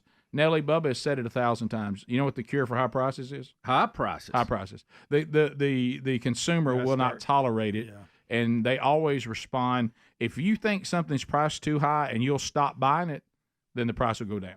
Yeah, it won't happen as quick as you want it to. Right, yeah. But if we have, say, 3 companies here and we all sell cereal, and we're all our cost to make the cereal go down, and we try to hold the line on the price, and then one of us drops the price, guess what? The other 2 will have to. And that will happen. But even more important, if they're trying to hold the line on the price, guess what that means? It's not going up. Right. So you win again either way. Either way. But Bubba made it. If it gets to where the profit margin is where they need it to be without, say, the price is $10, and right now because they have to because of inflation, say that $10 price is still there, but now the profit margin is beyond what they need, and they're trying to, we have this term in the free market is pigs get slaughtered. And so say it's a grocery store. All of a sudden Publix drops it down to $8. Well, then the competition realizes everybody's going to buy it from them now, so we got to drop down there where they are. Yeah, if you just let the free market work. Competition will solve the problem, and it will find the point where everybody's making what they need to make, and the consumer will pay for it. That's, there's an equilibrium point there that you got to get to, and sometimes these artificial things mess it up. Of course they do. And we need to just let it get to that point, and it'll play out the best for everybody. It won't be perfect, but overall it will be the best situation. And by the way, too, let me say this too on these so-called record profits. If these companies are big enough that they're publicly traded companies, those get passed on to the stockholders. Okay, there's not some mysterious group in the back that puts it in their pocket. Right. All of this is open too. You're talking about transparent. Yep. The companies that are traded on the stock exchange are the most transparent of all. And if you go in and you can look and you get information on what they make, how they pay, all this stuff, it's all available. And think about this too, when they declare a dividend or a profit, guess who that goes to? The stockholders. Right. Well, who are the stockholders? More than likely, it's your parents, your grandparents, or you if you have mutual funds, if you have money invested in retirement. I don't watch it like I need to. I used to pay a whole lot more attention to it, but, I could go and look at like my retirement plan, what I'm invested in. I'm sure that they're invested in different things, Exxon and different technologies and this and that. So when they declare profit, guess what? I make money in that too. And that's how it's a great system. It really is. And it's easy for a few people to rebel rouse and get people mad about stuff when they're really not telling them the whole truth. Right. Let it eat. Yeah, let it eat, baby. So you're asking if Helmsy will get an exit interview tomorrow. We will give Helmsy an exit. I may not want to do an exit. Well, us telling you how much we love you tomorrow. Okay, we can do that. Yeah, we got a little bit of that. But Speedy won't be here for it. Oh, that's right. No, Speedy won't. You want to wait till Monday to do it? I'm not. He's gonna gonna We can wait. Speedy's gonna come to Y'all want to do Jacksonville. a phoner Monday? Yeah. How about we'll have Speedy just come and see you in person? Zoom. Okay, Zoom. You can Zoom. Some with people are Speedy. saying Speedy planned this because he would be so emotional about me leaving. He was on Serious business. vacation when our sports show got taken off there. You realize when wow. I had to call him and tell him that we were fired. Yeah. Really? Yes. Yeah. I did. Yeah. And he was like, thought I was kidding at first. Right. So the good news, when you get back, your day's not going to be as long as it has been. Yeah. We're losing about half of it. That's right. That's what I told him. Yeah. Which was kind of good. But he did call me one time when I was in line for Space Mountain and told me that we had been fired. Oh, he texted Amanda earlier and he said, "Hey, I just want to give you a and head." that we need to be on the air in a new studio immediately. Straight from Amanda. He texted Amanda earlier and he said, "I just want y'all to know that I love y'all. I did this on purpose, being out this week because I love your husband so much, and I just don't know how I'm gonna go throughout the weeks without him." Yeah, he's an emotional. So it's very kind of him. Oh, Speedy's very. He's a very. Go ahead. That sounds just like him. He's a very emotional person. He You know, really, honestly, I know it's follicles, and I shouldn't see a trend.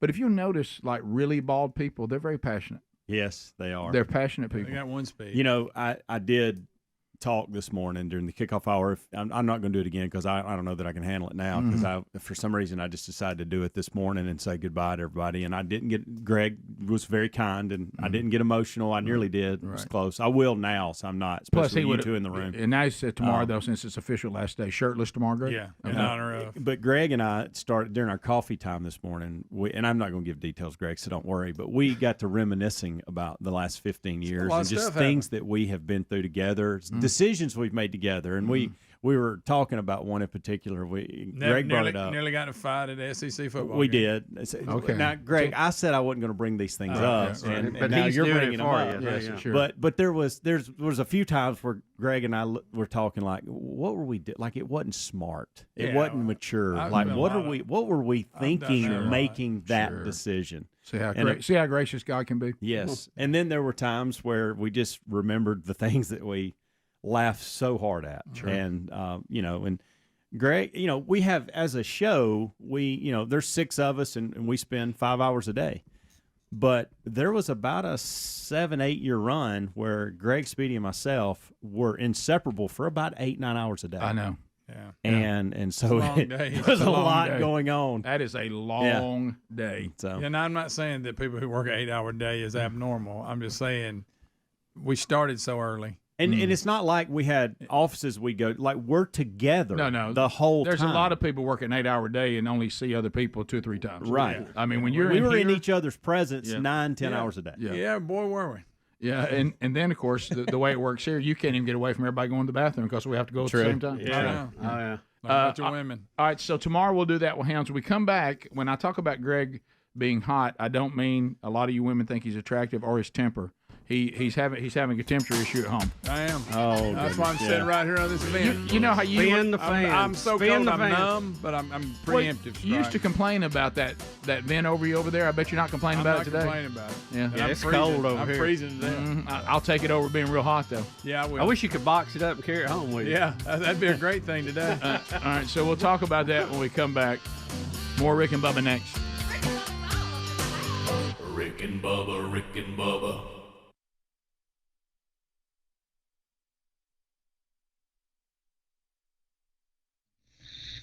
And your hand's pretty good. So, but you know what I hate? But you got to think, can soap really be dirty? That's a good point. Can soap be dirty? You know, the thing I hate the most is a new towel that won't, absorb. I like them old ones that are really, barely hanging on. Yeah, threadbare, but it'll soak that water. And I've got my The favorite. new ones, you just move it around on you. Yeah. They don't soak up nothing. And has anybody ever made the mistake that you run out and you make the decision because you know your wife's asleep, because we get up early enough to pull this off? Ken probably doesn't, but to go, I'm going for the decorative towel. It's hanging there, you're not supposed to use it. Yeah, have you ever said, all right, I'm going for the decorative towel, I'm committing to it, let the repercussions come. Yeah. You know what I mean? Yeah. I've never understood the concept of having a towel you couldn't use hanging there. The stash of towels just for the guests. Right, the decorative towel, hanging on that little thing with the matching washcloth right across it. Yeah. And just look, you With your initials rip on it it. down. I mean, God. Yeah. Initials? Oh, Yeah, hey, initials. I got caught one time just drying like crazy with a monogram B. You know what I mean? And I was, giving it that. I was ready. You're flossing, huh? Look, when you do that drying, when you do the floss move, are you pretty good at like popping the towel on the floor and making it come up your hand? I don't think that you don't have to reach down and grab it. Yeah, I can't. Little sling. Yeah, it hits the floor. You go. But you got to be good. Yeah. Oh yeah. You got to be good. If you don't, you pop yourself in the booty. That'll hurt. And wake the family up. But you got to be good. Yeah. Oh, you got to be good. If you don't, you pop yourself in the booty.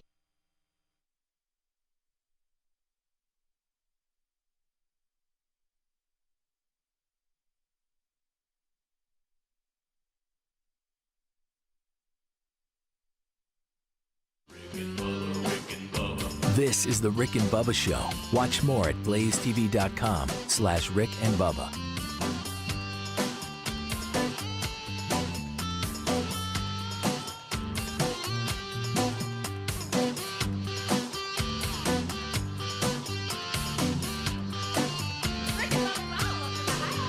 Rick and Bubba, Rick and Bubba.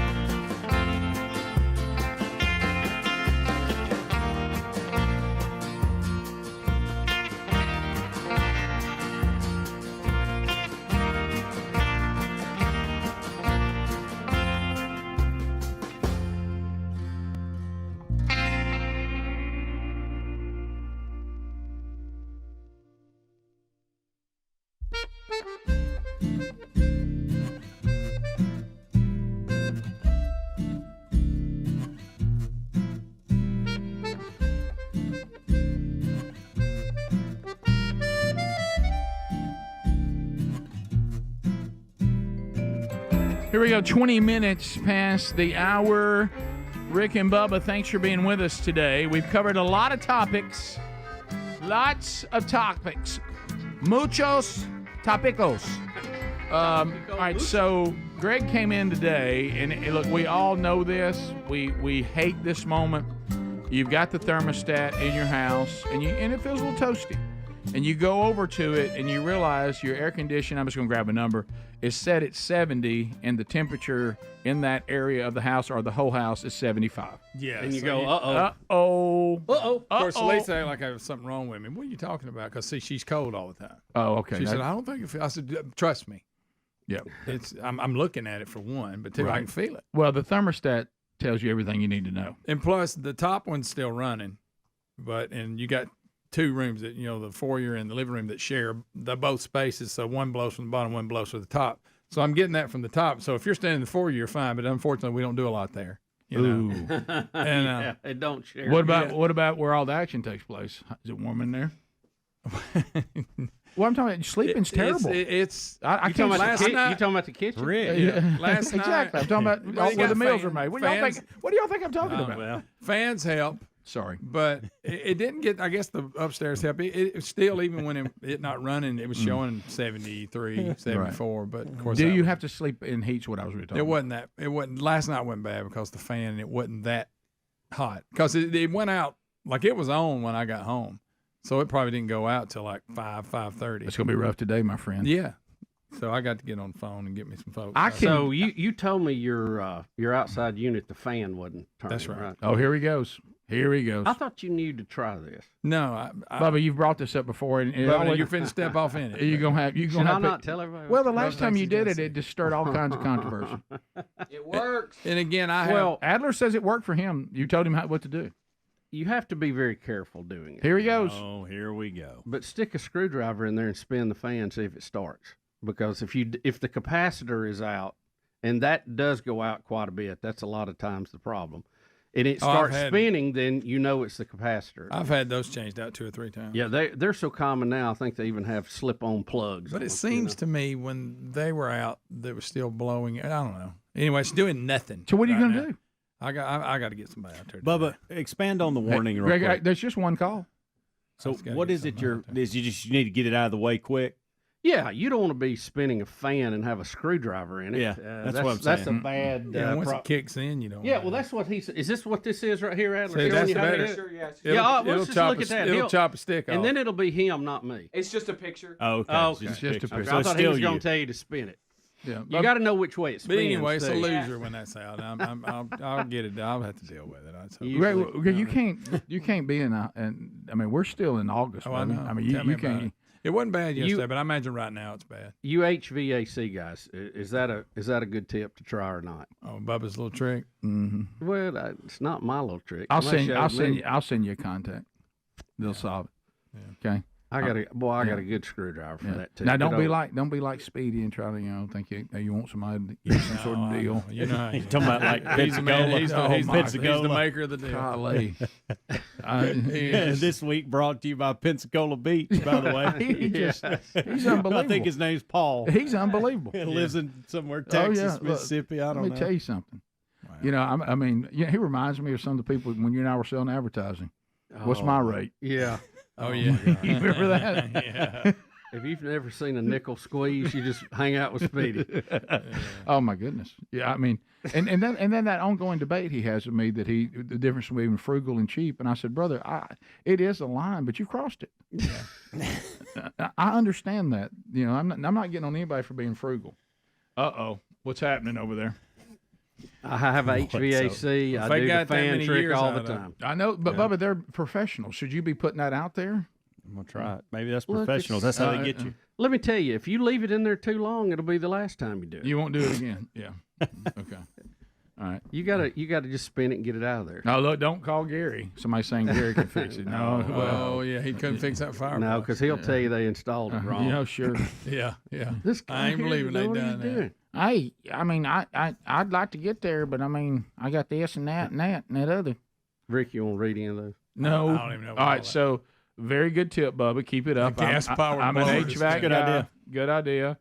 I'm an Assyrian preacher, and I like to talk about God. All right, that's a different one. That's a different. This is a guy who wants to talk about prophecy. Yeah. So right in the middle of air. Right, and of course he's talking about. A lot of people don't know about it. It's the HVAC prophecy. Yeah, a lot of people hadn't heard it. Now, Rick, there's an HVAC idea. guy that said Trump's going to win again. There's a guy.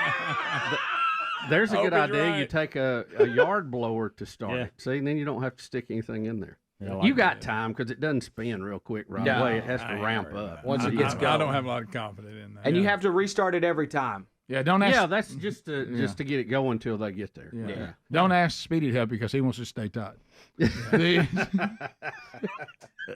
So Greg, I thought you knew that. I'm not AC guy. It's out of my. He's an old AC guy. No, Yeah. voltage, alternating current. Greg, I was delivering motor. it. I was Right. delivering it. I wasn't. I'm going to give you that speech again. Two different things. I have a funny one right now, but I'm not sure if sponsors will collide, so I'm not going to say it. but and you know what I found out, Bubba? You and I hear these. I guess they don't during the kickoff hour because I did it to Greg a minute ago and he didn't get the joke. And I said, we only hear. I said, you don't hear. We hear national. Oh, that's right. Because so you're never really in the car when the show. We're actually in here. Well, doing same the thing in kickoff our, show. in here for us, we hear the network stuff, not local. Yeah, always. so Bubba and I get to hear some coming in, and there's a funny joke, and I threw it out there expecting it to. Well, no, I'm just talking. Greg, y'all don't ever listen to ZZK any other time of day. No, you never, probably don't want that answer, Rick. Well, I'm talking how many times you off work and you listen to the show? Never. You ever been on one of the many doctor's appointments and listen to the? I have a better signal on a different affiliate. What about here in town when you take a mama to the doctor? You don't listen to us? Yeah, I do. So you could have, trust me, you right. should have known that. Yeah, you're right. Okay, so that's all I'm saying. Y'all act like y'all never have an opportunity. No, you're right. Okay, believe me, I've had a lot of those. And Greg, look right there. That's the key. Yeah. So you get through the night. Greg, and here I am sending start another you. day with a new capacity. I'm sending you the talking guy about where the action is. Here's the guy to help you. It's Greg, that simple. Greg, I got a bad feeling. Greg, here it comes. Greg, off. and send. I just sent you the contact. That's who'll solve it right there. Why are you acting like that? He's got. I don't live in this He's area. got some contact. It doesn't matter. They're You not don't, coming all the you way don't there. think, Greg? I don't know anybody in Pleasant Valley. Well, that's what I'm saying. I mean, who you gonna do? Hey, he's got somebody Gerald Cates has recommended, and that's who he's gonna go with. Oh no, don't do that. Here's what I'm saying. This Is guy, Little Lee coming to fix it? No, this guy is one of our big sponsors, and he'll help you if they can't do it. He'll say, "Well, I'll tell you who in that area I would recommend." Wow. Greg, he helped me with something big the other day involving Mom. Remember that about the Freon thing? He was big on that. Yeah. One. And he said, "I'm not allowed to go there, but I can tell you what you need to be aware of." Yep. Come on, Greg. Why do you be like this? You sit here I try That's great. I try to help you, and all you do is be negative about me trying to help. My mom just texted and she said, "Why's Greg acting like Mac Daddy?" How about this? Speaking of that, have Mac Daddy come look at it. Yeah, he's he close. is close. Yeah. He probably knows how to fix it. Tell him to Probably bring a does. long screwdriver. Right. Don't make fun of Bubba's tip. That's a good tip. That's fine. Okay, you are to try it. It'll get you through the night if it ain't working. Right. Well, that's to me. I can handle anything with air conditioning being broke until it's time to go to bed. It's horrible. I can't sleep in the heat. No. No, my goodness. And what you were talking about, Helmsy, in the kickoff hour about the women's temperature range, unbelievable. If you're a little bit cold, don't go up to 80 and 78. Just bump it up a couple. Yeah. Best thing I ever did was find one of those devices I could control from my phone. I was envious of that. I wasn't willing to put in the effort, but I was envious of it. Yeah. I wish I could do that, but I'm seriously, not willing to do it. when I see that beaver sign, Bucky's, on the way home, I got about 30 minutes, and I know, hey, now's the time to change the air in the house and get it like you like it. Right. Yeah. So that's my staple. That's your marker. Knew y'all'd like that too. Sure. That's right. That's a good move. Yes, it is. That's it. That's what makes me think about it. That's a good marker. Yep. Reminds me, it's Sherry's birthday today. Happy birthday, baby. Happy birthday. So we'll be back. More Rick and Bubba coming up. You know what you could do, Hams, is just you can adjust the thermostat so it doesn't read what it really is, and they think it's warmer. Oh, But it's actually cooler. Didn't know that. Yeah, it has an offset on it. The electronic ones do. We'll be back. More of the Not Rick that I've ever done that. No. It's a good tip, Bubba. We'll be right back. Rick and Bubba, Rick and Bubba. Coming up, we've done this. We do it twice a year. The kids that perform at the Magic City Performing Arts for Children, they do 2 productions a year. They do a fall and a spring production, and my kids got involved with it, I guess, starting a couple of years ago. I guess the first one we did, was Peter Pan. We brought the folks in there because, I'm kind of a good one. I grew up in a small town. There's a lot of talented children out there, but I just don't remember, growing up in the school plays being at the level of some of the things I have seen.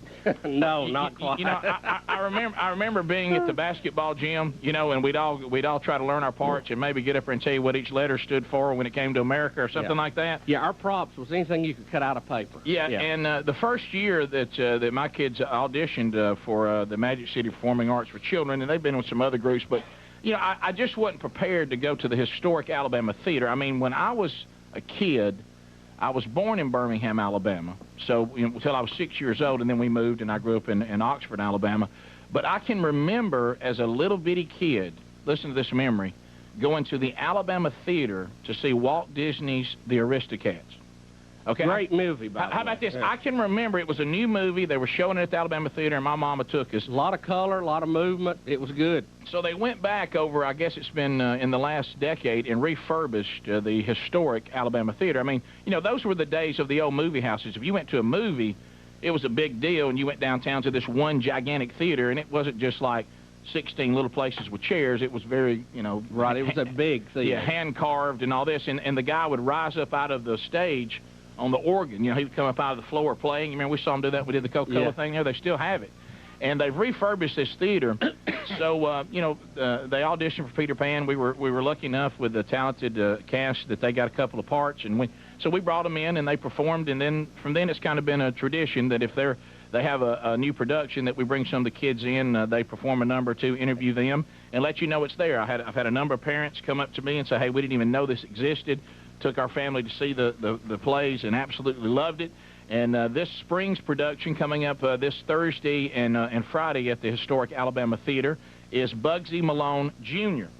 Now, I'm going to try my best to, now Charlie's here, who is directing this, who's been running hard. If I'm not mistaken, from what I heard the other night when I saw us do a little showcase for some groups, this is based on the movie when we were growing up in the 70s with Scott Baio and Jodie Foster. Right. And Bugsy Malone Jr. Oh, yeah. And I remember seeing that as a kid and thinking, hey, that's kind of cool. But when you're dealing with kids and you're dealing with gangsters, trying to come up with how you're going to pop off the other gang members, you have to get a little creative with that, don't you? Yeah, well, we like pies and silly string. That's working pretty good. So basically, when you get ready to take off a rival gang member, you take them out with silly string or a pie? Yes. And then they're all washed up. Oh, okay. And their career's over. They're not really dead. They're just kind of... Right, and then you get rid of them. Yeah. So this, and the storyline basically is Bugsy Malone, and there's two rival gangs, right? And right. It's Fat Sam, which Boomer's playing, which no one is surprised by that. And his rival is Dandy Dan, and Bugsy Malone is hung in between the two. Yeah, he's somewhere in the middle. And that's kind of the gist of it all too. And Dandy Dan's gang has their act together. Fat Sam's gang is kind of like the Keystone Cops trying to pull it off. Absolutely, you got it. Okay, I just want to be sure I had the nutshell version of it. That's it. And then there's all the women who go with each gang member. Right. There's all. You got to have your hot babe. Oh yeah. Yeah. And again, all of them. And what's the age group? I mean, Matt Pack, it consists of kids of what age? 2nd grade to 8th grade.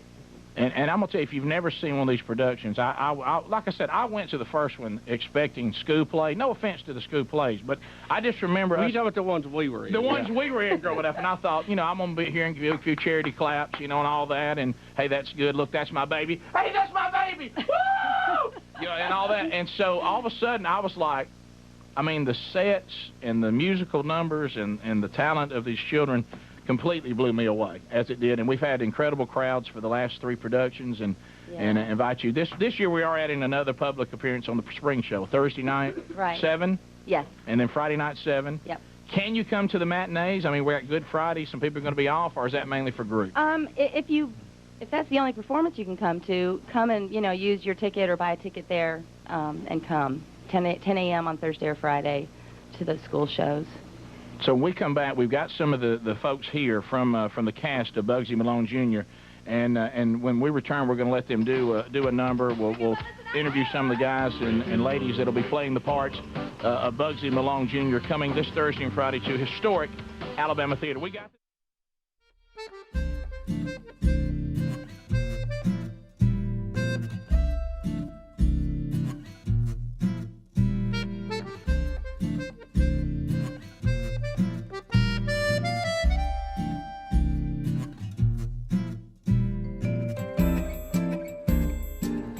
Here we go, 35 minutes past the hour.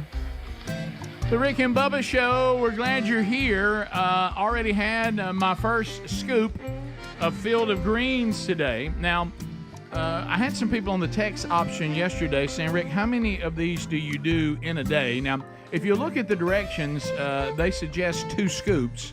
So I do one in the morning, then another one, around 4 or so, 5 later in the afternoon, early evening. Now, the reason why you hear us sometimes say 1 scoop, and I talked to the folks at Field of Greens. I said, why in the commercial are we saying 1 scoop, but the directions on the canister say that you suggest 2 scoops? And they're saying, well, for some people, because Field of Greens, it's not. This is something that a lot of times people say, I want to make it last a little bit longer. And they said if 1 scoop, you can have a canister last longer, and it will do a good job for you. If you're not concerned about price or having to order so often or as often, the 1 scoop is still enough. But 2 scoops is even better. But they don't want you to ever exceed 2 scoops. But you ask what I do. I do a scoop in the morning and then another one later in the afternoon, and it is delicious. You can mix it with orange juice. It's not too bad if you just use water, or you can make a protein shake with it and put it in part of it. Whatever you want to do, make a smoothie, put it in there. Let me tell you what's wonderful. It's whole organic fruits and vegetables, no extracts, no lab-made stuff. 1 scoop a day, simple, real nutrition. It's like an organic superfood. I just had some blood work done yesterday, and the last time I did, it just came back better than I've ever had.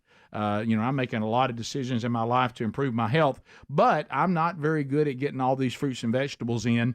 So with Field of Greens, I know that I do, even with my best efforts, this gets it done. So fieldofgreens.com right now, use the promo code BigVox, get 15% off.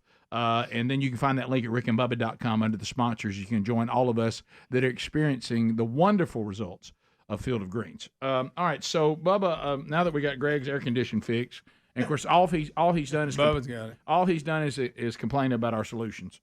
Did you ever find one that he was okay with? No, I'm thinking about it. Okay, so we'll get that done. Long screwdriver, maybe a leaf blower right, would be a better option. Yeah, or just maybe have someone come out and fix it. Yeah, well, that's just temporary. One call does it all. I've got a few. Yep. So Greg, Bubba, I want to ask this question. Yes. Again today, we have these astronauts that are stranded on the International Space Station. This sounds like, and I think we've done this before we use this analogy, it sounds like Gilligan's Island. Yep. They were supposed to be on an 8-day cruise. It's now turning into what people think might be 8 months of them being stuck up there. Now, it sounds like they're trying to have a good attitude about it. Can't get back. It says the space station normally is home for just 6 or 7 people. It's now accommodating 9.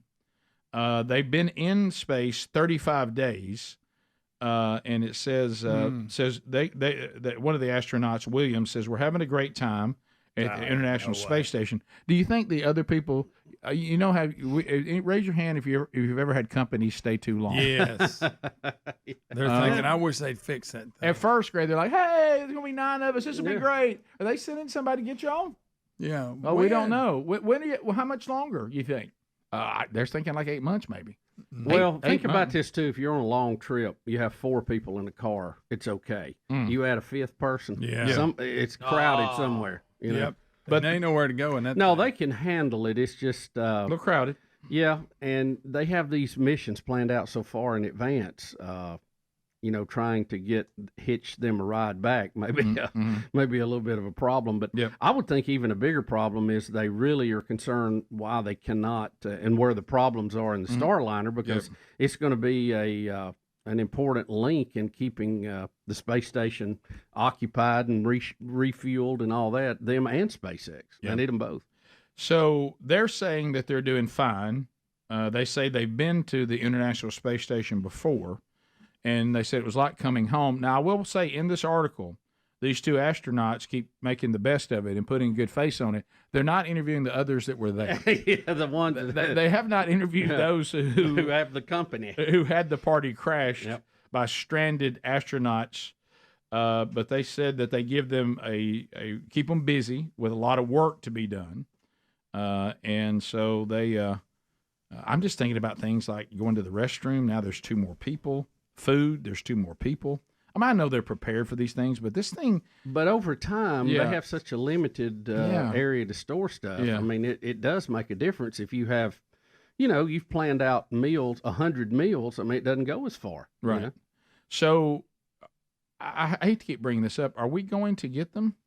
I mean, do we have a plan? I think they will plan? probably eventually hitch a ride back on a SpaceX, and they will probably try to bring the Starliner back in unmanned, so to Right. speak. Yeah, by the way, it says here that they did get, and Bubba, you would know this, I don't know. Are you familiar with a resupply vehicle called CYGNUS? It's a robot ship. Thought it was CYA. No, it was not. Greg. It says it just arrived and brought more hardware, more fresh food, and fresh clothes. Change of underwear, yeah. Yeah, so they brought that to them. Think about running out of clothes. I mean, they can you didn't wash pack clothes for now? that many days, Rick? Yeah, you dry clean them. Yeah, that's funny. So anyway, they said that they're waiting. They're doing fine, and Boeing says they're going to be fine. Okay. I bet they would like to. I bet they would like to have that Starliner back to analyze what the problems. You know, we do the analogy a lot. The dog's a little cautious. They got hit by a car going back. Next time he hears the highway. You know, next time he hears the sound of automobiles. Yeah. Do you think the next What's time? Medusa doing? Do you think there's anything we can do to get these two on a Boeing craft again? Oh yeah, thumbs down on the Boeing. The people who do this are a different breed, and they love the opportunity to go, and they know how difficult it is to get it. They would sign up in a minute. That's quite a pair. If you look at that picture, Is that them, Adler? They're stuck, Greg. They're stuck. It in was bad space. enough you're stuck with extra people, but two that look like that. Greg, don't do this. Man, I mean, it just scare you to death. I know, Greg. Well, all the girls are that way. Their hair Well, floats she knew up, that situation could happen. Get a different hairdo. Yeah. Or put it up in a rubber band. Yeah. You ain't got to walk around like Medusa. I think they do that a lot of times to show, because you know, if they didn't, you'd have all these flat Earth people claim they're not even there. Oh, thank you for that. They do that or float M&Ms. They encourage them to do it. A little bit of the flat earthers in modern time goes a long way. Boy, doesn't it? Rick, now these two here we can't get rid of. Bip. Whoa. Greg, look. What's going on? We're going to have to stow y'all. Oh, really? How long? Long time. Till further I'm notice. about to look at that hair a long time. And Greg, you're just letting Big Face go? Oh, I know. I ain't got in the service. He can't hide. Greg. Greg. They're stuck, Greg. They're stuck. They are. But they're not in danger. I mean, they're just annoying to everybody. They're not in danger, are they? They're just annoying. This question, we actually just a talked about bip. this as a family when we traveled a couple weekends ago. We were talking about this. Would you rather be stuck in space or at the bottom of the sea? Space all day I long. won't get near the bottom of the sea. No, I don't want anything to do with the bottom of the sea. No. I'll take little pressure over crushing pressure. Amen to that. Right. And hey, that bottom of the sea stuff. That's easy. Now, hey, more power to those of you that do it. And thank you for what you're The finding out. submariners are incredible. You ain't getting I in don't there. want in no sub. No. No, sir. So real tight space. Yes, tight. And Not- they're not a under lot in there. there. They're under there for a while. Yeah, too. they They're go all- out for months. Yeah. Oh, How about when you drop down in that deep darkness when you go, because I know subs don't do that, but what about that vehicle that goes all the way down to the bottom? And you get down there and you got all those glowing fish and some that blind fish. some that like to have electricity. I don't want to be down in there. No. The ones that have their own light bulb. And then that ghost shark comes out. You ever seen him? not the Yeah. ghost shark. Oh my goodness! And it's cold. So cold. Dark. No, thank you. Yeah. So that's Forget it. That's tough. All right, we'll come back. We'll see any headline stories that we might have missed. I do see one video today that there's some more talk about in-helmet communications they're going to put in place this season in college football. We could look at that. Bubba, here's a Stonehenge story Oh yeah. we didn't do. And we'll check out. We'll be right back. Rick and Bubba, Rick and Bubba.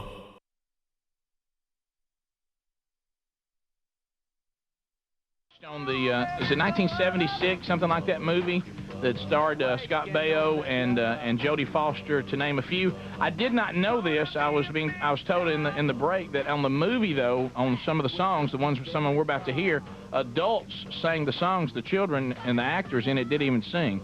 And in this production, the children do every bit of it. They do the singing and the acting and do it all. So with us this morning, we've got Zach Baldwin, who plays Dandy Dan.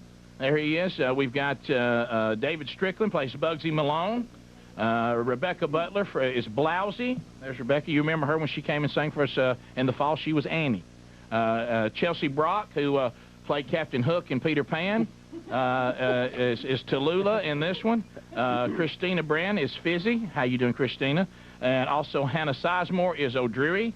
And Hannah's here this morning, and of course Boomer, who y'all have all watched and heard grow up here on the program. To no one's surprise, having Uncle Bubba and me being his dad playing Fat Sam. So I don't know if that was on purpose or it just kind of worked out that way. But they will be performing this week at the Historic Alabama Theater. And also, I was reminded, if your child is interested in wanting to audition for their next production, which will be the fall production, that will be Music Man. And can you just go to the website to find out about that?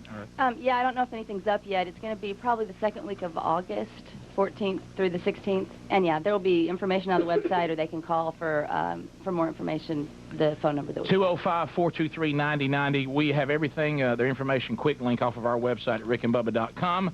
mcpac.org is the website. First of all, we're going to do a number, and then we will have a solo from Christina Brand. Christina has auditioned for American Idol Junior, for all you American Idol fans, and did very well. So she will do a solo for us here in just a minute. But first, here's the actors that we have with us this morning and their rendition. This one's called "Give a Little Love." Is that right? From Bugsy Malone Jr. We could have been. Can we start over? Yeah, sure. Look, this show, we've done this before. We had one time where they can't hear. Where the CD, yeah, there's no way for them to hear the CD. So that's... there you go. There you go. Now you're ready. You ready, big man? All right, here we go. There you go. Right there. All right, here we go. I got it right up. We could have been anything that we wanted to be. And I'm not saying we should. I'd be delighted to give it some thought. Maybe you'll agree that we really ought. 2, 3, 4. We could have been anything that we wanted to be. Yes, the decision was ours. It's been decided where we get divided. Let friendship double up our powers. Everybody now. We could have been anything that we wanted to be. And I'm not saying we should. But if we try it, we learn to abide it. We can be the best at being good guys. Flower to a flower, you can't even get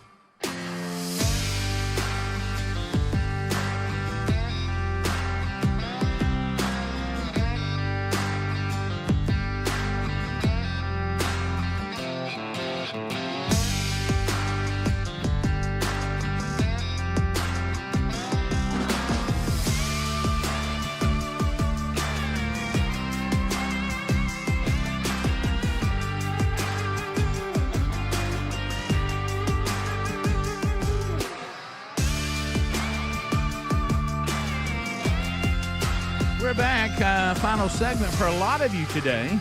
But if not, stick around. More Rick and Bubba coming.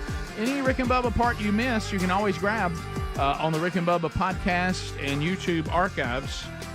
And they're available to you every day. so you never have to miss any of the Rick and Bubba Show. Want to just get a nutshell? There's a best of hour on the podcast archives and also a best of hour for Blaze TV subscribers from our YouTube channel.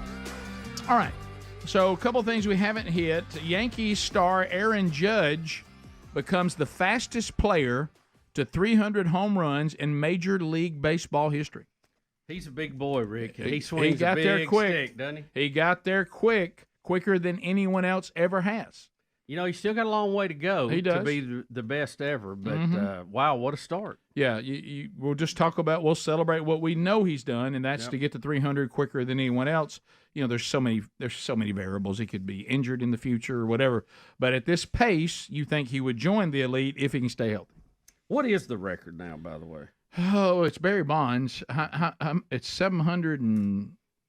I want to say 700. 700. What was it when Hank maybe? Aaron broke? Was it 715? Yeah. Because Babe I remember was at that's all 714. we. Hammer and Hank. Yeah, we all the number 715 was everywhere. What did the Hammer end up with? 750 something or not? No, he was lower. He was smaller. 762. That's the most. And what was Hammer and Hank? What did he end on? 755. 750. Well, you're right, Greg. 750. I thought it was in the 40s. I'm right again. Doggone it, Greg. I can't believe I quit. What is the record? 762 for Bonds. Now that's juicing. Greg. No, but we're just going to talk about numbers. That's all we're going to I'll talk say juice away, friends. Right. All right. I love if you see the documentary, it shows McGuire and Sosa. Yes. That season. Yeah, that was I've awesome. seen. That's a great documentary, by the way. Yeah. Why don't we care about the Netflix receivers series I know, I haven't like we given did the it quarterback? nothing. I watched about 2 episodes and I've never gone back to it. Do we not care about receivers? I actually as much? did that with the quarterbacks. think that's I a actually little bit did of that with the quarterback show though. That was on there. Oh, did you? Yeah, I did. stayed with it. Yeah, I went all the way Things through like the quarterback. Hard Knocks is just so much better to me, and I can only fit one. Episode 2's out. I can only watch one NFL show a week. Okay. That's all I can do. I get that. Stonehenge, Bubba. You've always been very intrigued with Stonehenge. You know, but if you'll take a screwdriver and go to Stonehenge, you put it in there and you give it a little. So Stonehenge, already mysterious.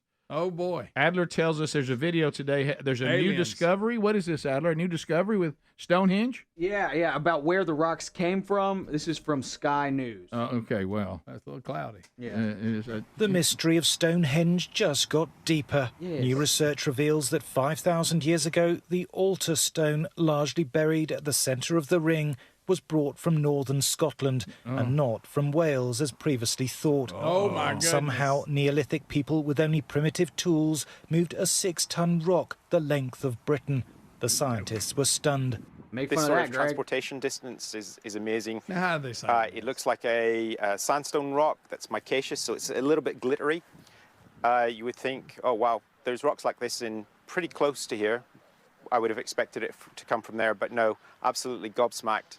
It's definitely Scottish. So, and well worth bringing that distance, quite clearly. for these people, that rock had a lot of significance. The new finding means Stonehenge was built with rocks brought from across the island of Britain.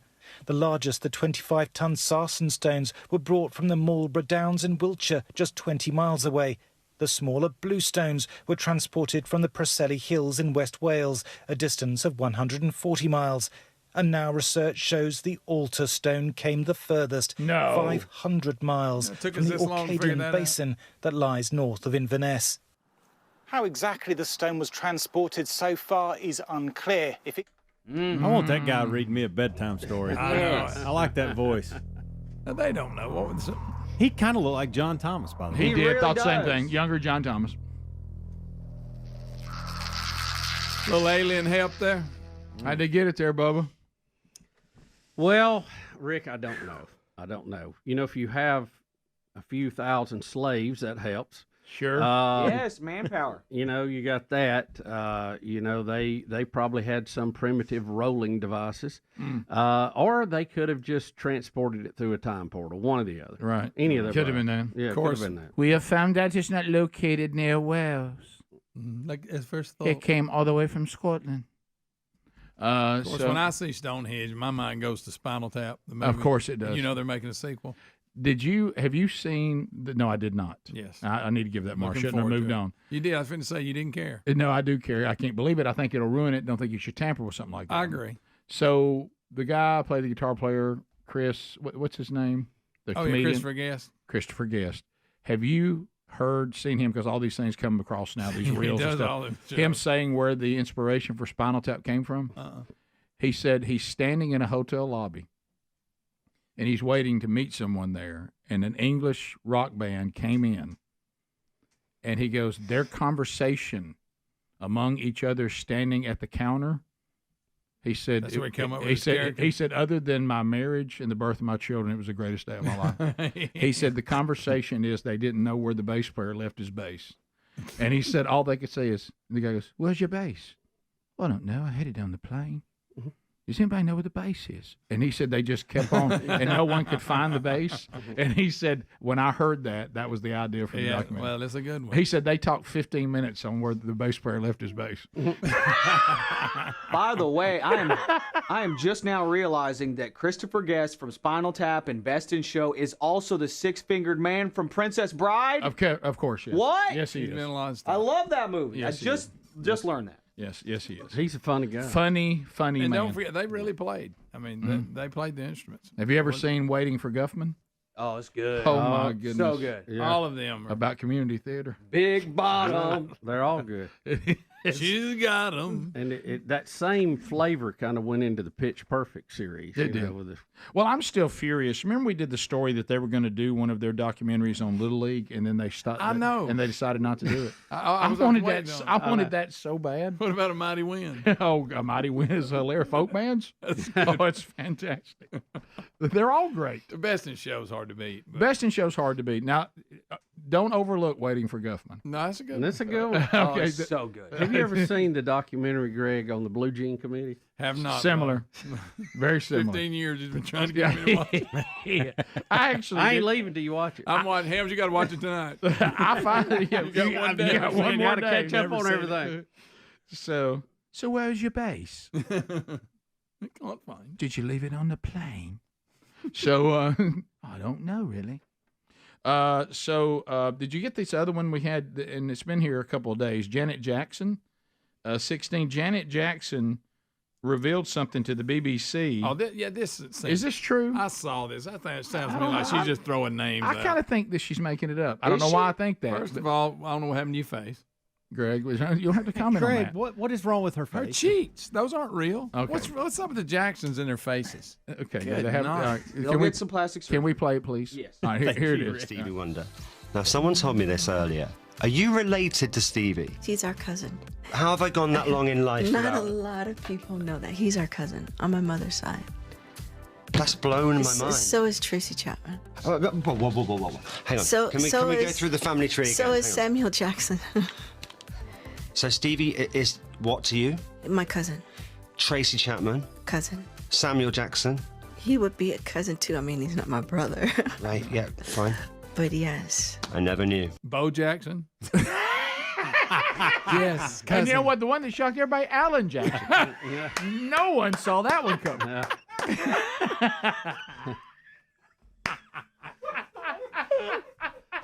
Did y'all not feel like by her tone she was just throwing names out? I just don't, for some reason, I just don't think she's Greg, and guess who pop artist Joe Jackson was named after? His real father. The original Joe Jackson. You kind of would have thought we would have known that by now. I'm kind of like the guy doing the interview. You remember when Michael would lie? She had that same look on her face and the same tone when Michael would lie. She was making that up. And we may find out they're like fourth cousins or something. Yeah, they're Never. They're not like first cousins. Greg, do no never again. Oh no, never. That's what it was. That's that exactly same right. tone. Yeah. Nice cheating. Rick and Bubba, Rick and Bubba.